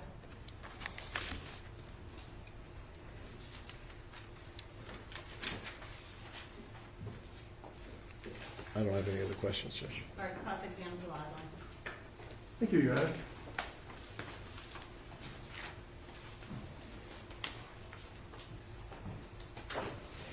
Good afternoon, Ms. Murray. Afternoon. I know that you and I met back on the day of the preliminary examination, which was December 17th of last year. I'm just going to tell you the same thing that I said that day. My name is Michael McCarthy. I represent Joshua Zuazo. I have some questions to ask you here today regarding your testimony. And if I don't make one of my questions clear to you, please tell me that. Then I'll rephrase it, okay? Okay. I just want you to answer the questions, you know, that you understand the questions before you answer them. Okay. All right, thank you. Now, the event of what occurred on that day, the 11th of October, certainly nothing like that ever happened before in your lifetime, correct? Correct. Very traumatic, without question, correct? Correct. And now, almost a year has passed, and it's given you quite a bit of time to think about what occurred, correct? Correct. And whether you wanted to be thinking about it or not, you have this constantly on your mind, correct? Correct. And coming here to court again is something which, if you were able to have it fade from your memory, brought it all back to the foreground a second time, correct? Correct. And you're here now giving your testimony, and certainly this has been something you've been preparing for and weighing, and it's been weighing heavily on you as this day, the first day of October, approached, correct? Correct. Okay. And in order to be able to testify, you had to sit down and speak with the attorneys representing the prosecutor's office, correct? Correct. And you had interviews with Mr. Petrofessa and perhaps with Mr. Magaro, correct? Correct. And you've also spoken with a number of law enforcement officers ever since the first day that this occurred, correct? Correct. They came to your house. Deputy Copeland was the first man through the door at your house. You remember that, right? Correct. And then that was a pretty upsetting thing when you were talking with him about, you didn't even know what had happened at that point, right? Correct. I mean, you knew that you got tied up. There was something that happened with your property, but you didn't know where your husband was. Correct. And as the day wore on, things just got worse. Correct. And then after you were asked to step outside of the house, another deputy came along, Deputy Hagelin, and he took you to his police car so that at least you could be sitting down away from the house instead of sitting on your front porch as you were when you first encountered him, right? Yes. And because when you were sitting on the porch, one of the things you observed, you were sitting right there, was all the other deputies that came to your home to see what happened, right? Yes. And they were heavily armed, correct? Yes. And obviously, everybody was taking what happened at your house very seriously, correct? Yes. All right. And so then you didn't go back into your house. Instead, you ended up going to the hospital, correct? Yes. And you had those pictures taken at some point during the day before you got to the hospital or before you got into a hospital bed. Is that right? I'm not sure if it was the same day or the next day, but Okay. But those pictures were taken so that there would be a record of Yes. the injury you sustained, correct? yes. And you spent the night, at least, of the 11th and the 12th of October in the hospital, right? No. No? How did that go? I was released, and after they did CAT scan, I was released to go home. During the time you were in the hospital, you met with another detective, isn't that true? Yes, Detective Weitzman, I think his name is, or Wigeman, rather? I assume. Okay, but another detective Yes. came to see you while you were in the emergency room, is that Yes. right? Okay.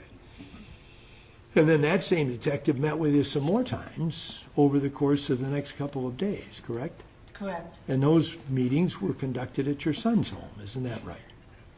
Repeat that? I said those meetings were conducted at your son's home, isn't that correct? Yes. Okay.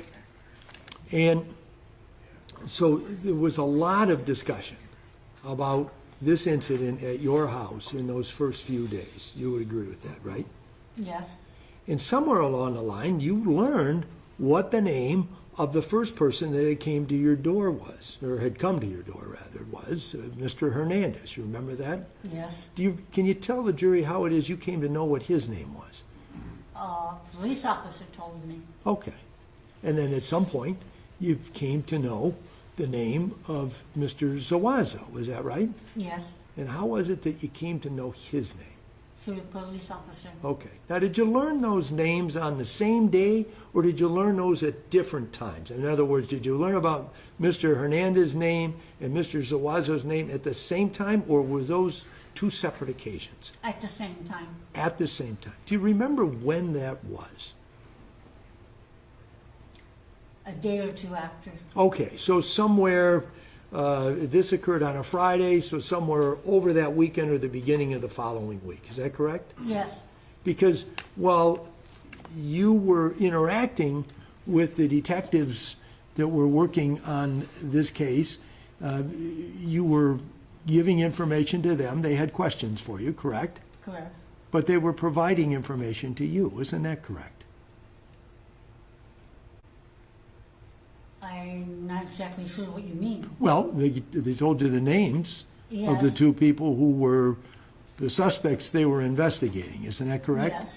And you weren't able to provide them with those names, correct? Correct. You didn't know the names of either of the men that came to your home, but at some point, the detectives told you those names, correct? Yes. And at some point, did you become aware of the fact that Mr. Hernandez was in custody? Yes. Okay. And that was because a detective told you that, right? Yes. Okay. Now, there was some news coverage of this story. You remember that, correct? Did you pay any attention to that? Yes. I mean, no one can blame you for doing that. I mean, this is something that affects you in the most severe way. So it would only be natural for you to be curious about seeing what the coverage was, right? Yes. Okay. And when that coverage was being provided, if it was on TV or in some newspaper, there were photographs, right? Yes. And photographs of Mr. Hernandez, right? Yes. And a photograph of Mr. Zuazo, isn't that right? Yes. And you've been very clear in your direct testimony in identifying Mr. Zuazo, correct? Yes. And, but you also, when you met with the detectives, you told them that this man, the second man in the house, was wearing a mask. Is that right? When he entered, yeah. Yes. But when did you tell the detectives that, if you did, that when the second man came upstairs, he was not wearing a mask? In the ambulance. In the ambulance. And when you were in the ambulance, who rode with you? Was that Detective Hagelin? I don't remember an officer riding with me. I remember the paramedic. You told it to a paramedic. No, I told it to the officer. Okay, that's what I'm asking. I just want to get clarification. The first time you told anybody that the second person didn't have a mask on when he came upstairs into your kitchen was when you were in the ambulance? Yes. And that you're just sitting there in the ambulance, you hadn't moved yet, and the detective was there with you, is that it? Yes. Okay, and you don't know that man's name that you talked At to? the time, no. No, and have you seen him since? Yes. Okay, and do you know his name now? No. Okay, fair enough. But somewhere along the line, you were shown a photograph of Mr. Zuazo, is that correct? Days later, yes. Okay. Now, when you were shown that photograph, were you shown one photograph or were you shown a whole bunch of photographs? I don't recall. Okay. Did the detective or whoever it was you were interacting with at that time, did he or she say, I'm going to show you some pictures or a picture and maybe you'll recognize this person, maybe you won't? Yes. Okay. And so you don't remember if you saw one picture or more than one picture, is that right? I think it was more than one, but I'm not 100% sure. Okay. And you made an identification? Yes. Okay. And then in your mind, that identification is the thing that you said, correct? Yes. And that is the thing that you've said consistently since the first time that you went to court and you gave testimony on the 17th of December, correct? Correct. And then you said the same thing today, correct? Correct. And you identified not only Mr. Zuazo, but also Mr. Hernandez, correct? Yes. So in your statement to the police, and I think this is to Detective Wiggerman, who met with you a couple of times at the hospital and also at your son's house, you were being asked about the big man, and you were unable to provide a specific height range for him back on maybe October 12th or 13th, somewhere in there, in the days following the incident at your home. Do you remember that? I was unable. That's, well, I mean, that if the detective wrote that in his report, that you said that the Hispanic might have been 6 foot tall, that your husband was 6'2", and he was about as tall, and then... I was talking about Mr. Zuazo at the time. Okay, so you're saying that the person you were describing in the report was written down as the Hispanic man, but you're saying that you were talking about Mr. Zuazo? Yes. Okay, so you couldn't, and you said your husband was 6'2", and he might have been 6 foot? Yes. Okay. May I approach? I just want to show. Yes. And this is from... This is from the report that was written by Detective Wiggerman, and it's got contradictory information, and I just want to know if she can look at that, if this would refresh her memory about what she told him. Why don't you come on up, first bunch. Sure.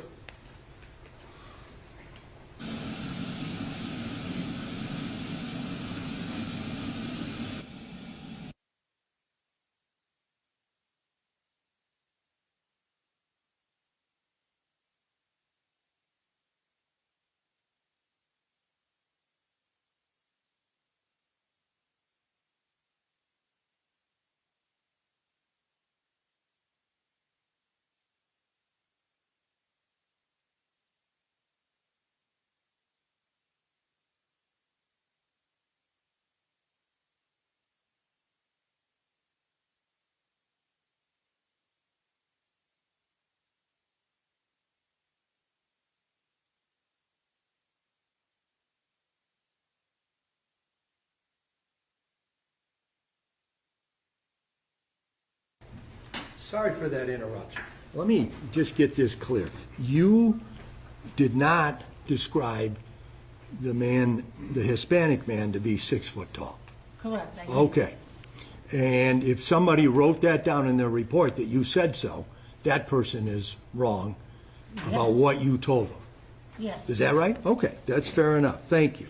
Do you remember telling the same detective that the second man, who now you are identifying as Mr. Zuazo, had his face mostly covered?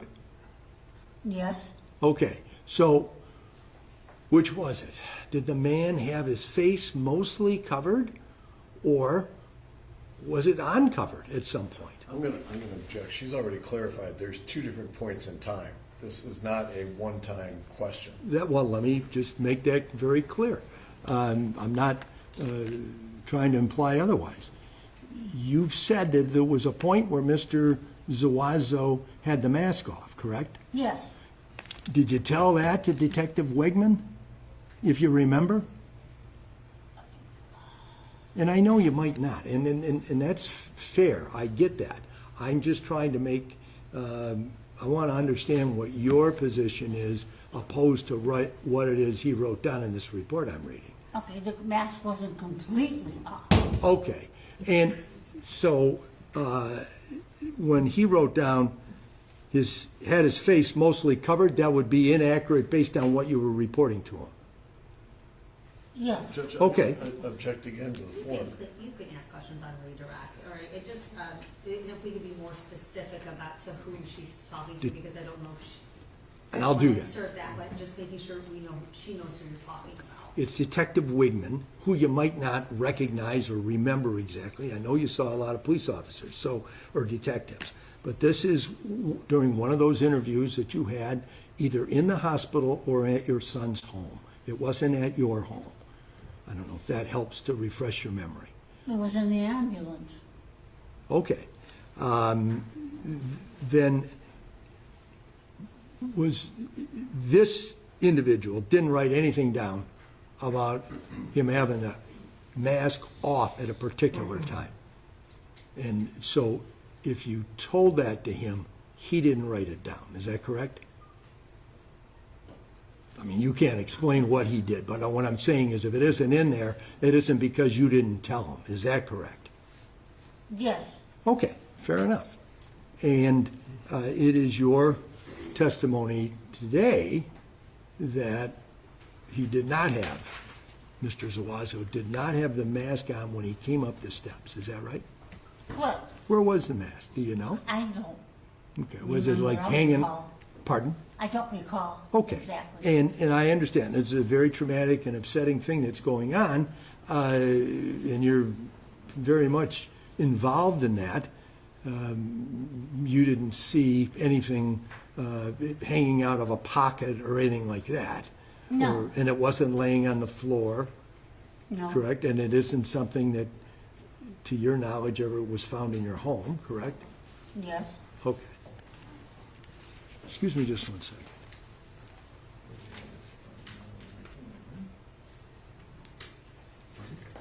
Okay. Thank you very much, Mrs. Murray. I appreciate your testimony.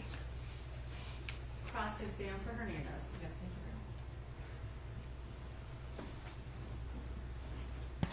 thank you. Good afternoon, Ms. Murray. Same goes for my questioning. If you don't understand something, just let me know and I'll try to ask it a different way, okay? Okay. Alrighty.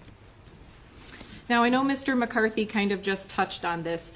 When you were giving your testimony, when Mr. Petrofessa was asking you questions, you identified the two people sitting at this table as Mr. Hernandez and Mr. Zuazo. Do you remember that? Yes. Okay. Obviously, you did not know these individuals prior to October 10th or October 11th, correct? Correct. And as you testified, you were provided the names after being shown pictures by the officers that came to your house or came to your son's house to discuss with you, correct? Correct. Okay. Now, on October 10th, you described that the individuals came at night and we saw a ring video of that time, correct? Yes. Okay. And you testified that you were upstairs during that whole interaction the night before on October 10th, correct? Yes. All right. So we can kind of tell from the sound and I think you touched on this. When someone comes to your door and rings the doorbell, do you get a notification on your phone? Yes. Okay. Are you then able to communicate by talking into your phone to the person that's standing at your front door? Yes. Is that what you were doing that evening, or were you just yelling from upstairs? If you know. Yelling from upstairs. Okay. You would agree with me, obviously, you described a much longer conversation and event that we saw on the Ring camera. So does the Ring camera only videotape for a certain portion of time and then stops? Seems like it, yes. Okay.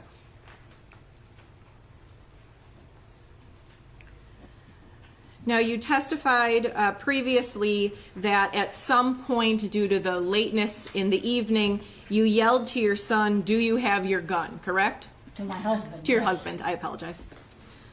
And you testified that you said that loud enough because you wanted the people standing at the door to hear that, correct? Correct. And your testimony was that shortly after you made that statement, the two individuals decided to leave, correct? Correct. They did not force their way in that evening, correct? Correct. Now, you didn't receive any Ring notifications throughout that night indicating that anyone else was around your home, correct? Correct. Now, let's fast forward to the next morning. As we saw, the doorbell was rung again, and that's when you got that notification on your phone, correct? Correct. Now, it seems from the Ring video that you may have come to the door first, and then your husband came. Is that accurate, or did your husband go to the door first? We're talking about the morning. Yeah. That part is a little unclear, but I think I was at the door also. Okay.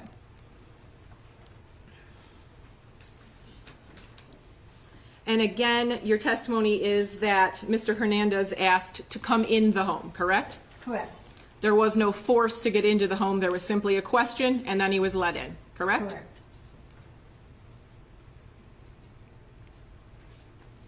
Now, you made mention about the security system that you have, and if a door is opened or closed, you kind of hear a chime. Is that correct? Yes. But if the door is left open, someone could go in and out multiple times without hearing that chime, correct? Correct. Now, we can kind of tell from the Ring doorbells that were played that the two individuals arrived at 11:22 and that the garage was shut at 11:41. So that's a total of 19 minutes. I know you described some time frames, like 10 to 15 minutes in the basement, 5 minutes here, 5 minutes there. Does the 19 minutes that I am using based on the Ring camera sound accurate? Yes.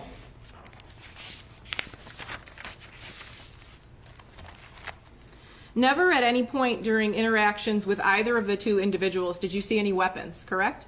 Correct.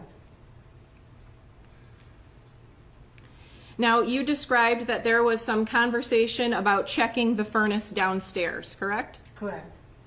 And that it was Mr. Zuazo and your husband that kind of started to go towards the basement? Yes, correct. And it was at that point that you testified Mr. Hernandez said that he had to go back outside and retrieve something from the truck. Correct. Now, you testified that you did not know whether or not he actually went outside because you didn't hear the chime, correct? Correct. But as we established previously, if the door had been left open, you would not have heard that chime. Fair to say? Yes.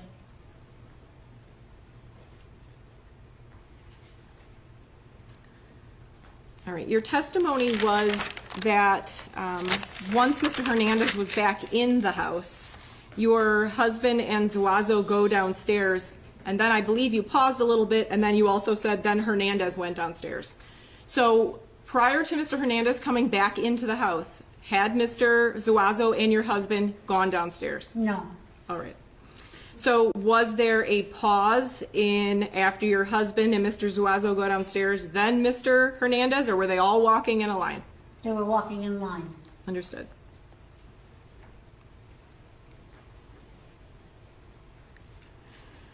Now, you testified that you did not hear anything out of the ordinary in the basement, correct? Correct. And you testified at some point in time, Mr. Hernandez came back upstairs, correct? Correct. Isn't it true that at that time he actually went to check the stove and the dryer with a meter? No. Isn't it true that, in fact, Mr. Hernandez was upstairs for a period of time, more than the seconds that you described, before Mr. Zuazo came up the stairs? No.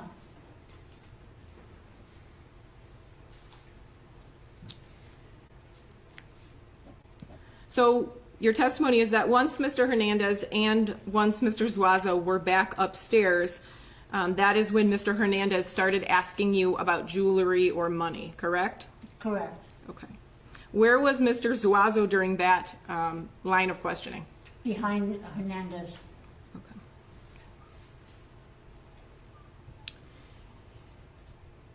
Now, I know that you had mentioned at some point in time during that conversation you asked where your husband was. Is that before or after you saw blood on Mr. Zuazo's clothing? Before and after. Okay. Now, you described that you were not necessarily given an answer of where your husband was, correct, at first. And then I believe your testimony was following that you were able to look at what Mr. Zuazo was wearing and you saw blood, correct? Correct. Can you describe that? There was a stripe of red blood on his right side of his vest. Okay. And at that point in time, I believe that you indicated that you let out a scream, correct? Correct. Okay. I see that you are wearing glasses today.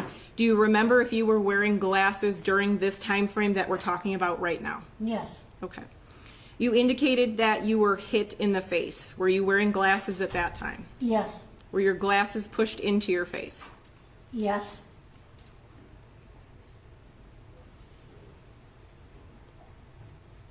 At some point in time, you testified that Mr. Hernandez walked you over to the kitchen table and then you sat down there, correct? Correct.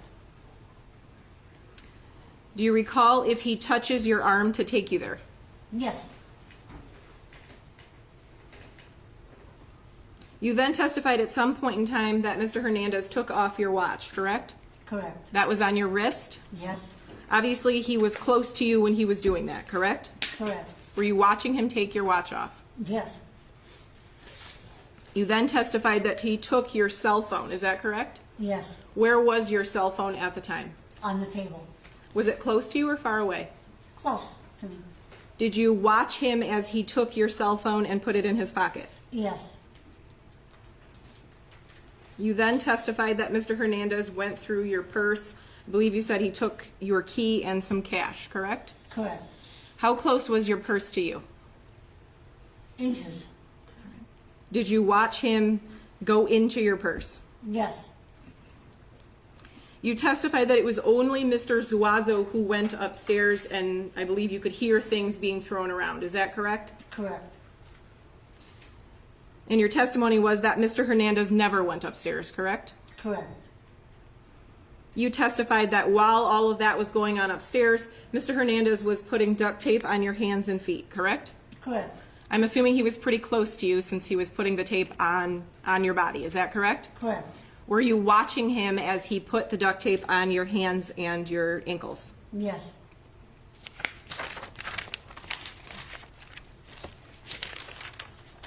Now, I know Mr. McCarthy went through some of this, but you have had multiple interviews with the police, fair to say? Yes. Okay.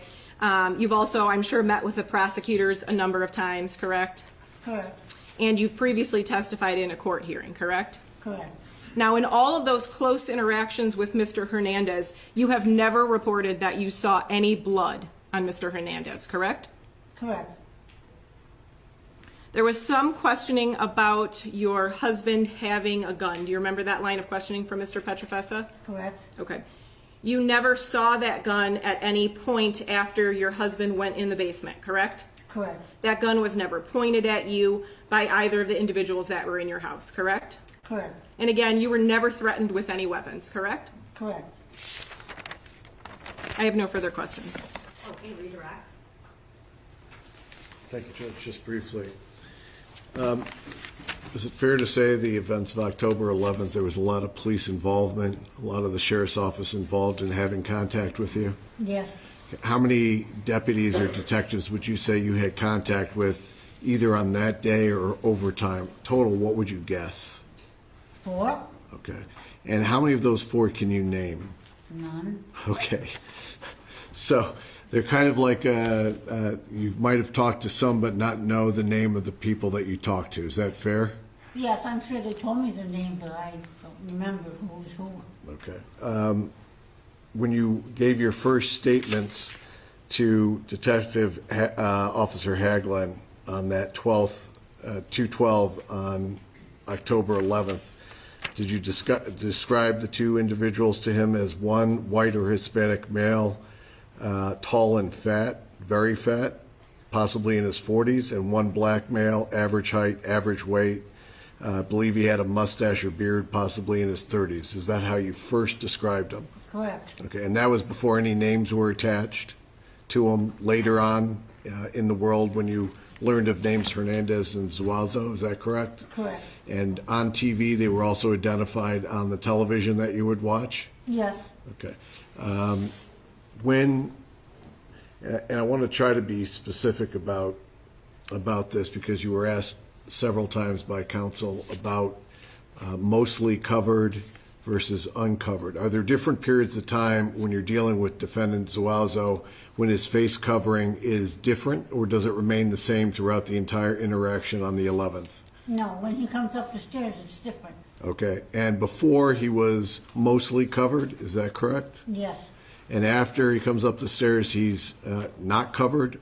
Not completely. Not completely covered. Was it enough for you to see his face? Yes. So let me ask you this one more step, which after defense counsel brought it, I just want to go one more step because there's a period of time after defendant Zuazo is now up on the stairs, he's on your level, and then he goes to the upstairs area, correct? Correct. Then he returns and he comes back to your level, correct? Correct. And then both him and defendant Hernandez try to put you in a closet, correct? Correct. And then they exit the building, your residence, right? Correct. Okay, now specifically, and take time to, I don't think you've ever been asked this, but take time to remember before you answer.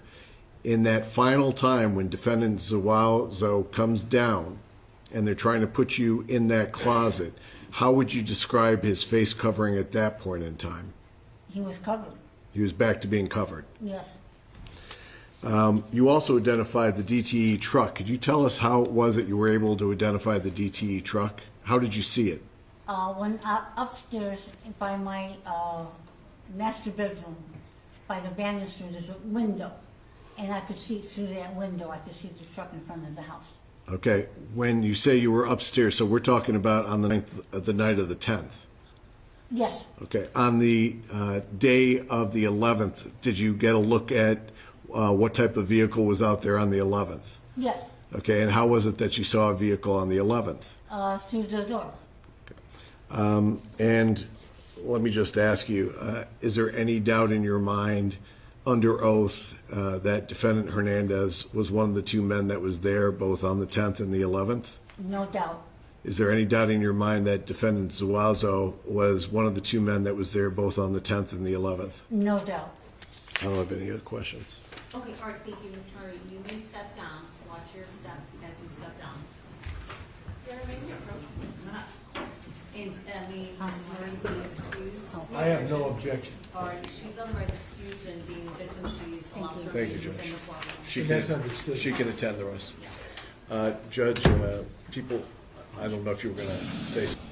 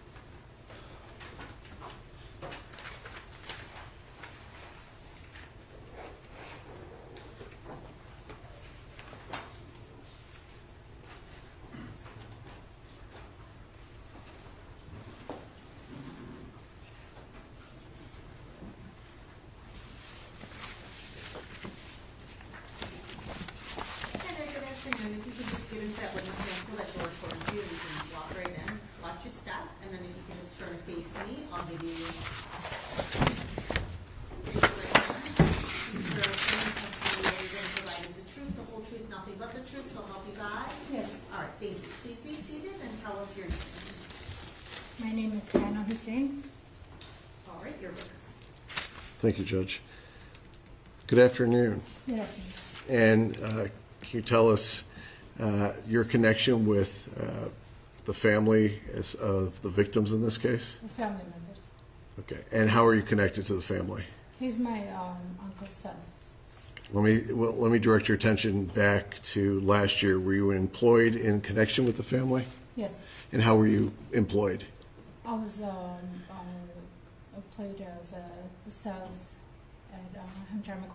Okay. Now, I think you're going to be the first one that I'm kind of sure you need to speak up pretty loud so everyone in the first two rows can hear you too. Can you do that for me? Yes. Okay. And where were you employed? Hernandez Joshua. Okay. It's the Golden Glitter Shop. And was the victim Sam the owner of that? Yes, he was. And how long had you worked there? 20 years. Okay. And what were your duties there? Sales, inventory, clean and everything like. Okay. Did you work in both stores or just one store? Both. And when you were working in the pawn store, were you familiar with the way that they would do transactions as far as people pawning items and then coming back to get those items back out of pawn? Yes. Were there type of documentation that you would do when you were doing pawns? Yes. And what was the documentation that you had standardized for that store? We have to ask for IDs. Okay. And when you say ID, do you take an individual's driver's license? Yes. Do you take any type of fingerprints? Yes. Do you enter that into your computer? Yes. Are these things just your store policy, or are these part of state law? State law. Okay. And I'm not familiar with the pawn industry, but there's a rate of redemption. Is that correct? Correct. And is that rate of redemption, is that a store specific, or is that state law too? State law. Okay. And what's the redemption rate? 3%. Okay. In your dealings with the store, you're familiar with how to enter things into the computer? Yes. You're familiar with how to take fingerprints? Yes. You've dealt with a lot of customers? Yes. Okay. This case occurs, and obviously it touches your family very deeply. Do you, as part of the store, go back through the records to see if, after Carlos Hernandez was arrested, if he had any connection with your store? Yes. And did you do so? Yes. I'm going to show you what's been marked as People's Exhibit number 13.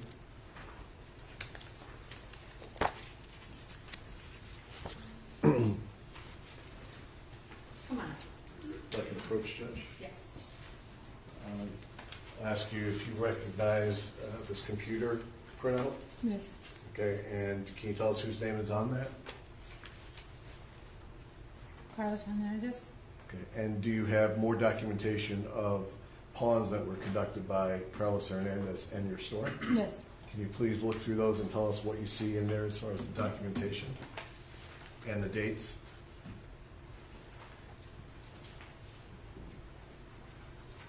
The date on the first one is March 7, 2022.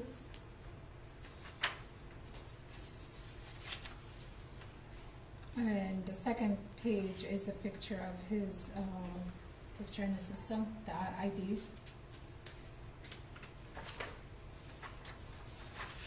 And what's the next one? The third one shows the date that he pawned it, this item for $100.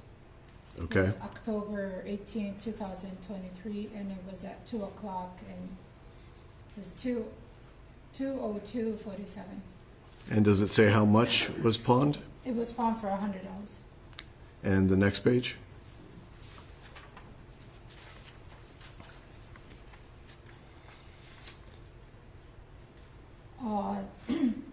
This is a different page, but if it's for the same paper as this Yes, one. that's So the it's receipt same- page. It's the same one, yeah. Yes.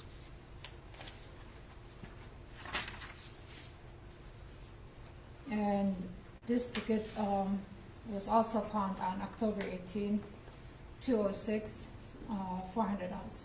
And what was that?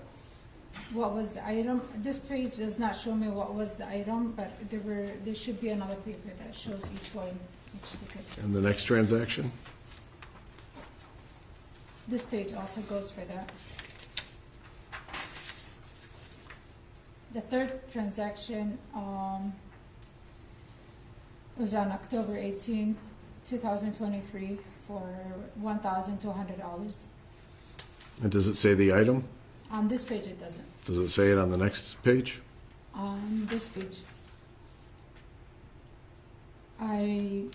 It should say right over here in the red, but to be honest, I cannot read it. Okay.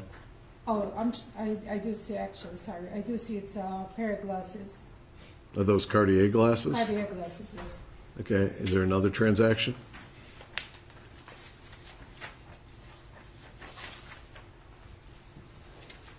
This transaction also on October 18, 2023 for $1,100.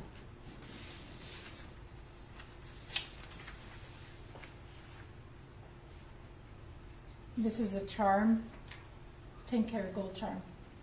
Okay. And what date was that?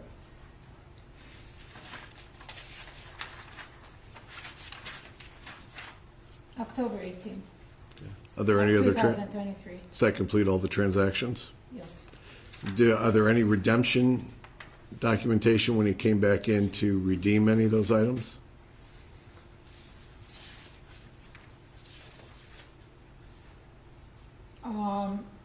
You don't have him here, but I know that I took a picture and I sent it to keep it on file. And when were they redeemed, as best you remember? January, February. I don't know the exact date. Of what year? 2024. Okay. Are those items kept in the ordinary course of the business? The items I've shown you? Yes. People would move People's Exhibit number 13 into evidence. I have no objection on the evidence, Mr. Zuazo. No objection. 13 is in. Now, in addition to the receipts that we just discussed, was there another occasion that stood out in your memory after the arrest of defendant Hernandez? Yes. Can you tell us about that occasion? He came in and he asked about a Rolex watch. Okay, when you say he, you're talking about defendant Hernandez? Correct. Do you see him in the courtroom today? Yes. Could you please point to him and identify an article of clothing that he's wearing? You're going to have to say what color his shirt is if you can.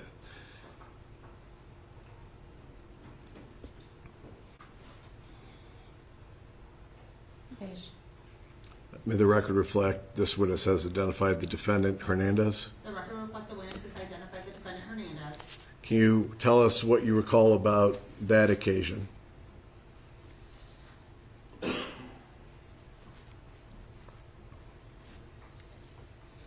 Me and Mr. Sam were doing inventory. Who's the first person you referred to before you said Sam? Me and Sam were doing the inventory. Okay. And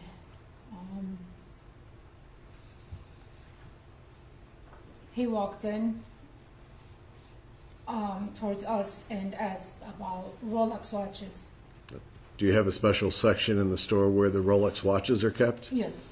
And is it in a display case in part of the store? It's in a display showcase. Okay. And what happened after the defendant asked about that? I walked with him towards the watches, and I'm sorry. I walked with him towards the watches, and we talked a little bit about the watches. Then he asked me about the owner, and I pointed at Sam. Then I called Sam towards us. And did Sam come over towards you? Yes. And what happened when Sam came over towards you? They shook hands and they talked, but at that time I walked away. Okay.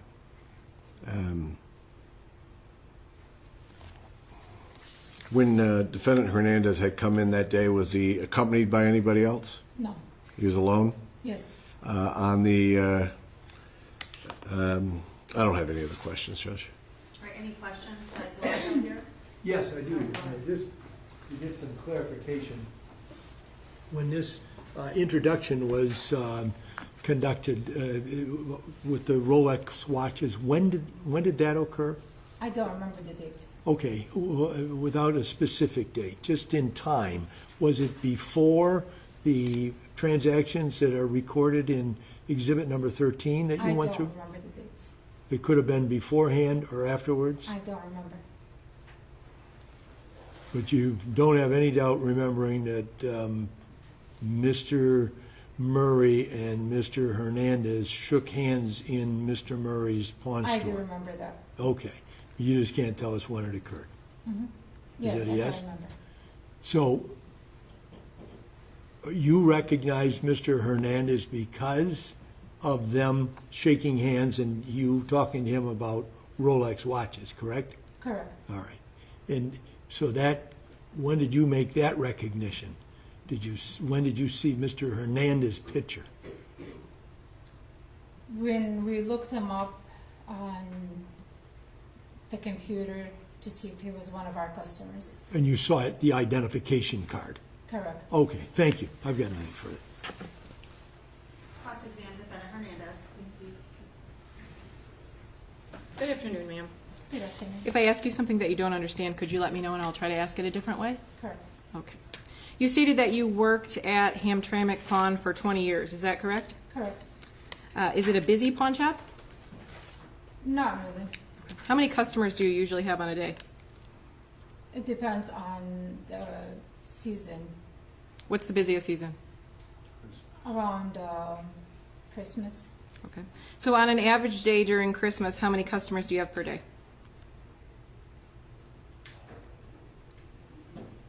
I really don't know. Okay. 4, 10, 50? No. Something around that. Around what? Around the 50. So 50 people per day during Christmas. What's the average in a non-busy season? 10.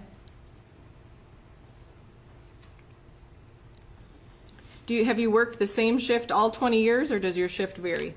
No, my shift's vary. Do you recall what your shift was back in March of 22? I don't remember. Do you remember what your shift was in October of 23? I don't remember.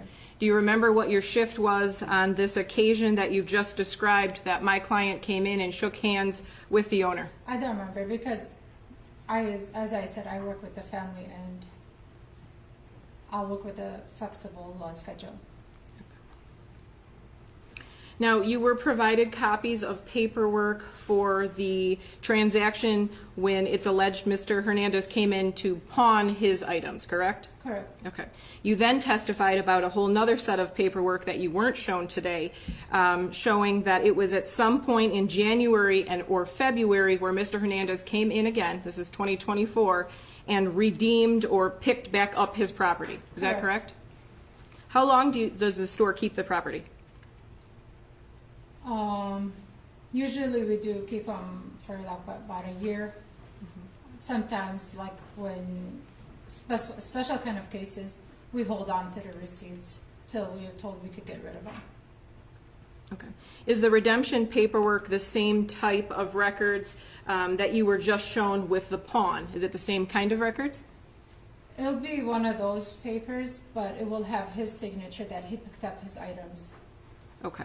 And when someone comes up back to pick up items, do they have to show ID? Yes. Do they have to the get ID or the ticket?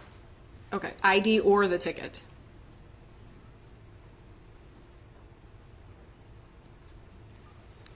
So this conversation that you are describing, you are not sure if it's January of 2024 or February of 2024, correct?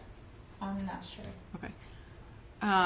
Now the conversation, let me back up, and I may have confused myself, so I probably confused you. The conversation where you are alleging Mr. Hernandez came into the store and shook the hand of the owner, Sam, you have absolutely no idea what year, month, anything about that interaction, correct? I know it was 2024, but what month, what date exactly, I don't know. How do you know that it was in 2024? Because when I seen when the accident happened, I know it wasn't too long since the time that I have seen him. Do you remember if it was cold outside, warm outside? It was cold.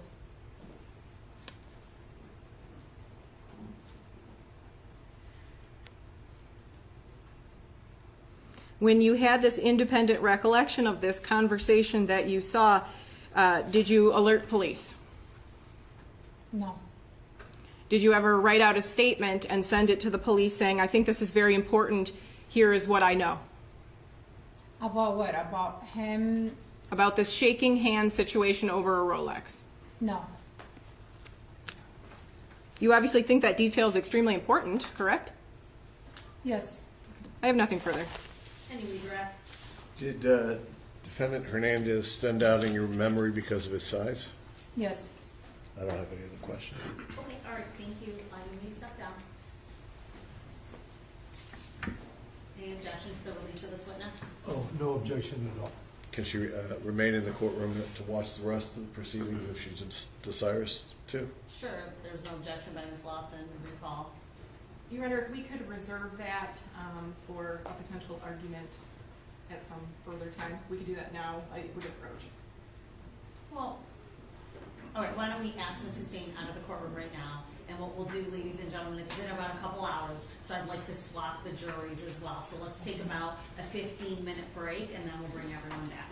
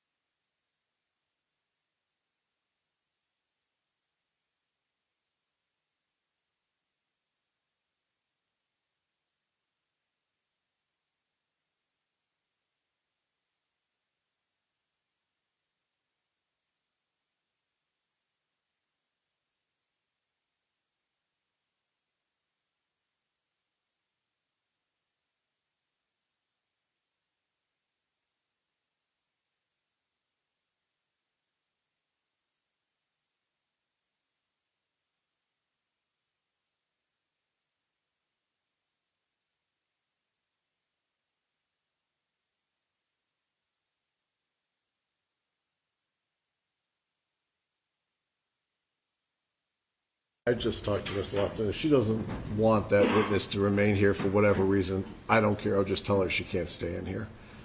I'm more than happy to give the reason on the record, Your Honor. Ms. Hussein testified that there are documents that she sent to the police or sent to someone about the redemption period that I want to make sure that I have. Or if that isn't true, that the prosecutor's office or the sheriff's department did not receive those documents, I do think they're extremely relevant, especially since they are trying to put my client in the store in 2024. So I do think that's relevant. So I would like to know if those documents were actually received, and if so, I will put on the record I don't believe I have them. So I want to make sure that we have everything we need. Obviously, the prosecutor is not intending to admit those, which is a little difficult to understand since he's admitting the other records that he received from the store. So you might recall her based on that, or would you question a detective regarding that? So I think I would probably question a detective unless all of a sudden I am presented with this document that I would like to cross-examine this witness with that document. Understood. All right, so Ms. Hussein will stay outside of the courtroom until that's determined, and just let me know at any time that that's not your position anymore, and we'll allow her back in because it is an open courtroom. Absolutely. Okay, and so we'll take our break now, about 15 minutes. Thank you. All rise.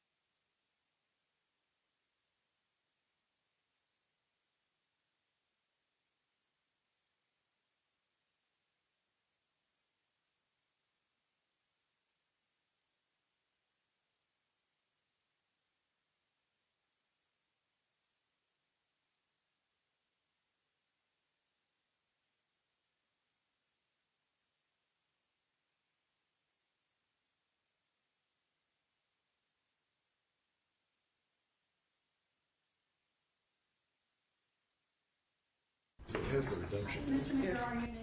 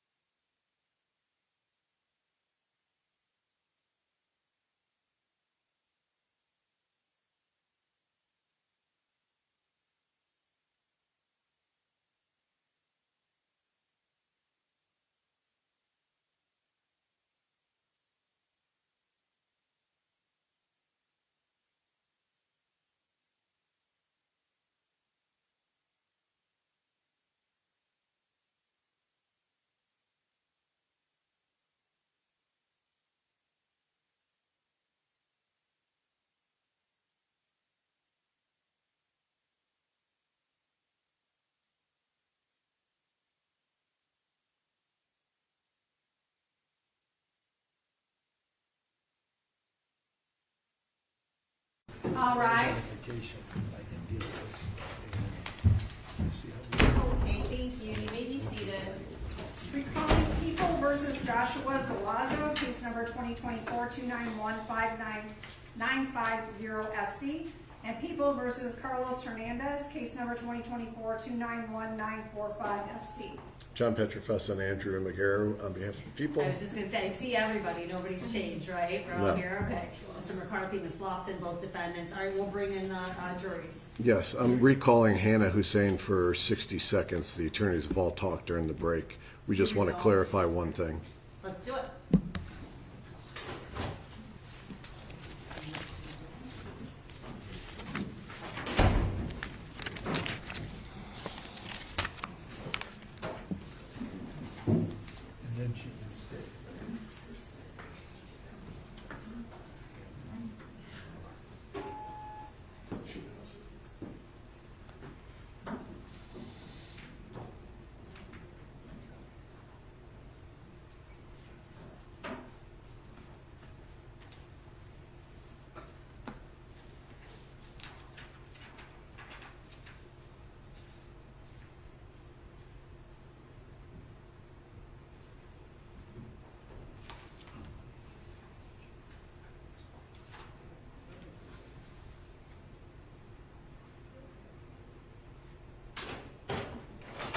All rise for the jury, please.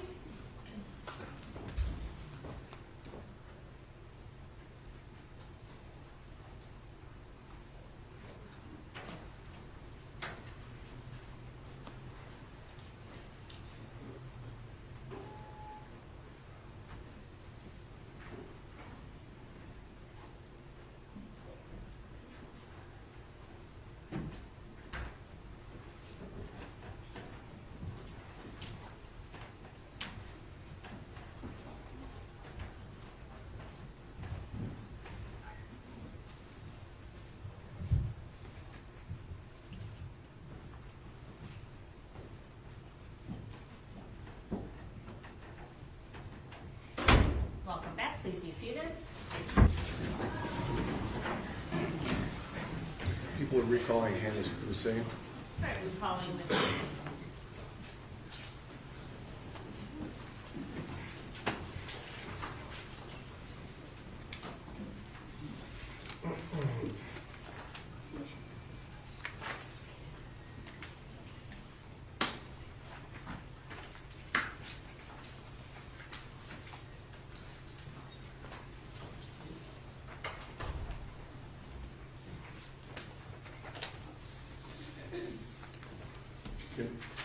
Approach, you're still under oath. The court will Yeah, advise Mr. you Singh, that. you're still under oath, okay? I'm not gonna re-put you under oath. I know you just testified, so that oath still remains. You may be seated. Go ahead, Mr. Petrofessa. Thank you, Your Honor.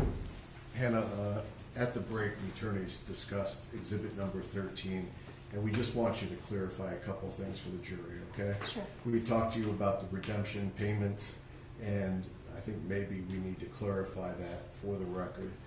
Do you recognize exhibit 13 regarding the transaction with a pawn date of October 18th, 2023? Yes. Is there in fact redemption payment information Yes. on this? And this is dated January 26, 2024, is that correct? Yes. And that took place at 3:15 p.m.? Correct. And the item was pawned on October 18, 2023 for $100, and it was redeemed on January 26, 2024 for $124, is that correct? Correct. The attorneys also talked about documentation regarding the pawn slip regarding an item that was pawned on October 18, 2023 at 2:06 p.m. for $400. Do you see that? Yes. And it correctly has a redemption payment for January 26, 2024 at 3:15 p.m. for $460. Correct. And all this paperwork was pulled up, if I'm reading your information right, December 12th, 2024. Is that correct? Correct. And also regarding transaction also dated on October 18, 2023 at 2:10 p.m. There was an item pawned for $1,200. Is that correct? Correct.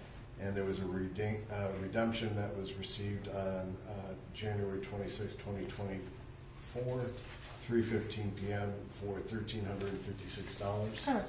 Is that correct? Yes. And finally, redemption, a pawn for on October 18, 2023 at 2:12 p.m. for $1,100. Correct. And there was a redemption made on January 26, 2024 for $1,244.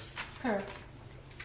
And that was the redemption information that you had discussed that you didn't confirm until just now. Yes. Is that right? Yes. Okay. Were you nervous when you were testifying? Yes. Okay. Is there anything else that you want to add to what we just discussed? No. I don't have any other questions. Do we have any cross here? I have no cross. I just. So this is cross for Hernandez. Yes, thank you. Ma'am, you indicated that you can redeem in one of two ways. One, the person can show their ID, and if the ID matches the person who pawned it, they can pick it up, correct? Correct. Or if you have a ticket or a slip that the store gives, you can pick it up that way, correct? Only the ticket. Only the ticket. Okay, so if you have the ticket and you're not the person that pawned it, you can still pick it up, correct? With your ID. You have to have your ID and someone else's ticket. Okay, but your ID does not have to match the person who pawned it, correct? If you have the ticket. If you have the ticket, yes. No. Okay, nothing further. Any redirect? Do you note it any differently than we just saw if it's a third person who's picking it up? No. I don't have anything else. Okay, thank you. You may step down, and I believe you are now excused as a witness. Yes. No I have objection, Your Honor. No objection, all right, so you may remain in the courtroom if you see fit. People's next witness? People call it Brian Kelly Broad.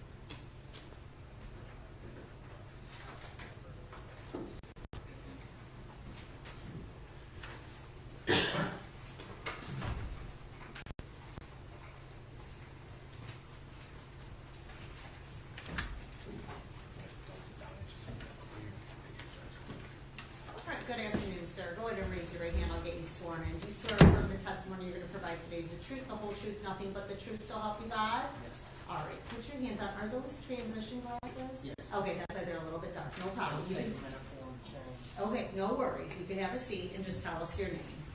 Brian Kelly Broad. All right, you're with. Thank you, Your Honor. And sir, can you spell your first name and your last name for us, please? Brian Broad. Okay, and Mr. Broad, do you know a Joseph Zuazo? Or Joshua Zuazo? Zuazo? Yes. Yes. And how do you know that? He worked for me as a temporary employee, and then later on we hired him into the main company, Okay, and where was that employment at? St. Mary's Cement. Okay, and is that your company? Not my company. It's just I'm production manager there. Okay, and do you remember when that was that you guys hired him in as a temporary employee? You know, I could go get documents and look at it and tell you exactly what dates they are. I don't know. I can't remember. Okay. It's been probably a year and a half ago. Okay, so would it be fair to say it was sometime in 2024 that he was employed there? Yes, sir. Okay, and when he was employed, he was a temp employee, or was he an actual employee of the cement company? He was a temporary employee. We initially hire people into the through a temporary service, and they do some cleanup activities and stuff like that for us. Gives us a chance to evaluate the employees. You know, what's their work ethic like? You know, what kind of person are they? Do they get along well with other people?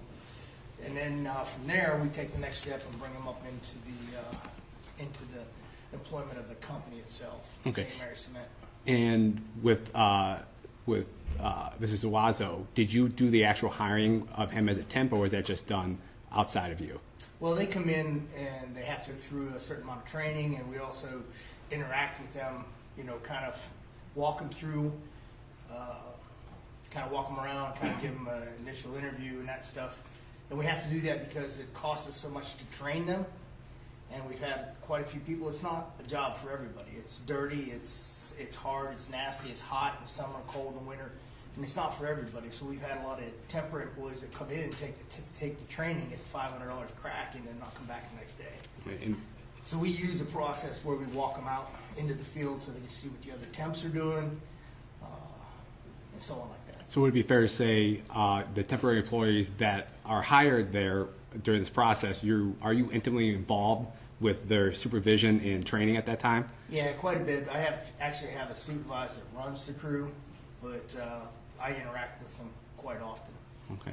And so it would have been sometime in 2024, you believe that Mrs. Zuazo started working there? Yeah. Okay. And did you work shifts with him as a temporary employment or a temporary employer? That I work shifts. Yeah, shift. Were you, when he worked, were you working? The temps work pretty much straight Monday through Friday, 7 to 3:30. Okay. And was he working with you at that time? Yes. Okay. Did he remain a temporary employer or employee during that time, or was he ever hired in through your company? He did get hired in. So he was a temporary employee for 90 days. It gives us a look at them, how they're doing, like I said, what's their work ethic? Do they get up and get it? Are they on time every day? Do they come every day? Right. So at some point he was hired on. He was. Okay. And did he remain employed there? No, he didn't.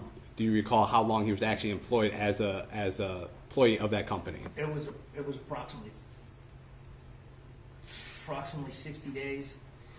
They go through a 90-day probation period for the union, and within that 90 days, we have an opportunity to look at him. Josh, even though he was was a good worker, you could ask him to go out and do stuff for you.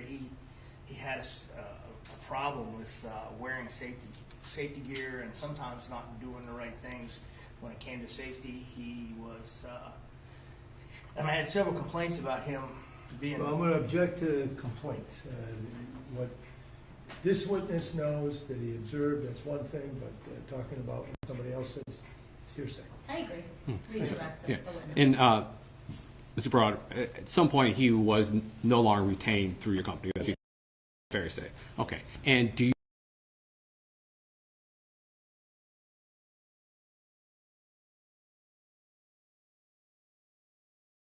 you recall how often during that time period, during that 90-day probationary period, did you work with him?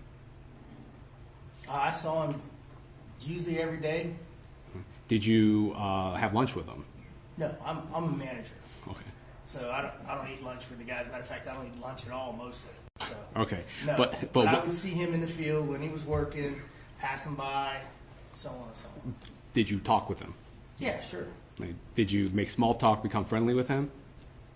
I try to be friendly with all the guys that work with me. It works out better that way. Okay. And as part as while he is a temporary employee, is he given materials of the company like clothes, boots, work tools, anything like that? Not as a temp, but once they hire into the company, into St. Mary's Cement, then we give them uniforms, steel-toe boots. They're issued at least one pair a year. Safety glasses, they needed them, and that was something that he needed, so we got him some safety glasses. And that not the kind that you just the plain old ones. We bought him prescription glasses, specific. So not like the cheap plastic ones you get at Home Depot. No, they were, well, I say very nice. They're prescription safety glasses, right? They're a step above just the normal plastic ones that folks are getting. And he was given those glasses? Yes, sir. Right. And you said that employees would get work boots. Did he receive work boots as well? Yes, he did. And then did he receive any sort of clothing that would signify St. Mary's Cement or anything like that? Yeah, we have fire resistant, fire retardant clothing that are our uniforms that they're required to wear. They're high visibility, and then they have stripes on them that are reflective. And then usually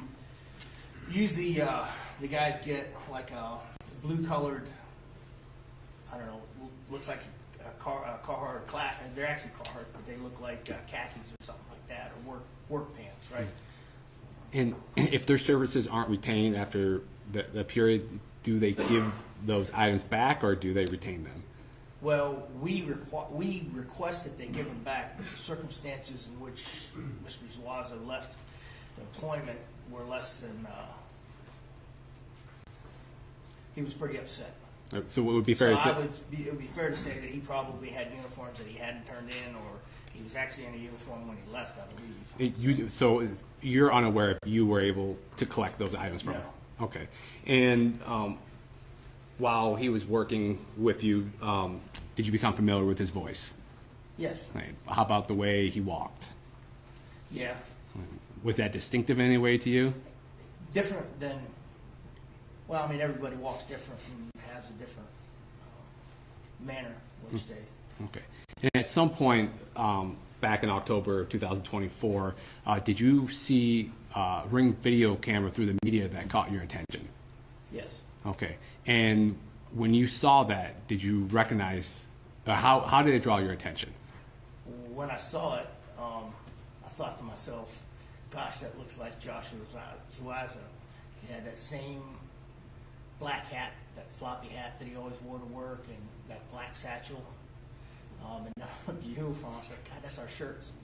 And when you saw that, that immediately sparked a memory for you? Yeah. Okay. And when you saw that, what did you do with that information?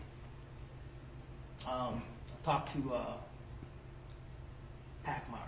Would that be Detective Packmeyer? Yeah. And would that be of the Oakland County Sheriff's Office? Yes.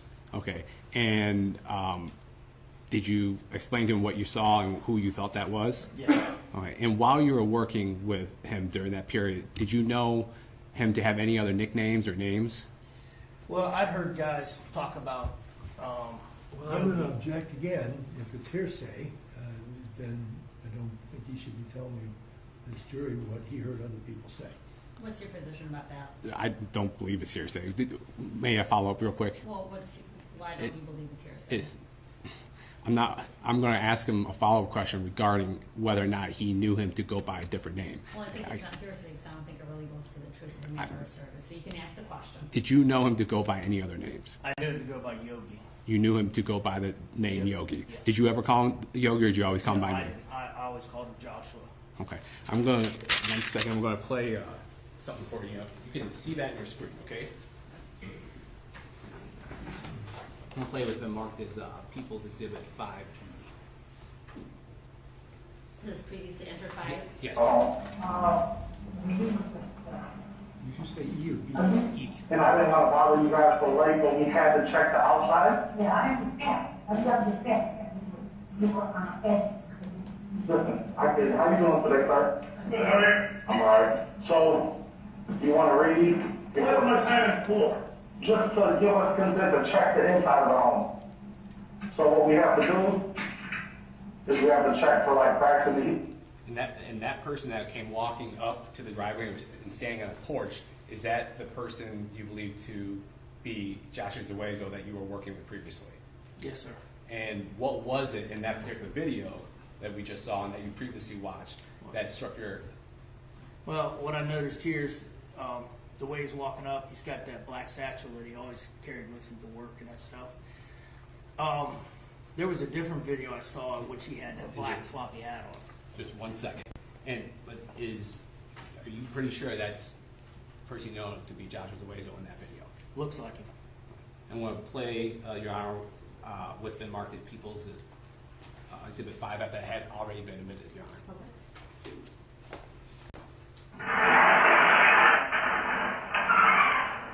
Come on, man. Let's keep Did you just hear that voice in there? Mm-hmm. Is that a yes? Yes. Okay. I'm sorry. Does that voice sound familiar to you? Sounds like Joshua. That's Joshua. Okay. And that person that you help supervise and you work with, that you know to be Joshua Zuazo, is he in the courtroom today? Yes, he is. Can you please point to him, identify by something he's wearing? He's wearing a dark blue shirt and glasses. Yeah, let the record reflect an inquiry ID has been made in defendant Zuazo. The record reflect the witness has identified defendant Zuazo.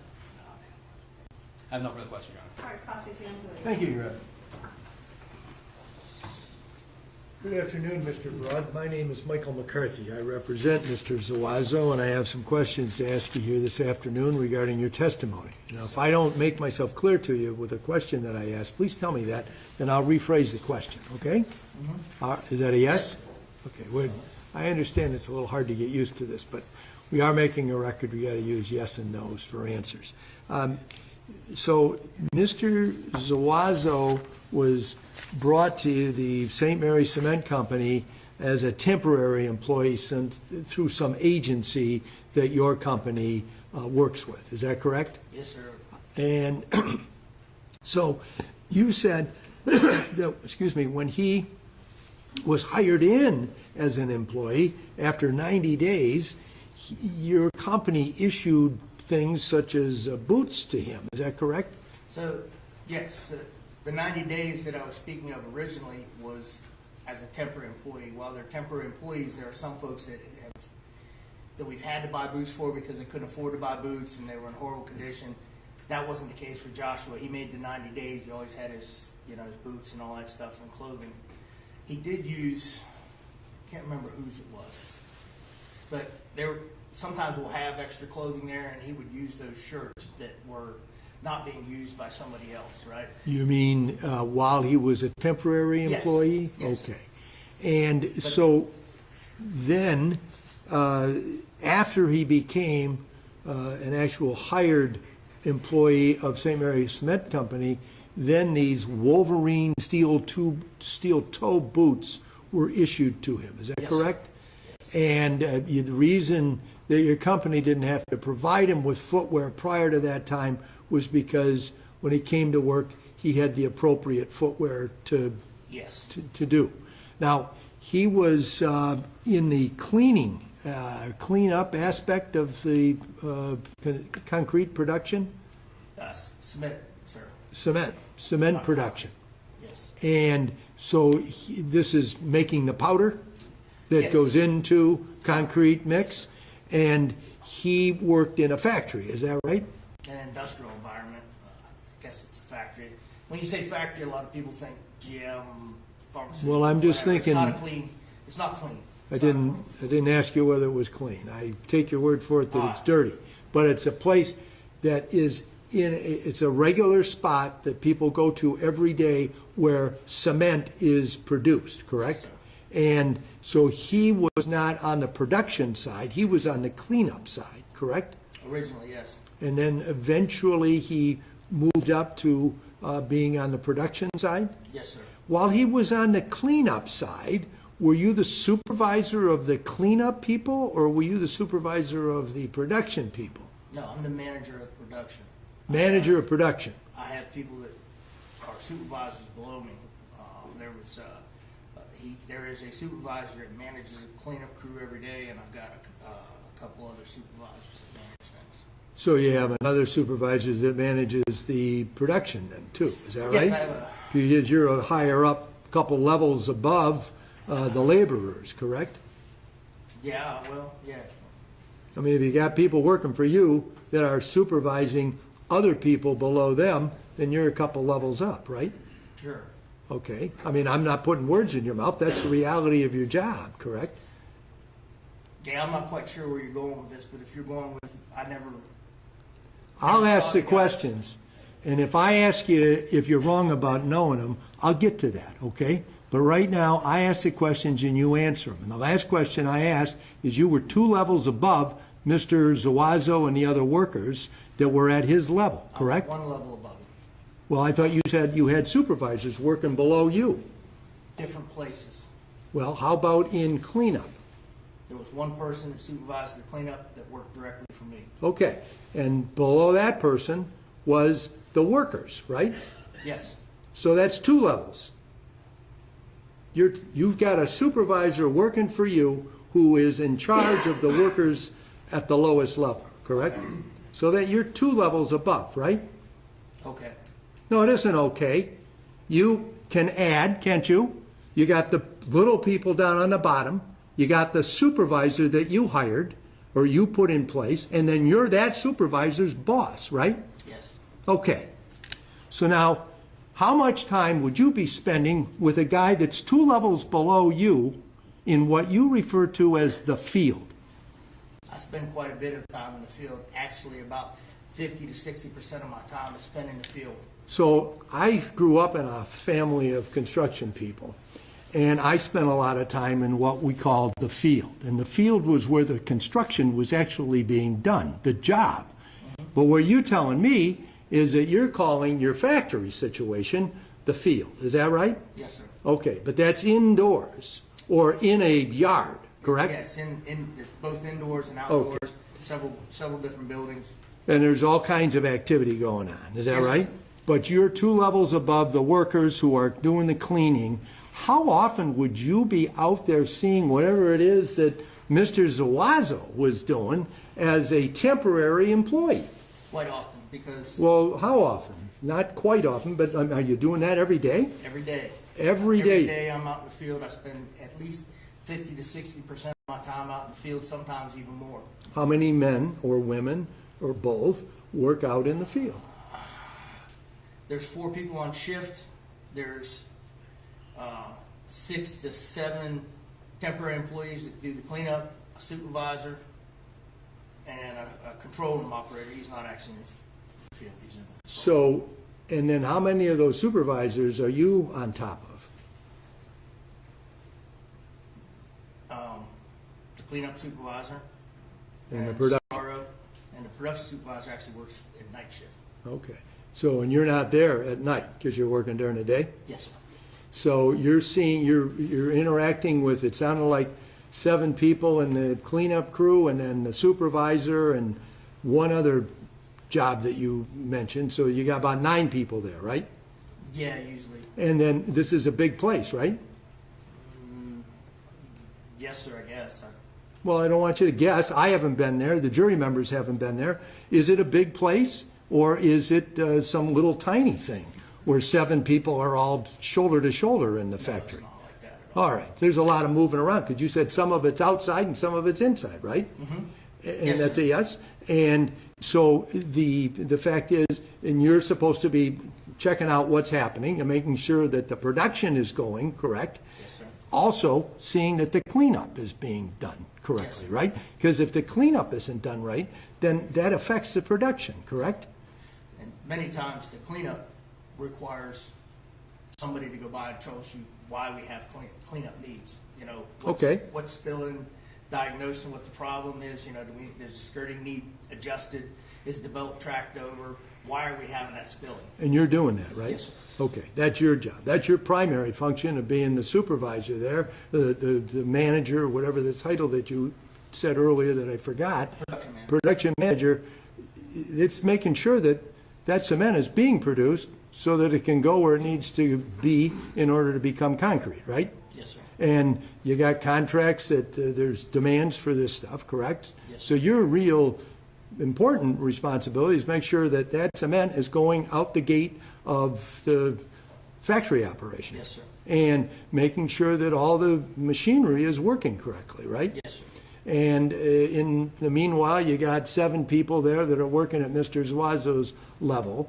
Are you interacting with all of those people a lot every day? At least once a day, I would encounter the cleanup crew, if nothing more than to check on what was going on with the crew and the particular job that they're working on. And like I said, take a look at what's happening with that spillage and why that spillage is there. So you're seeing Mr. Zuazo all the time, and he's there for those 90 days, and you didn't object to the idea that he was hired in as a regular employee. Is that right? No. Was it your idea that he get hired? I talked with my supervisor. and Okay. We discussed, merits, and we do that with everybody.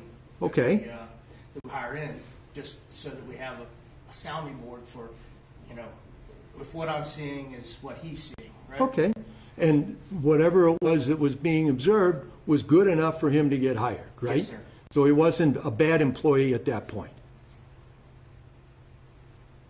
No, not a bad employee, no. Okay. There- And then after the 90 days of being a temp, where he gets to the point where he's hired in, 60 days later, now he's not an employee anymore. because he's not wearing the safety glasses that you got for him as often as is required, which I imagine would be 100% of the time. Yeah, it wasn't just the safety glasses. There were other times where he didn't have his proper PPE on. What's PPE? Personal protective equipment. That's the safety glasses, hard hats, steel toes, gloves, etc. Okay, so sometimes he wasn't dressed properly. Yes, sir. Okay, and that was the reason that led to his dismissal? That was one of the reasons, yes. Okay, well, that was the reason you gave during direct examination, and so did you become aware of Mr. Zuazo applying for unemployment? No, I don't. You have nothing to do with it? That doesn't filter down to me. That's handled by HR and all that. Okay, and you had an interview with Detective Packmeyer. Yes, sir. When you first contacted the police because you saw this ring video and you thought you had valuable information to provide to the investigators, correct? Yes, sir. And you said that there was animosity when Mr.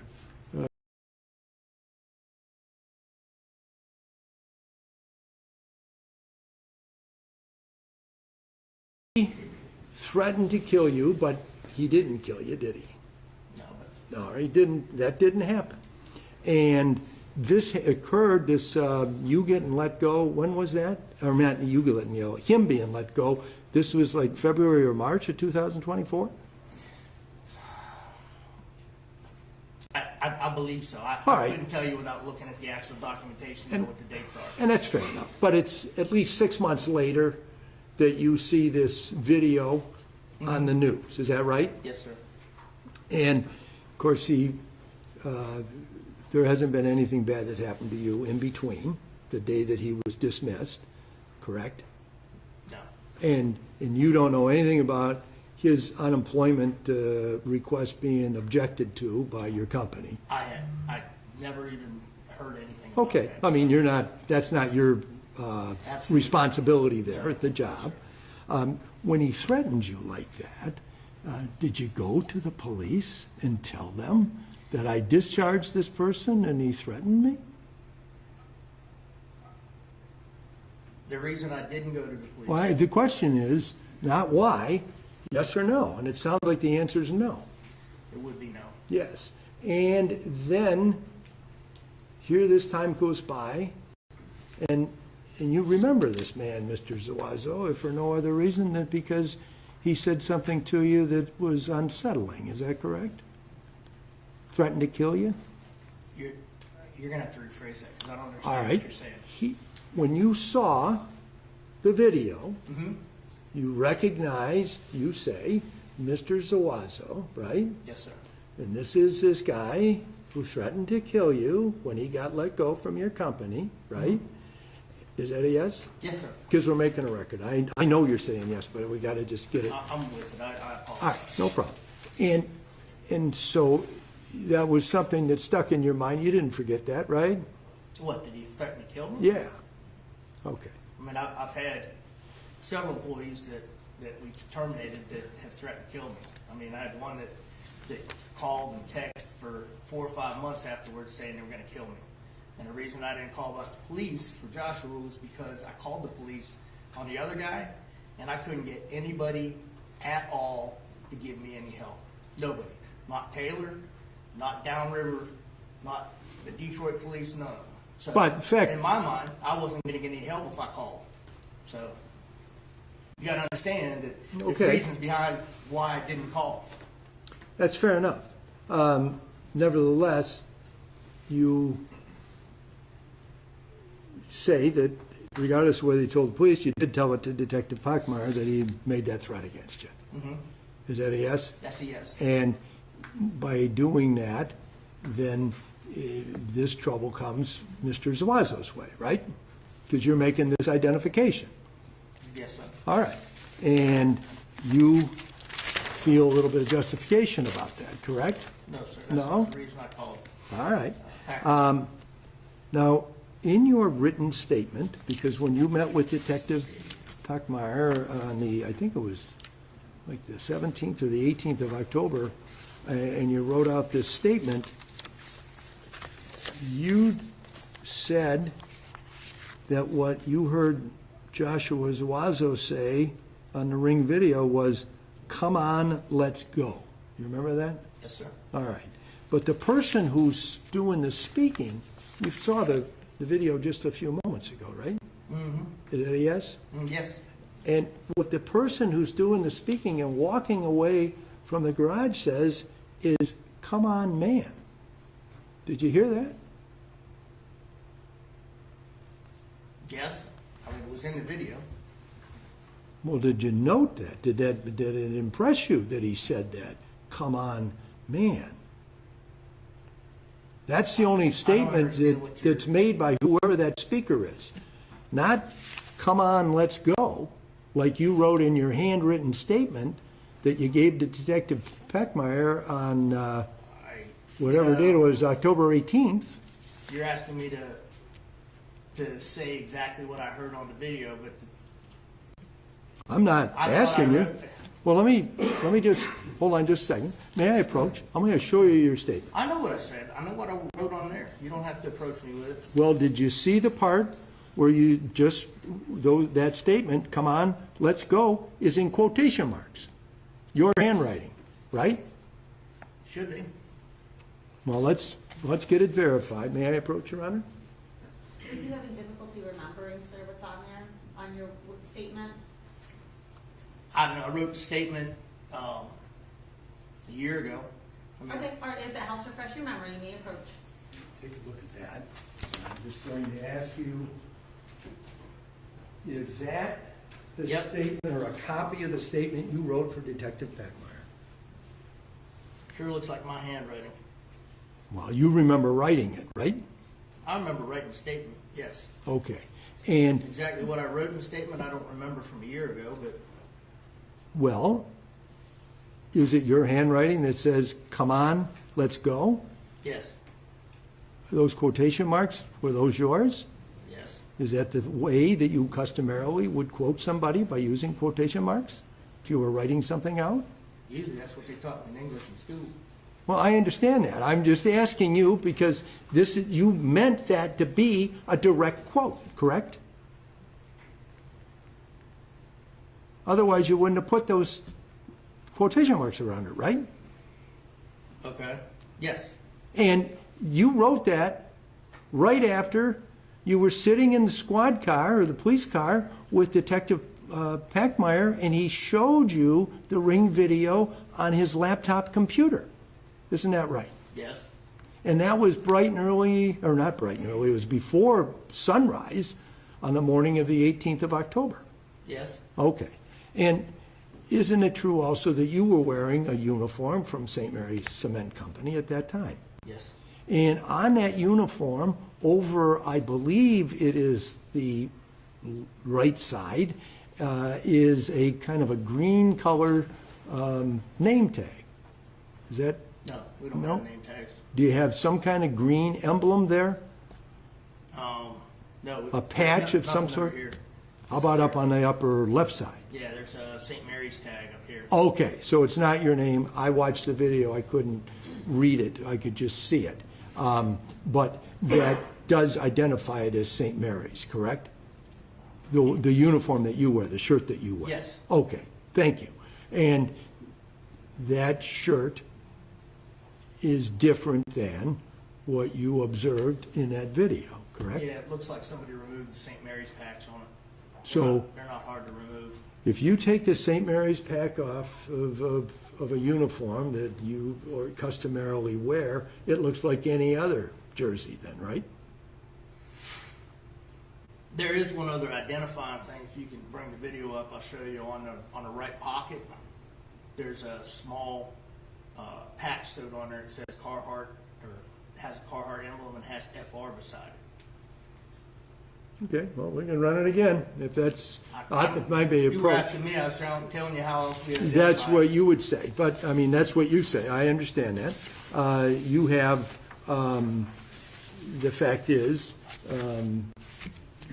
you finished with the exhibit there, correct? Not exhibit, but your statement. I'll take that back from you. And perhaps if you want to go through that again, we'll put it another time. It was the first, Mike, it was the first one. It is the last one. It's that one. I believe is what he was talking about, because that's what I was talking about. That's where the questions were. You got to be able to see the front of the uniform. There's one.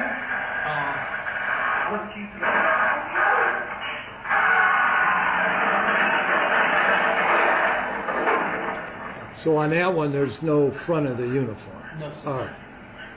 Oh, by the way, you talked about the bag. You said during direct examination that you saw the bag that Mr. Zuazo customarily carried. Yes, sir. Looks like the one he carried back and forth to work. Okay, looks like it. You can't say that's the same bag then, can you? No.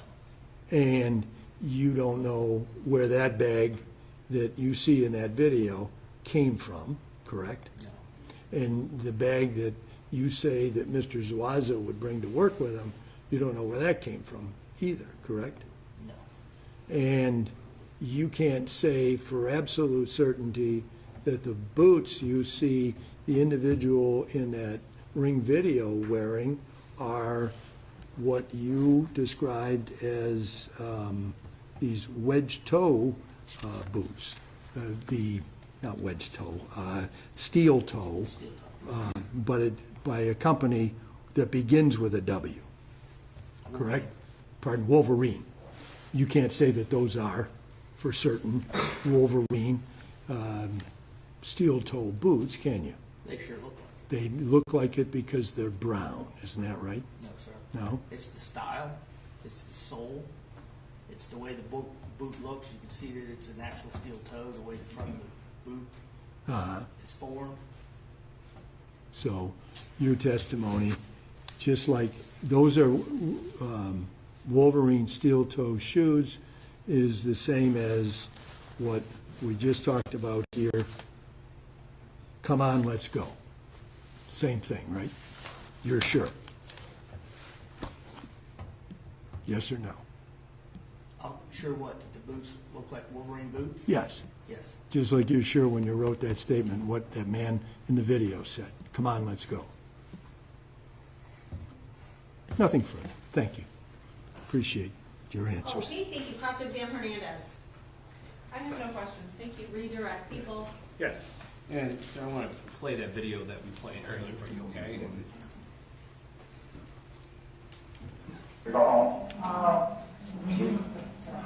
Excuse me, do you have the video where he's already And I didn't know why we drive for late, but we had to check the outside. Yeah, I understand. I've got the fence. You want my fence. Listen, how you doing today, sir? I'm all right. So, you want to read? What am I trying for? Just to give us consent to check the inside of the home. So what we See have. that tag right there? And so, I want to ask you some questions. So, what we just saw, the tag that's on his left chest, okay, and that's familiar to you? Yes, the Carhartt tag right here on the flap. Yes, and why is that familiar to you? Because it's on every last one of our shirts. Okay, and then you mentioned on cross-examination something about the letters FR? Yes, which makes those pretty unique because they're fire resistant, fire retardant, and most places don't buy fire retardant clothing for their guys. We do because they have to de-energize breakers, which puts them in risk of an arc flash explosion when they're doing that. So we buy and require everybody to wear fire resistant shirts and pants. So you're the temporary employees and then the employees, the attempts to eventually become employees, your company buys the fire retardant Carhartt shirts. Yes, sir. Once they're hired in. And based on your time with St. Mary's Cement, employees are given those shirts. Yes. And was Mr. Zuazo given one of those shirts? Yes, he was. He was given 11 shirts and 11 pants. And then you testified on direct that you aren't aware that those shirts were given back to the company? No. Okay. And that shirt resembles the ones that you've given to employees? Absolutely. Okay. And I know there's some question across examination regarding the boots. Do you wear boots to work every day? I do. Have you been wearing boots your entire profession at St. Mary's? Yes, St. Mary's, and for the other 20 years that I was in cement. Fair. So are you, and most employees that are working under you and with you, are they required to wear boots? Yes. Are they required to wear a certain type of boot? They are required to wear at least an ankle-high steel-toed boot. Right. And like you said, if the employee does not have it, that's provided through the company. Yes. Right. And it was your testimony on direct that Joshua Zuazo had his own boots at one time. Yes. Do you, and was he ever given boots? Yes, he was. Okay. And the boots that he was given, do those resemble the boots that you saw on the Ring camera videos that you observed in front of Detective Packmeyer and the ones that we just played for you in court? Absolutely. Okay. And there is a testimony that he would get complaints or get in trouble for not wearing the personal protection equipment. Yes. Okay. When those complaints occurred, did they go directly to you, or would it be through someone above you? It depended because most of the time it was me seeing him not wearing his safety glasses. There were times where a supervisor that worked for him would come to me and say, "Look, he's not wearing all his PPE, etc." And so, as part of your employment at St. Mary's and having him work underneath you, did you have to address that particular issue while not wearing PPE while he was working? I did. I talked with him, and that was at the point where we started to discuss the fact that he needed prescription glasses, and we bought the prescription glasses for him. So it's your testimony that you directly confronted or spoke to him concerning those PPE complaints? Yes, sir. And so, and did he speak to you about that? You had a conversation with him? Yes, we had several conversations about the PPE. And the other thing you got to understand is that within that 90-day period that they're working for St. Mary's, I don't have to have a reason to let somebody go. If they're not working out for whatever reason, we can allow them to go their own way. So. Okay. And that's what he did in this instance? Well, no, in this instance, it was directly because of his willingness to wear the correct PPE. Okay. And when he was terminated, he threatened to kill you? Yes, sir. Okay. And it was your testimony across that this has happened not just from him, but from other employees? Yeah. Okay. And those other employees you didn't pick out on that Ring video, did you? Those other employees that threatened to kill you, they weren't? No, I've never encountered them. Okay. And in between the time that he was let go, threatened to kill you, had you had any contact or any situation where you saw Joshua? No, not that I saw him. Okay. And so, would it be fair to say, when he threatened to kill you, was that something you harbored, you kept in, or was it just normal perks of the job? It's one of the things that comes along with managing people and letting people go. Nobody wants to get fired. Nobody wants to get let go. People have families, but sometimes it's part of what you have to do.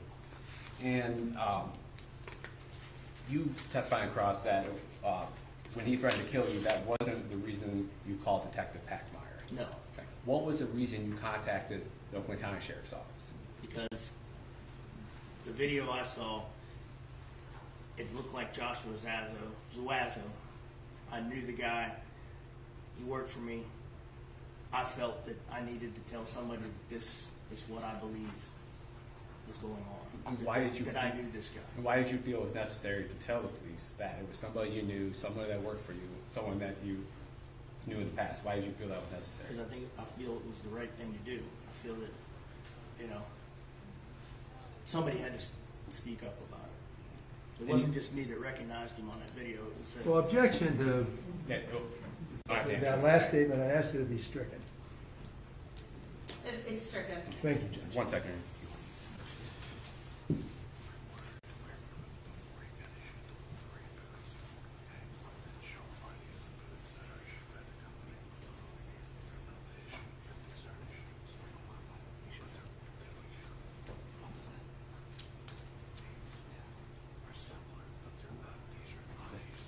Your Honor, may I approach the witness? You may with what? Exhibits. All right, which ones? There'd be exhibits 3JJ, 3KK, 3LL, 3MM, and 3NN. All right, come on. So I'm going to hand you all those numbers that I just said. You just take a look at these for me, please. And let me know when you're done looking at those.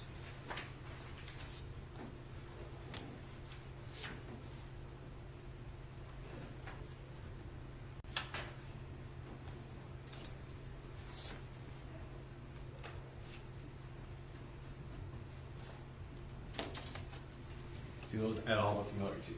Yeah. And how do they look familiar to you? There's safety boots that are pretty common for us to buy for employees. Are these the same type of boots that you would purchase for temp employees or employees after they become hired? Yeah, we buy, it just depends based on what the employee's desire are. Sometimes we buy different boots. Sometimes it depends on, I hate to say this, but if one boot's cheaper than the other, we'll choose to buy the other boot. So it'd be fair to say that it's not one particular brand or one particular style that same area to purchase. No, and the other thing that we do too is Excuse me. He's already testified that he gave him those Wolverine steel-toed boots. Now it sounds, because the pictures look different than those, he hasn't identified them to be that he's got another. But what's the objection here other than testifying on the record? Well, the objection is that there's no foundation for those pictures, and he hasn't identified them. Well, I mean, that's what they're working on. What? All right, then I would ask that because this exhibit's being put in, I get the opportunity to bust on it. All right, let's see where it Thank goes. And Mr. Braun, you said these type of boots look familiar because these are the ones that St. Mary's purchases. That's what you testified. Quite often, yes. And do these appear to be boots? These are Timberlands. These are a brand that you guys purchase. Yes. And do you know if Joshua ever wore these particular boots while he was employed with St. Mary's? Those particular boots? Yes. I couldn't tell you if those particular boots were the ones that he wore there. They look like the ones that we purchase for employees.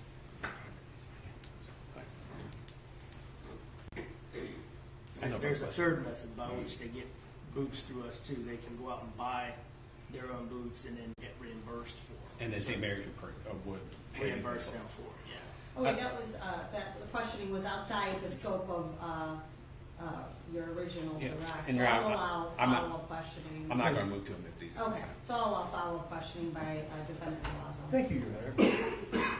So I understood in your at least cross-examination testimony that Mr. Zuazo came to the job with proper clothing in the way of footwear, and that you didn't have to provide anything to him like you would other temporary employees, correct?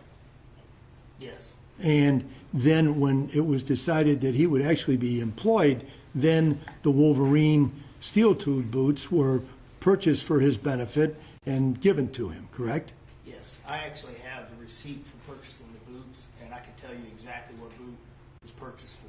Well, but your testimony today, unless you have that receipt with you, your testimony was, well, your testimony today was that it was Wolverine steel-toed boots. You can't look it up right now. You can't all look right. it up. Yeah, okay.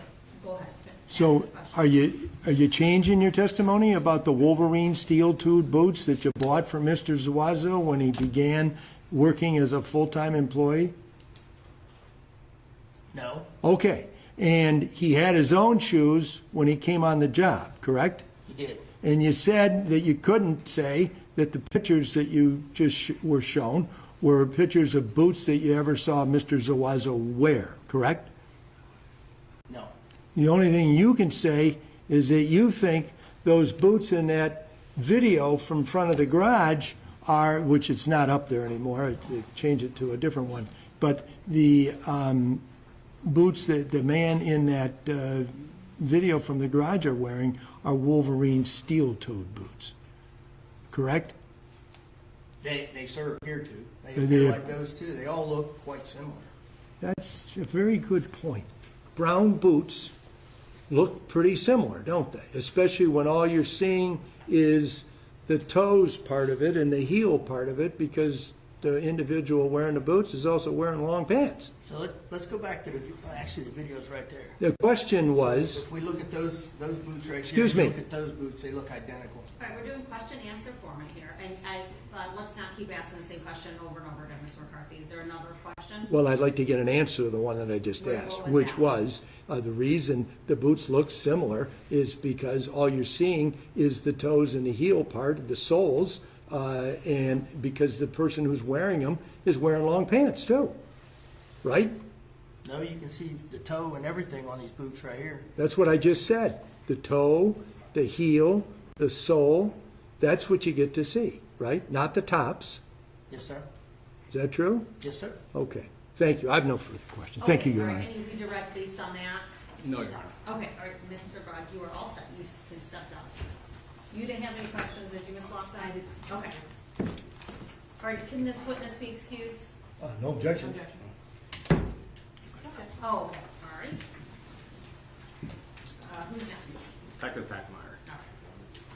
Oh. I don't know how long you're How long will this witness testify for? 40 minutes, maybe. All right, we can do it then. We'll go for another half an hour. It's about 4:30. But I don't think that includes not our cross. Mr. Packmeyer was, or Detective Packmeyer was very involved with the case, so I do have a number of questions. That's a true statement. Well, at least let's get the direct out of the way. Take the call, Detective Packmeyer.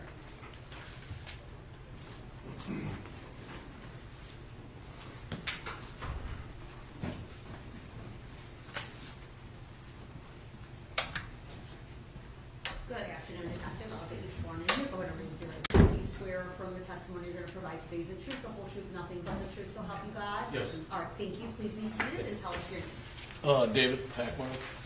All right, your witness. Yes, thank you. And sir, can you state your full name and spell for the record for us, please? Yes, David Packmeyer, second, D-A-V-I-D, P-A-C-H-M-A-Y-E-R, the second.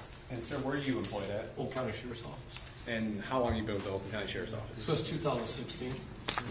And what is your current title with the Sheriff's Office? I'm currently a detective in Rochester Hills. And how long have you been a detective? About a year and a half. Okay. And prior to being a detective, while you're employed with the Oakland County Sheriff's Office, how were you employed with the Sheriff's Office? I originally began as a corrections officer, then road patrol. Okay. And prior to your employment with the Oakland County Sheriff's Office, did you have any other law enforcement experience? I was a reserve of Macomb County. And how long was that for? Probably about 7 years, 6 years. Okay. And back in October 2024, were you assigned to the Rochester Hills substation? Yes. Were you a detective at that time as well? Correct. Okay. On October 11, 2024, were you one of the detectives that arrived on scene to the house at Newcastle Drive? Yes. Okay. And as a detective that was involved in this case, can you describe some of your duties or what was your responsibilities when you arrived on scene? I initially arrived on scene, started the investigation with other detectives there. Eventually, I handled a lot of the work on the case, retrieving videos, finding evidence for the case. And how do you get assigned those particular tasks? Usually there was an OIC, originally it was Detective Connolly, and then I kind of helped him out with it because I think he was ill, and then our Detective Sergeant assigned a lot of details. Okay. So would it be a fair characterization that you were heavily involved in the investigation, but you weren't the assigned officer in charge? Correct. Okay. During your investigation, were you made aware of a vehicle that may have been involved with the incident at Newcastle? Yes. How did you become aware of that? Detective Downey actually received a call from Officer Hill from DPD.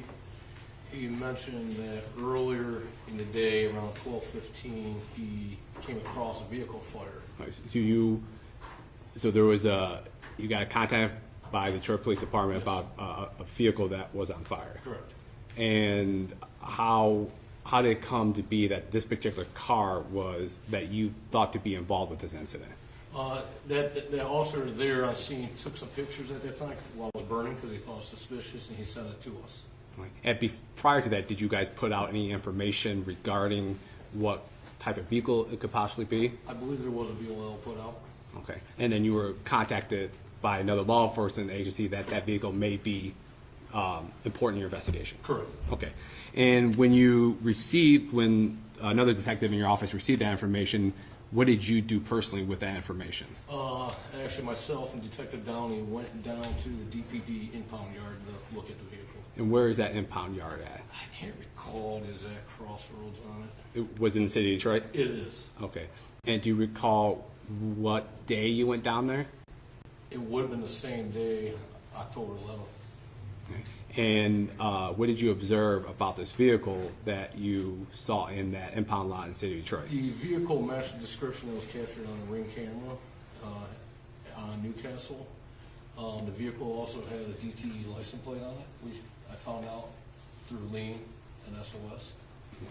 And when you say Lean and SOS, I know what that is considering what I do for a living, but what is that? That's our law enforcement information network. It stores all the SOS information on vehicles, meaning registration of the cars, your driver's license information, things like that.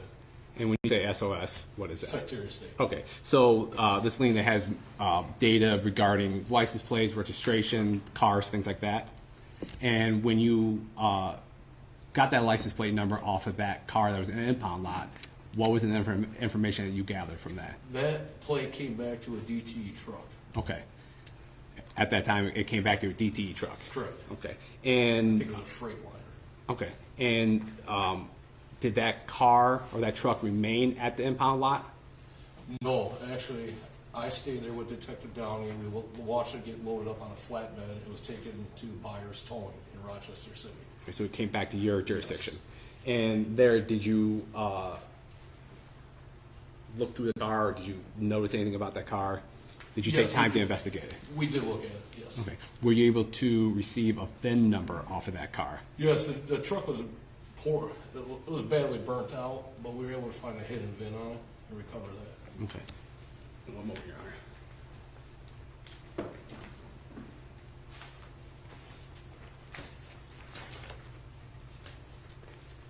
Honor. May I approach the witness? You may. What are you coming up with? I am coming up with People's Exhibits 15B, C, D, E, F, and G. Okay. Can you take a look at these for me, please? Is that good?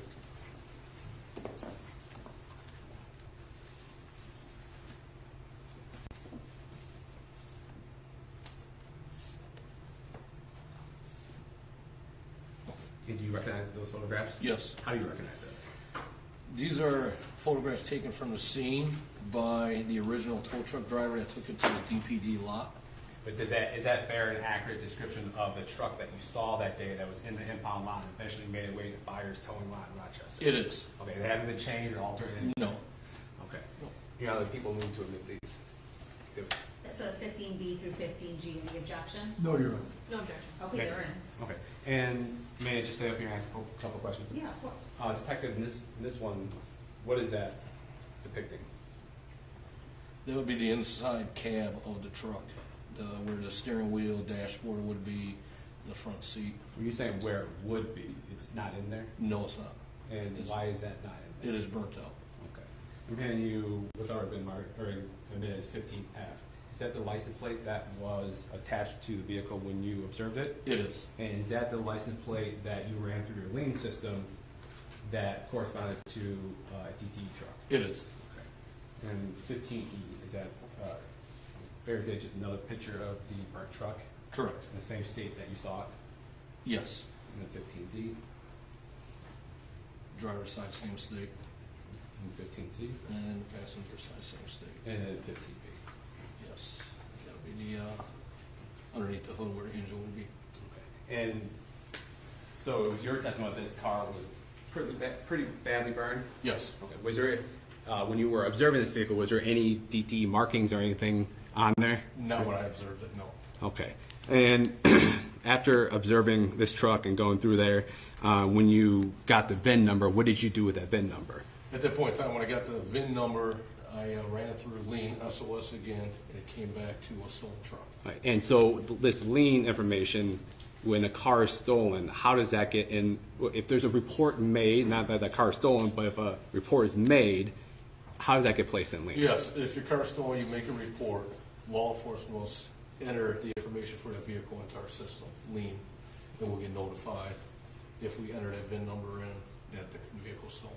And so the vehicle VIN number on that truck that was burned came back stolen? Correct. Okay. And do you recall what the reporting agency was out of? I believe it was reported on September 30th out of Dearborn Heights. Okay. And then, based on the information that you have with the lien information, the stolen vehicle information and lien, and this plate that was on that vehicle, did that plate register to that VIN number? No, it did not. It did not, okay. And were you eventually able to figure out via the lien system where that plate belonged to? I did. And where did it belong to? It did belong to DTE on Freightliner down at their Trombley station. And so, but it was not registered or associated with the truck that you were reviewing? No. Okay. And then you said you recovered this truck at tow lot in Detroit. Did you go to the scene where it was reported to have been recovered? I did. Okay. And do you recall what area that was recovered in? Yes, it was, I want to say it was 1800 John R. Okay. Which is between 6 and 7 Mile and John R. Okay. And you drove past that? What type of area is that? It's very desolate. Okay. It's kind of vacant. Would it be fair to say there's a lot of vacant lots? Yes. Okay. So it's not like an industrial complex or? No. Okay. And part of your investigation, did the sheriff's office request or go look for any sort of surveillance videos from any houses or businesses that were located there? Yeah, I think the day of the incident, our FAT team was sent down there to look for video on houses, the few that are down there. Okay. And you said the few that were down there? Yes. And based on your investigation, were you and your team able to recover any videos in that area? Yes. Okay. And where was that video located? The video is located about 2 blocks north of where the truck was found on 90 East Greendale. Okay. And that's in the city of Detroit as well? Yeah. Actually, that's Hamtramck, I believe, zip code. And were you able to obtain that video? Yes. Okay. Did you review that video? I did review it. Okay. And did you review it before coming to court as well? Yes. Okay. And Your Honor, the people are going to move to admit and publish people's exhibits 21A and 21A at this point, Your Honor. Excuse me, could we take down the exhibit that's been up there? Yeah. Yeah, of course we'll take that down, but Thank is you. there, I'm assuming the parties have seen 21A and B? Yes, Ron. Yes. Or do you want any additional foundation to be established before admitting it? No, I think we are satisfied. Okay, all right, 21A and B are in there. Thank you. And Your Honor, the people move to publish it this time. Go ahead. And then after done playing, I'll probably just ask you a couple questions. As you know, you can see that right up there. Yes. Okay.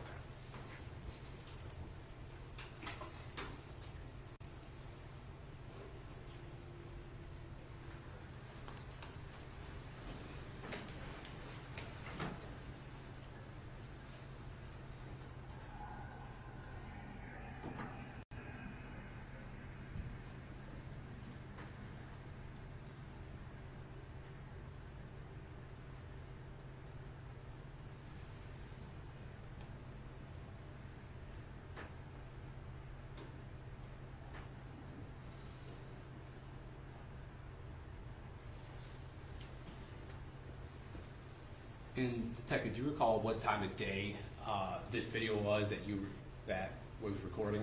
12/11. And what date was that? It was on October 11th.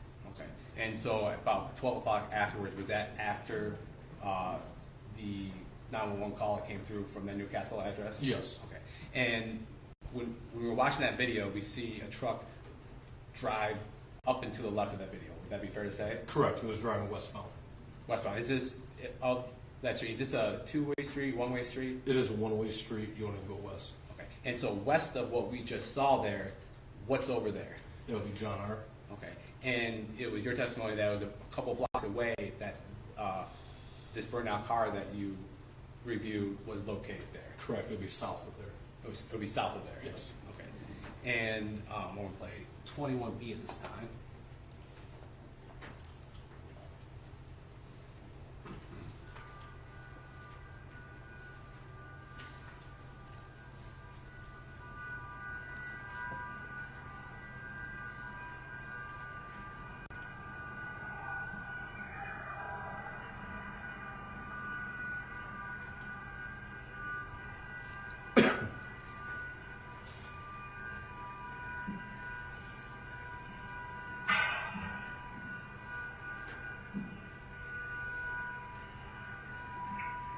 Detective Packmeyer, was that the car that we just saw, was it traveling in the same direction that we just saw that white truck? Correct, at 1216. Okay. And based on the information you have in your investigation, that car that we just saw, was that significant in your investigation of this particular crime? Yes. And how did that particular car that we just saw in there, how did that become important to your investigation? That car was eventually identified as defendant Hernandez's Jeep.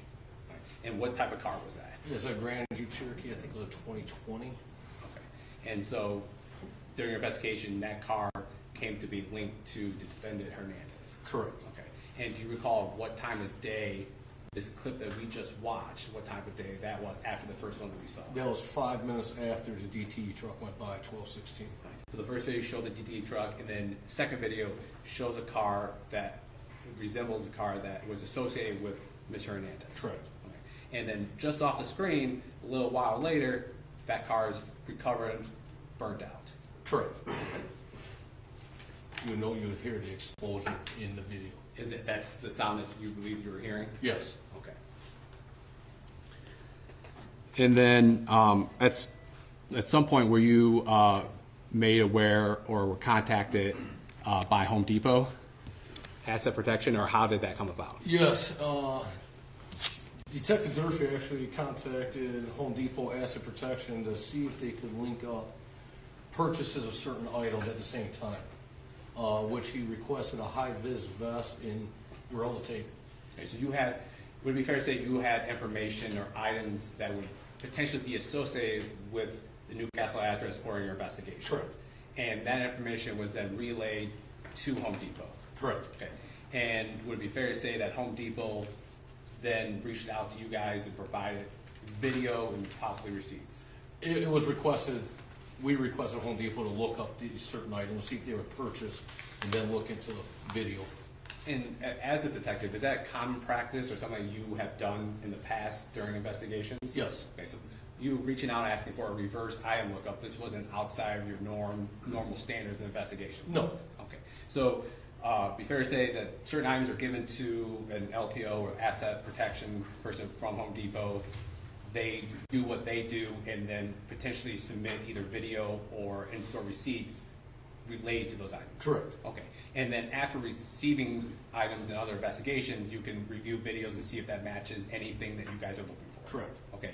In this particular case, did they send you videos that were associated with those type of items that you requested? They did. They sent us a transaction receipt and video. Okay. And when those were obtained, did you review those items? Yes. Okay. And Your Honor, the people are going to move to admit and publish People's Exhibit 19A at this time, and I'll hold off on 19B after a couple questions.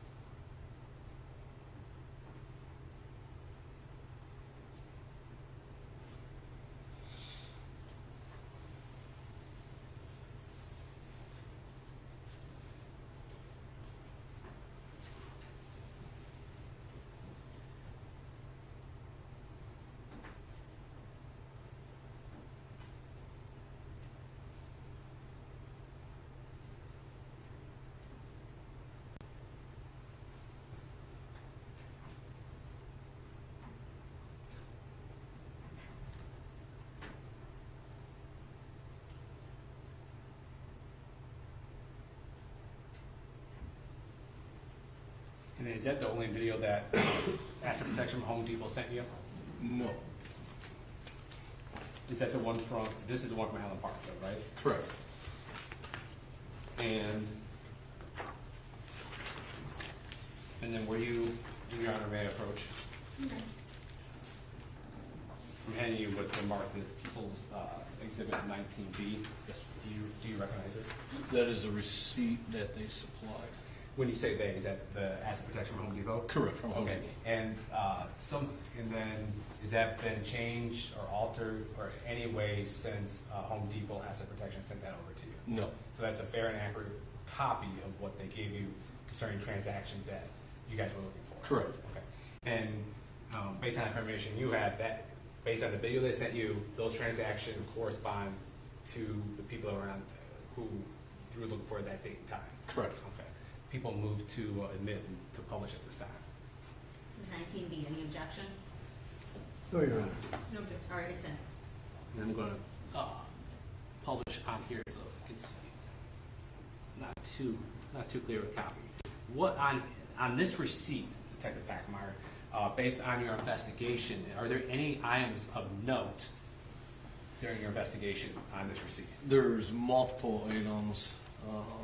The Gorilla Black duct tape, the respirators, cotton spray socks with hood, safety vest, the gloves,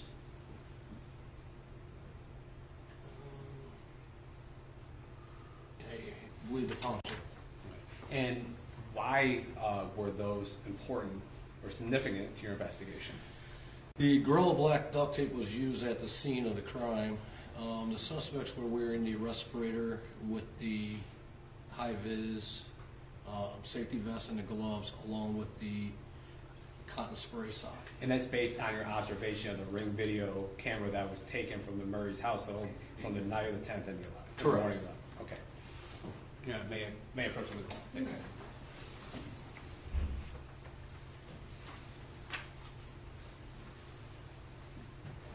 And then also as part of your investigation, did you reach out or was contacted by Lowe's?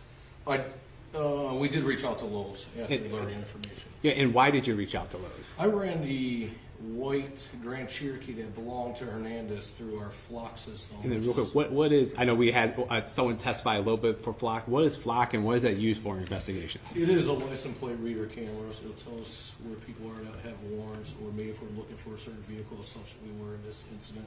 There's public ones, there is private owned ones also, like Lowe's has. You said Lowe's has their own flock system? Yes. How would you have access to that? We do get access to it, but they put them in on their grounds. Okay, so if you're looking for something, you can reach out to Lowe's and say, hey, see if there's a flock hit on a particular license plate. Actually, I look it up myself. We can view their cameras. Okay, and so you have the license plate belonging to that vehicle, that Cherokee that associated with Defendant Hernandez? Correct. Okay, and tell us how you went about using the flock system to find out about Lowe's. I did enter it into the flock system. I can't remember how many days. In the morning of October 11th, it revealed that that vehicle went to that Lowe's location. I believe that was also in Ellen Park. Their cameras capture images going in and out of their parking lot of vehicles from their driveways. So you plug in or type in the license plate into their Lowe's system, and this particular occurrence that you're about to testify to pops up. Yes. And then with pictures of the vehicle. Okay, and then once you receive that, what do you do with that information? At that point in time, I believe Detective Durfee contacted Lowe's, and we were able to recover surveillance videos of the subjects in that vehicle there. Okay. That time that is recorded on flock through a low security video, do you recall what day it was and what time of day it was? It was October 11th. I want to say it was around 9:30 in the morning, 9:34. And based on your information that you had from the investigation and responding to the Newcastle address, would that be before the incident that you were responding to? That would be before. Okay. And do you recall what city this Lowe's was located in that the Hernandez vehicle was spotted on the flock camera? I believe it was Allen Park. Allen Park, okay. Now, the people are going to move to omit and publish people's exhibits 20A and 20B at this time, Your Honor. Any objection? No, I have no. No objection. All right, the A and B are in and you may publish. Thank you. And Detective, when you received the videos, did you review those videos? I did. Okay. And when those videos came to you, were they broken up in clips and things like that? Yes. Okay.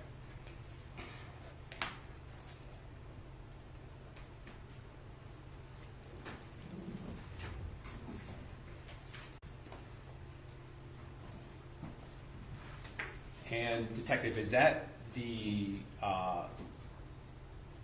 Cherokee that you had the license plate to that popped up on Flock? Yes. Okay. This video is going to be a couple minutes long, so.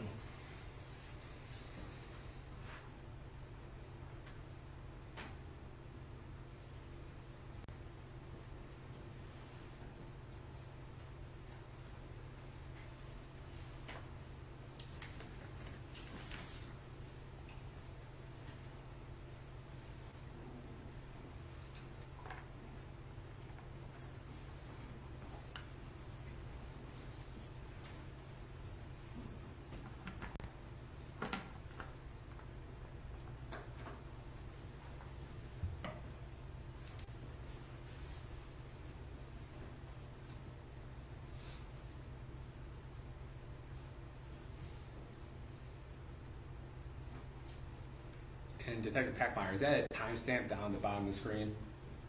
It is. And what is that? It is right now currently at 9:27 a.m. on October 11th, 2024. Thank you.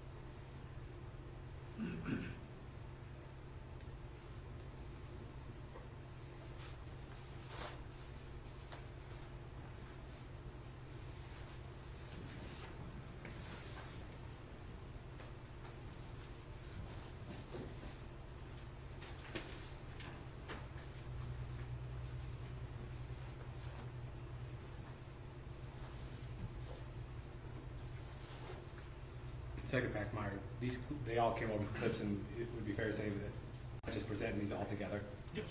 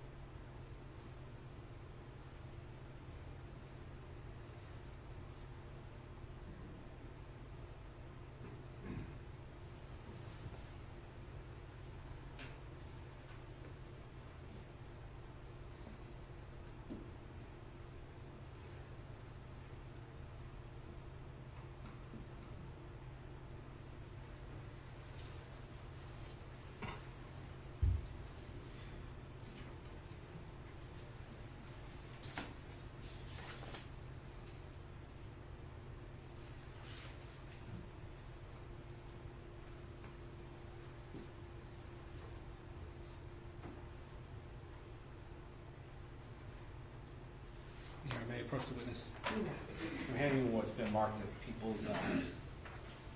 20C. Thank you, Your Honor. Yes. Come on up. Can you take a look at that for me, Mr. Becker? Does that look familiar? Yes, it's a Lowe's receipt. And is that the fair and accurate copy of the Lowe's receipt that was given to you by? All right, guys. So welcome. I thought I'd come in and say hello to everybody. I thought, I wanted to explain to you what was going on with the trial feed, because the feed essentially, unfortunately, they were having technical difficulties. You saw there were some freezes and there were some problems as we got to the end of the feed. And unfortunately, yes, that is where the feed cut out for the day. So we will not get to hear the end of that testimony, whatever it is. I hope that maybe they will give access to it, but a lot of times with these trial feeds, because it's being literally live streamed straight out, if it wasn't being recorded or it wasn't able to be recorded, it's lost. And what we're seeing when it comes out of that court feed is what we're getting. So if it's not broadcasting, we're not going to see it, but that's okay. From my understanding, court only lasted about another 15 minutes or so. So I don't think we missed much. But I wanted to come to you guys, talk to you guys a little bit. Thank everybody who's been in the comments. I see you guys out there. Kristen Vasquez, thank you for your hard work in the comments.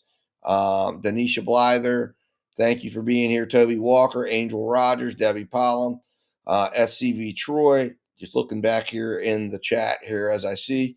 Appreciate you guys watching with us today. This is a case, guys, that we began, or at least I remember I covered during a preliminary exam. I'm surprised that they ended up taking this to trial, because I thought for certain this would be a situation where a plea would get worked out, because it seemed like at that time that there was an overwhelming amount of evidence against these guys, that it was much more than just probable cause, and just reaching the standard of whether or not there was probable cause or not in the case at that time. So I felt like a lot of times when you see those cases like that, where there's an overwhelming amount of evidence, plea bargains are worked out. But in some cases, especially where it's a really heinous act, and in this case it is, sometimes there's nothing to work out, because from the defendant's standpoint, they've got nothing to lose taking it to trial. But that doesn't make this any less exciting or fun to watch, because this is really what it's all about. In other words, the defense here is really not a defense at all. It's, we want you to prove your case, the state of Michigan. And you've got to come in and you've got to put your witnesses on, and we're going to ask questions, and we're going to see what questions we can raise. And that's why you've heard in both the opening statements that were aired today, that was the defense's premise for the case. It was more or less, pay close attention. We're going to ask questions, and we're going to make sure that the state is proving its case beyond a reasonable doubt. And the one attorney did say, at the end, he's going to question whether or not he's going to raise questions, because his client is the second guy. So there's a little bit more, question about who that second individual was. The other individual, the bigger guy, I don't think a juror is going to say the guy wasn't in the house. The question is, was he there, and did he do that, or did someone else come after? Although with the fact that there's cameras, there's witnesses from the of the wife who says she's seeing and interacting with these guys, who can say exactly what happened. Again, this is going to be a situation where, this is why many of you are asking, why are there two juries? And there's two juries because one jury is going to probably have an easier decision than the other jury, because the second jury, for the second guy, just because you find that the first guy was there, unless that guy gets on the stand and says that guy was with me, the second jury then has to say, can the state prove that the second guy is the second guy, or was it somebody else? That's why we have two juries. Because if they got the benefit of putting all of this evidence combined to one jury, you would have a greater probability that you're going to see a conviction.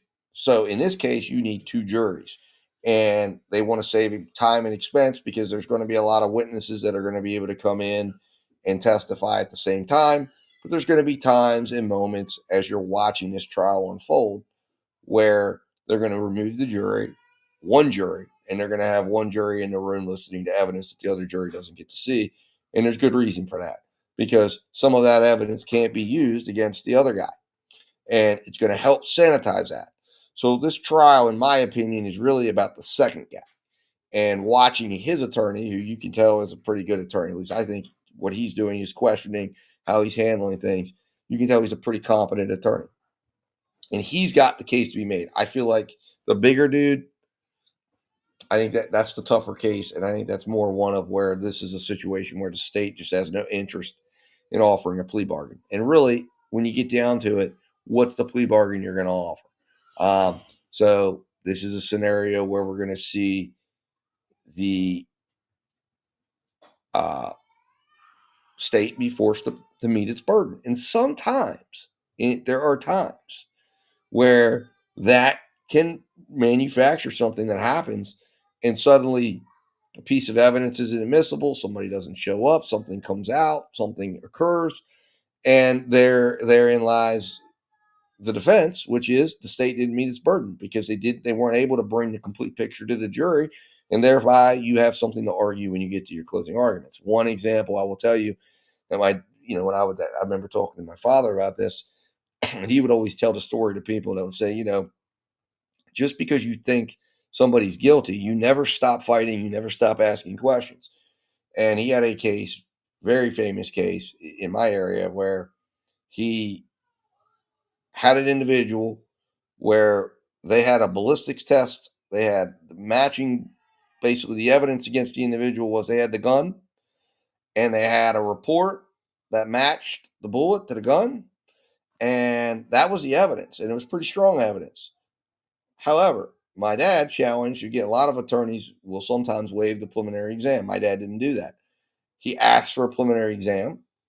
Weeks later, after his client had been arrested, sitting in the local jail without bail, he shot this guy allegedly point blank range on his porch. And they go, what looks like an open and shut case. They come in, and it turns out they lost the ballistics report, but they didn't just lose the ballistics report, because now this is a different time and era. Attached to the report at the time was the bullet itself that they were testing. They lost that too. Well, because my dad's client never gave a statement, so they didn't have a confession. They didn't have an eyewitness. Because the individual was dead. What they had was a gun that they had matched the bullet to this gentleman's gun, but they didn't have the report and they didn't have the bullet anymore.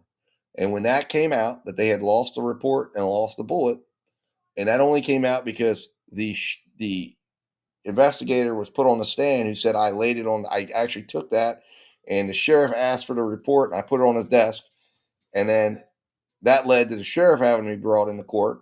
And he says, I don't know what happened to it. It never got put in evidence.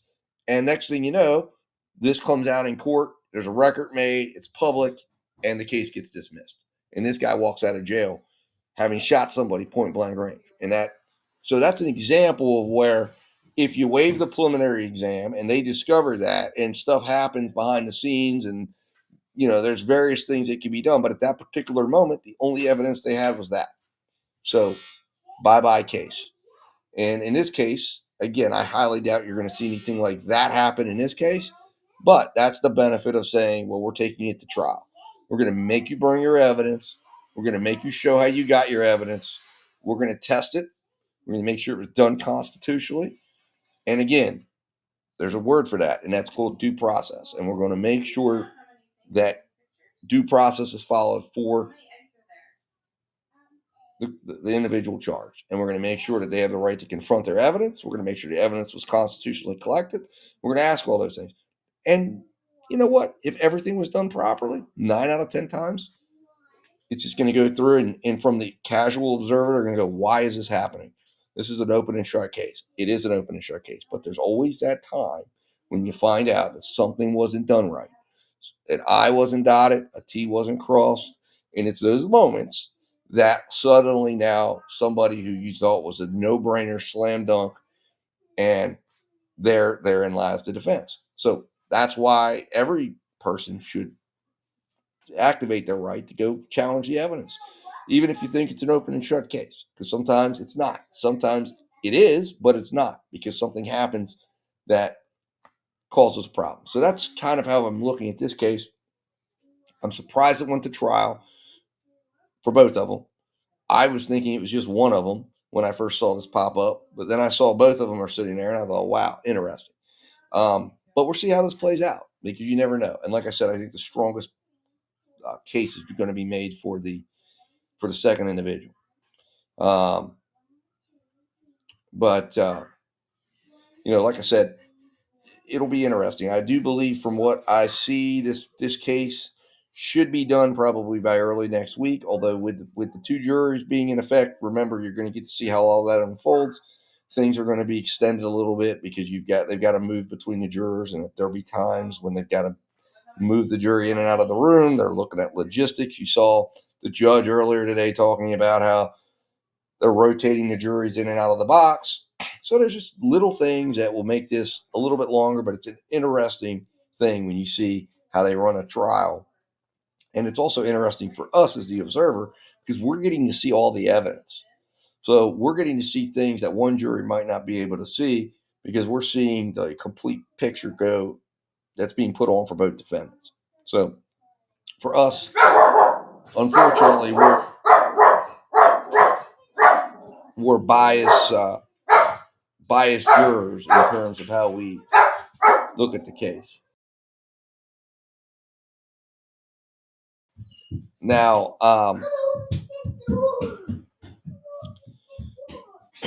this case is luckily is not in a different time zone, even though it's in Michigan. And so we should be. It looks like, from what I see, and I'm looking at the schedule here, we can expect that this case will be starting around 9 a.m. each morning. So tie in for that. Right now, we're all of our cases that we had going on. At one point we had 3 or 4 cases. So this will be the primary case that we'll be driving forward. Be on the lookout. We're going to have coverage. Of course, there's I've got the final video to put out on the Conley case, and then we've got the Baby in a River case, which I intend to still put out the individualized segments and analysis and everything on that. That'll be coming, along with the case that we just concluded with the deputy. Now, that case, let's talk about that case. The deputy who was cleaning a gun. Again, another case that I am absolutely shocked went to trial. First of all, to me, what I heard, at a bare minimum, no question in my mind, this was a manslaughter conviction. I understand the defense's position was he didn't intend to pull the trigger. But if you're dry firing a gun, which is what he told everybody at the scene, and the jury's going to rely on what he was saying right after the moment. I mean, other than what he's going to maybe try to come in and readjust things later. But if you're dry firing a gun at somebody, if you're pointing a firearm at somebody, and you're a officer of the law, you know that is a potentially deadly action. It's a reckless action. It's the definition of manslaughter, in terms of you're doing a reckless act that you know could be potentially harmful. You're doing it anyways. You're doing it in a way that is reckless, and boom. So to me, I'm not really sure why they wouldn't have done, at a very minimum, if you couldn't work out a plea bargain that capped the sentence, for the reward for pleading guilty, why you wouldn't just do an open plea on the court. You already heard the judge, I thought was interesting, where he's actually, when he was scheduling out the sentencing, said he needed extra time because he needed to give this case great consideration based on what he heard at trial.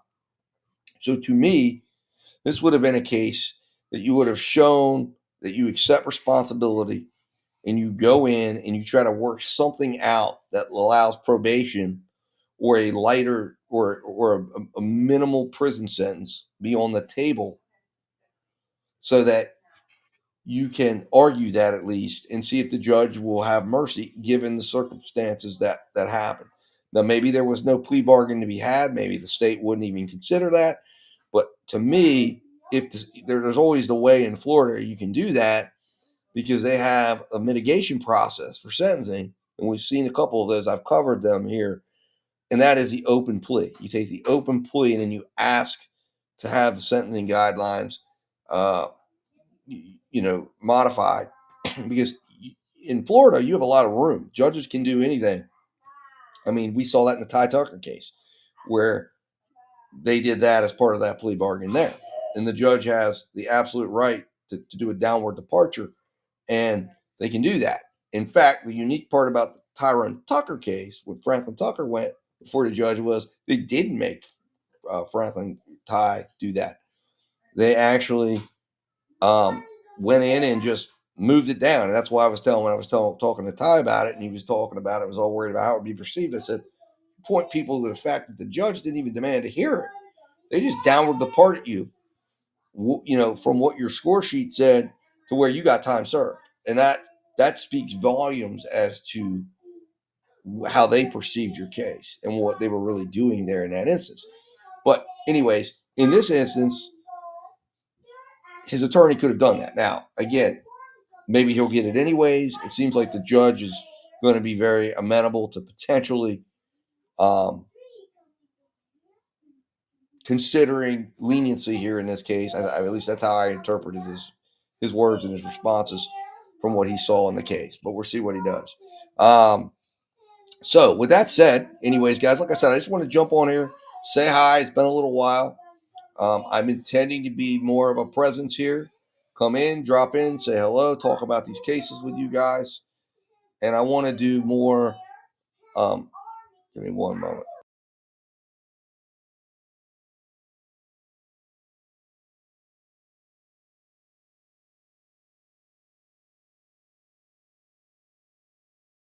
Anyways, I want to be more of a presence and come in and talk to you guys. I've got a few additional things that we're going to be doing that we've got to put together that are going to be hopefully launching here in a little bit. But a couple of housekeeping things I want you guys to pay attention to make sure you're getting the most out of the channel. I know some of you have asked questions. I've seen the comments. And what I want to make sure you guys understand is there's a couple places for you to best understand and deal with this. First of all, go over to X right now if you're not over there and go to j.i.a.p.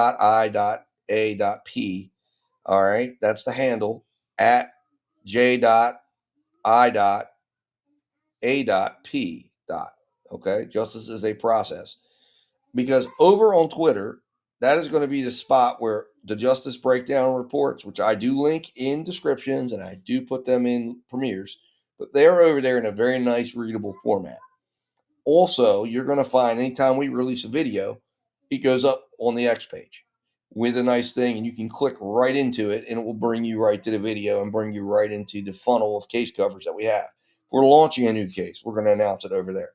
So make sure you have X over there. 2, make sure you're looking through and understanding the way we're going to present this content to you, because there's we've got 3 different playlists, key playlists. There's 4, some cases have 4, just depends on the coverage. But the 3 playlists you want to pay attention to: the live broadcast. If you're with us live here watching, great, we love it. But you can even go deeper into these cases by jumping into the podcast segments, which attached to each podcast segment is that breakdown report. The descriptions for the podcast also contain analysis and information about the case. So check out the descriptions at a minimum. Jump into the breakdown report.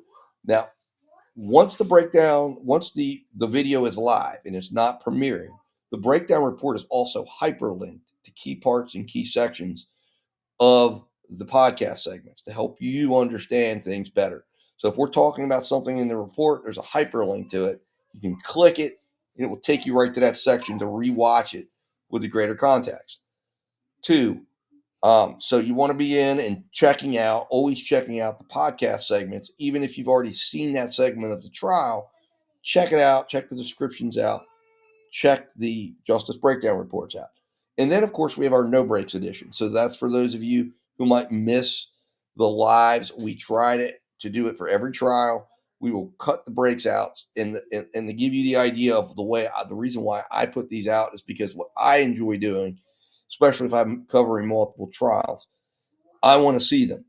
but I can't always watch them. I can only watch one at a time and intelligently take it in. But what I like to do is have a format, and it used to always throw me off because I'd be in the middle of like binging this trial, and then I'd have a lunch break, and I'd have to stop everything and go in.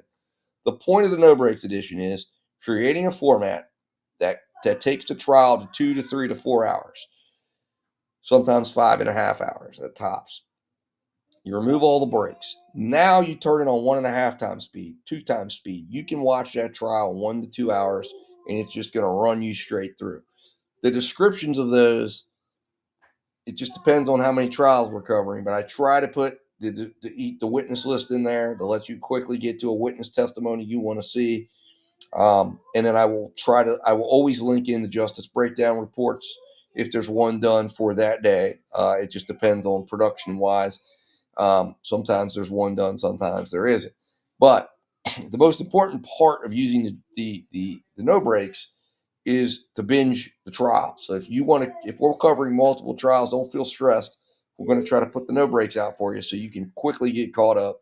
And we try to do that within a day or two of the actual broadcast. So, in a perfect world, we get it out a few hours after, but sometimes it takes processing wise and things to get it done. It does take a little while if we're doing multiple videos. And then, of course, be on the lookout. Some trials will get key moments and shorts and things of that nature. So if those are there, that's another way you can experience things.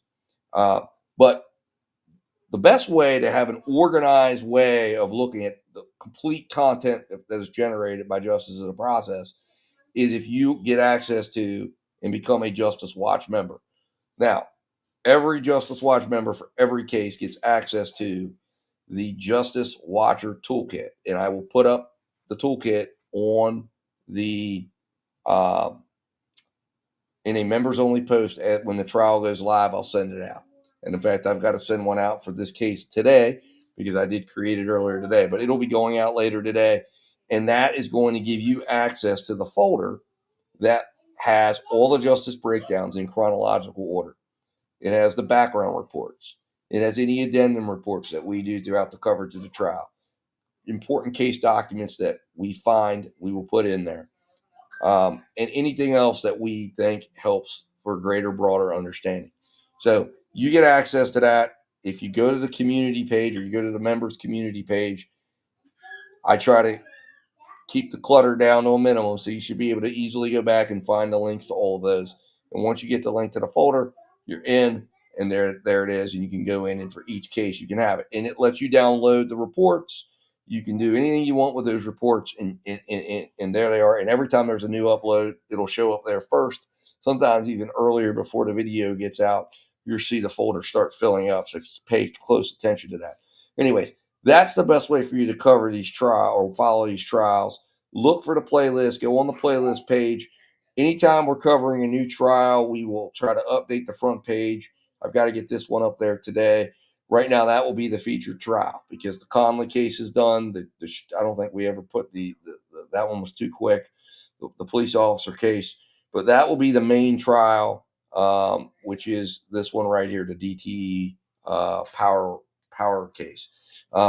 The other update I want to provide you guys with is the Neziah Harris case that was originally slated for October 6th to begin. It's now going to be in February. So we will definitely be covering it when it happens.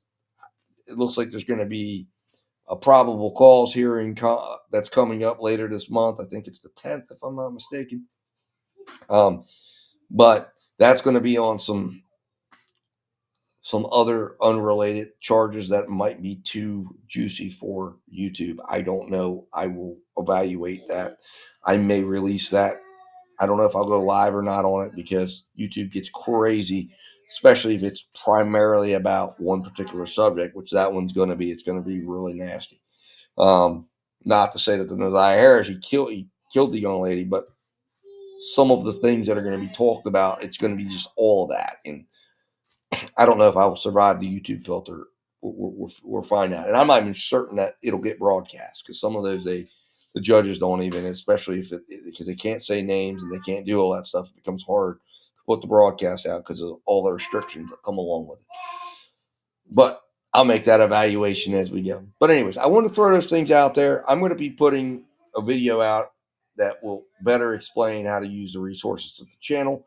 But if you're hooked up on X, if you're paying attention to the descriptions of every video that comes out, if you pay attention to the descriptions of the lives, we try to put all the playlists that are available in the case. Once we create them, they go in there. You should have a pretty good ability to dive into the case. And if you're just starting on a case, find the lives, because that's going to show you the playlist, and that's going to give you the breakdown of all the resources, and you're finding in there. So anyways, with that said, guys, I hope you guys have a good evening. Like I said, I want to jump in here, have a conversation with you, give you some thoughts on these cases that we've seen. Be on the lookout, because one of the things we're going to be reviving is the Justice Watch Live podcast, weekly podcast, where I come out and it's not a trial that we're watching. We're watching clips, we're watching things, we're talking, having some fun. And we've got 29 episodes down. It's been a while since I've done one. I think the last time I did it was the LA.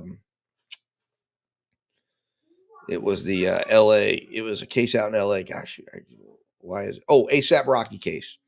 That was the last one I put out. But we're going to be trying to revive that out for you guys and come back with those on a weekly basis. So be on the lookout. Pay attention to the community page. If you're hooked up on X, you're getting updates over there as well. And I will be hopefully talking to all of you very soon and seeing you in chat as well. Appreciate all the mods out there, all the hard work you're putting in to making the community a safe, great place to chat. Guys, I will be talking to you soon. Until we talk again, let justice prevail. And I'll see you all in chat.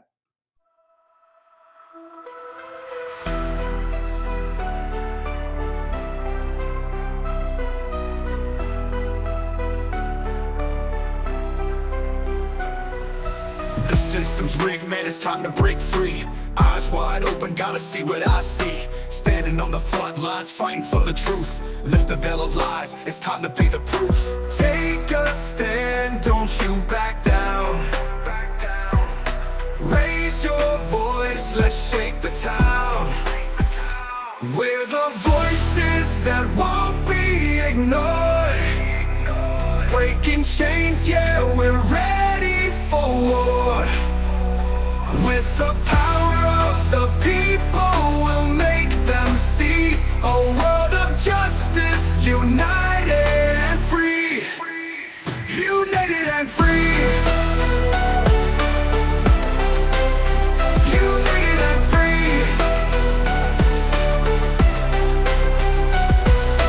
Marching with a purpose, we're taking it higher. Fighting through the struggle, igniting the fire. No more silence, we'll make the noise loud. Together in this battle, standing strong and proud. Injustice fades when courage aligns.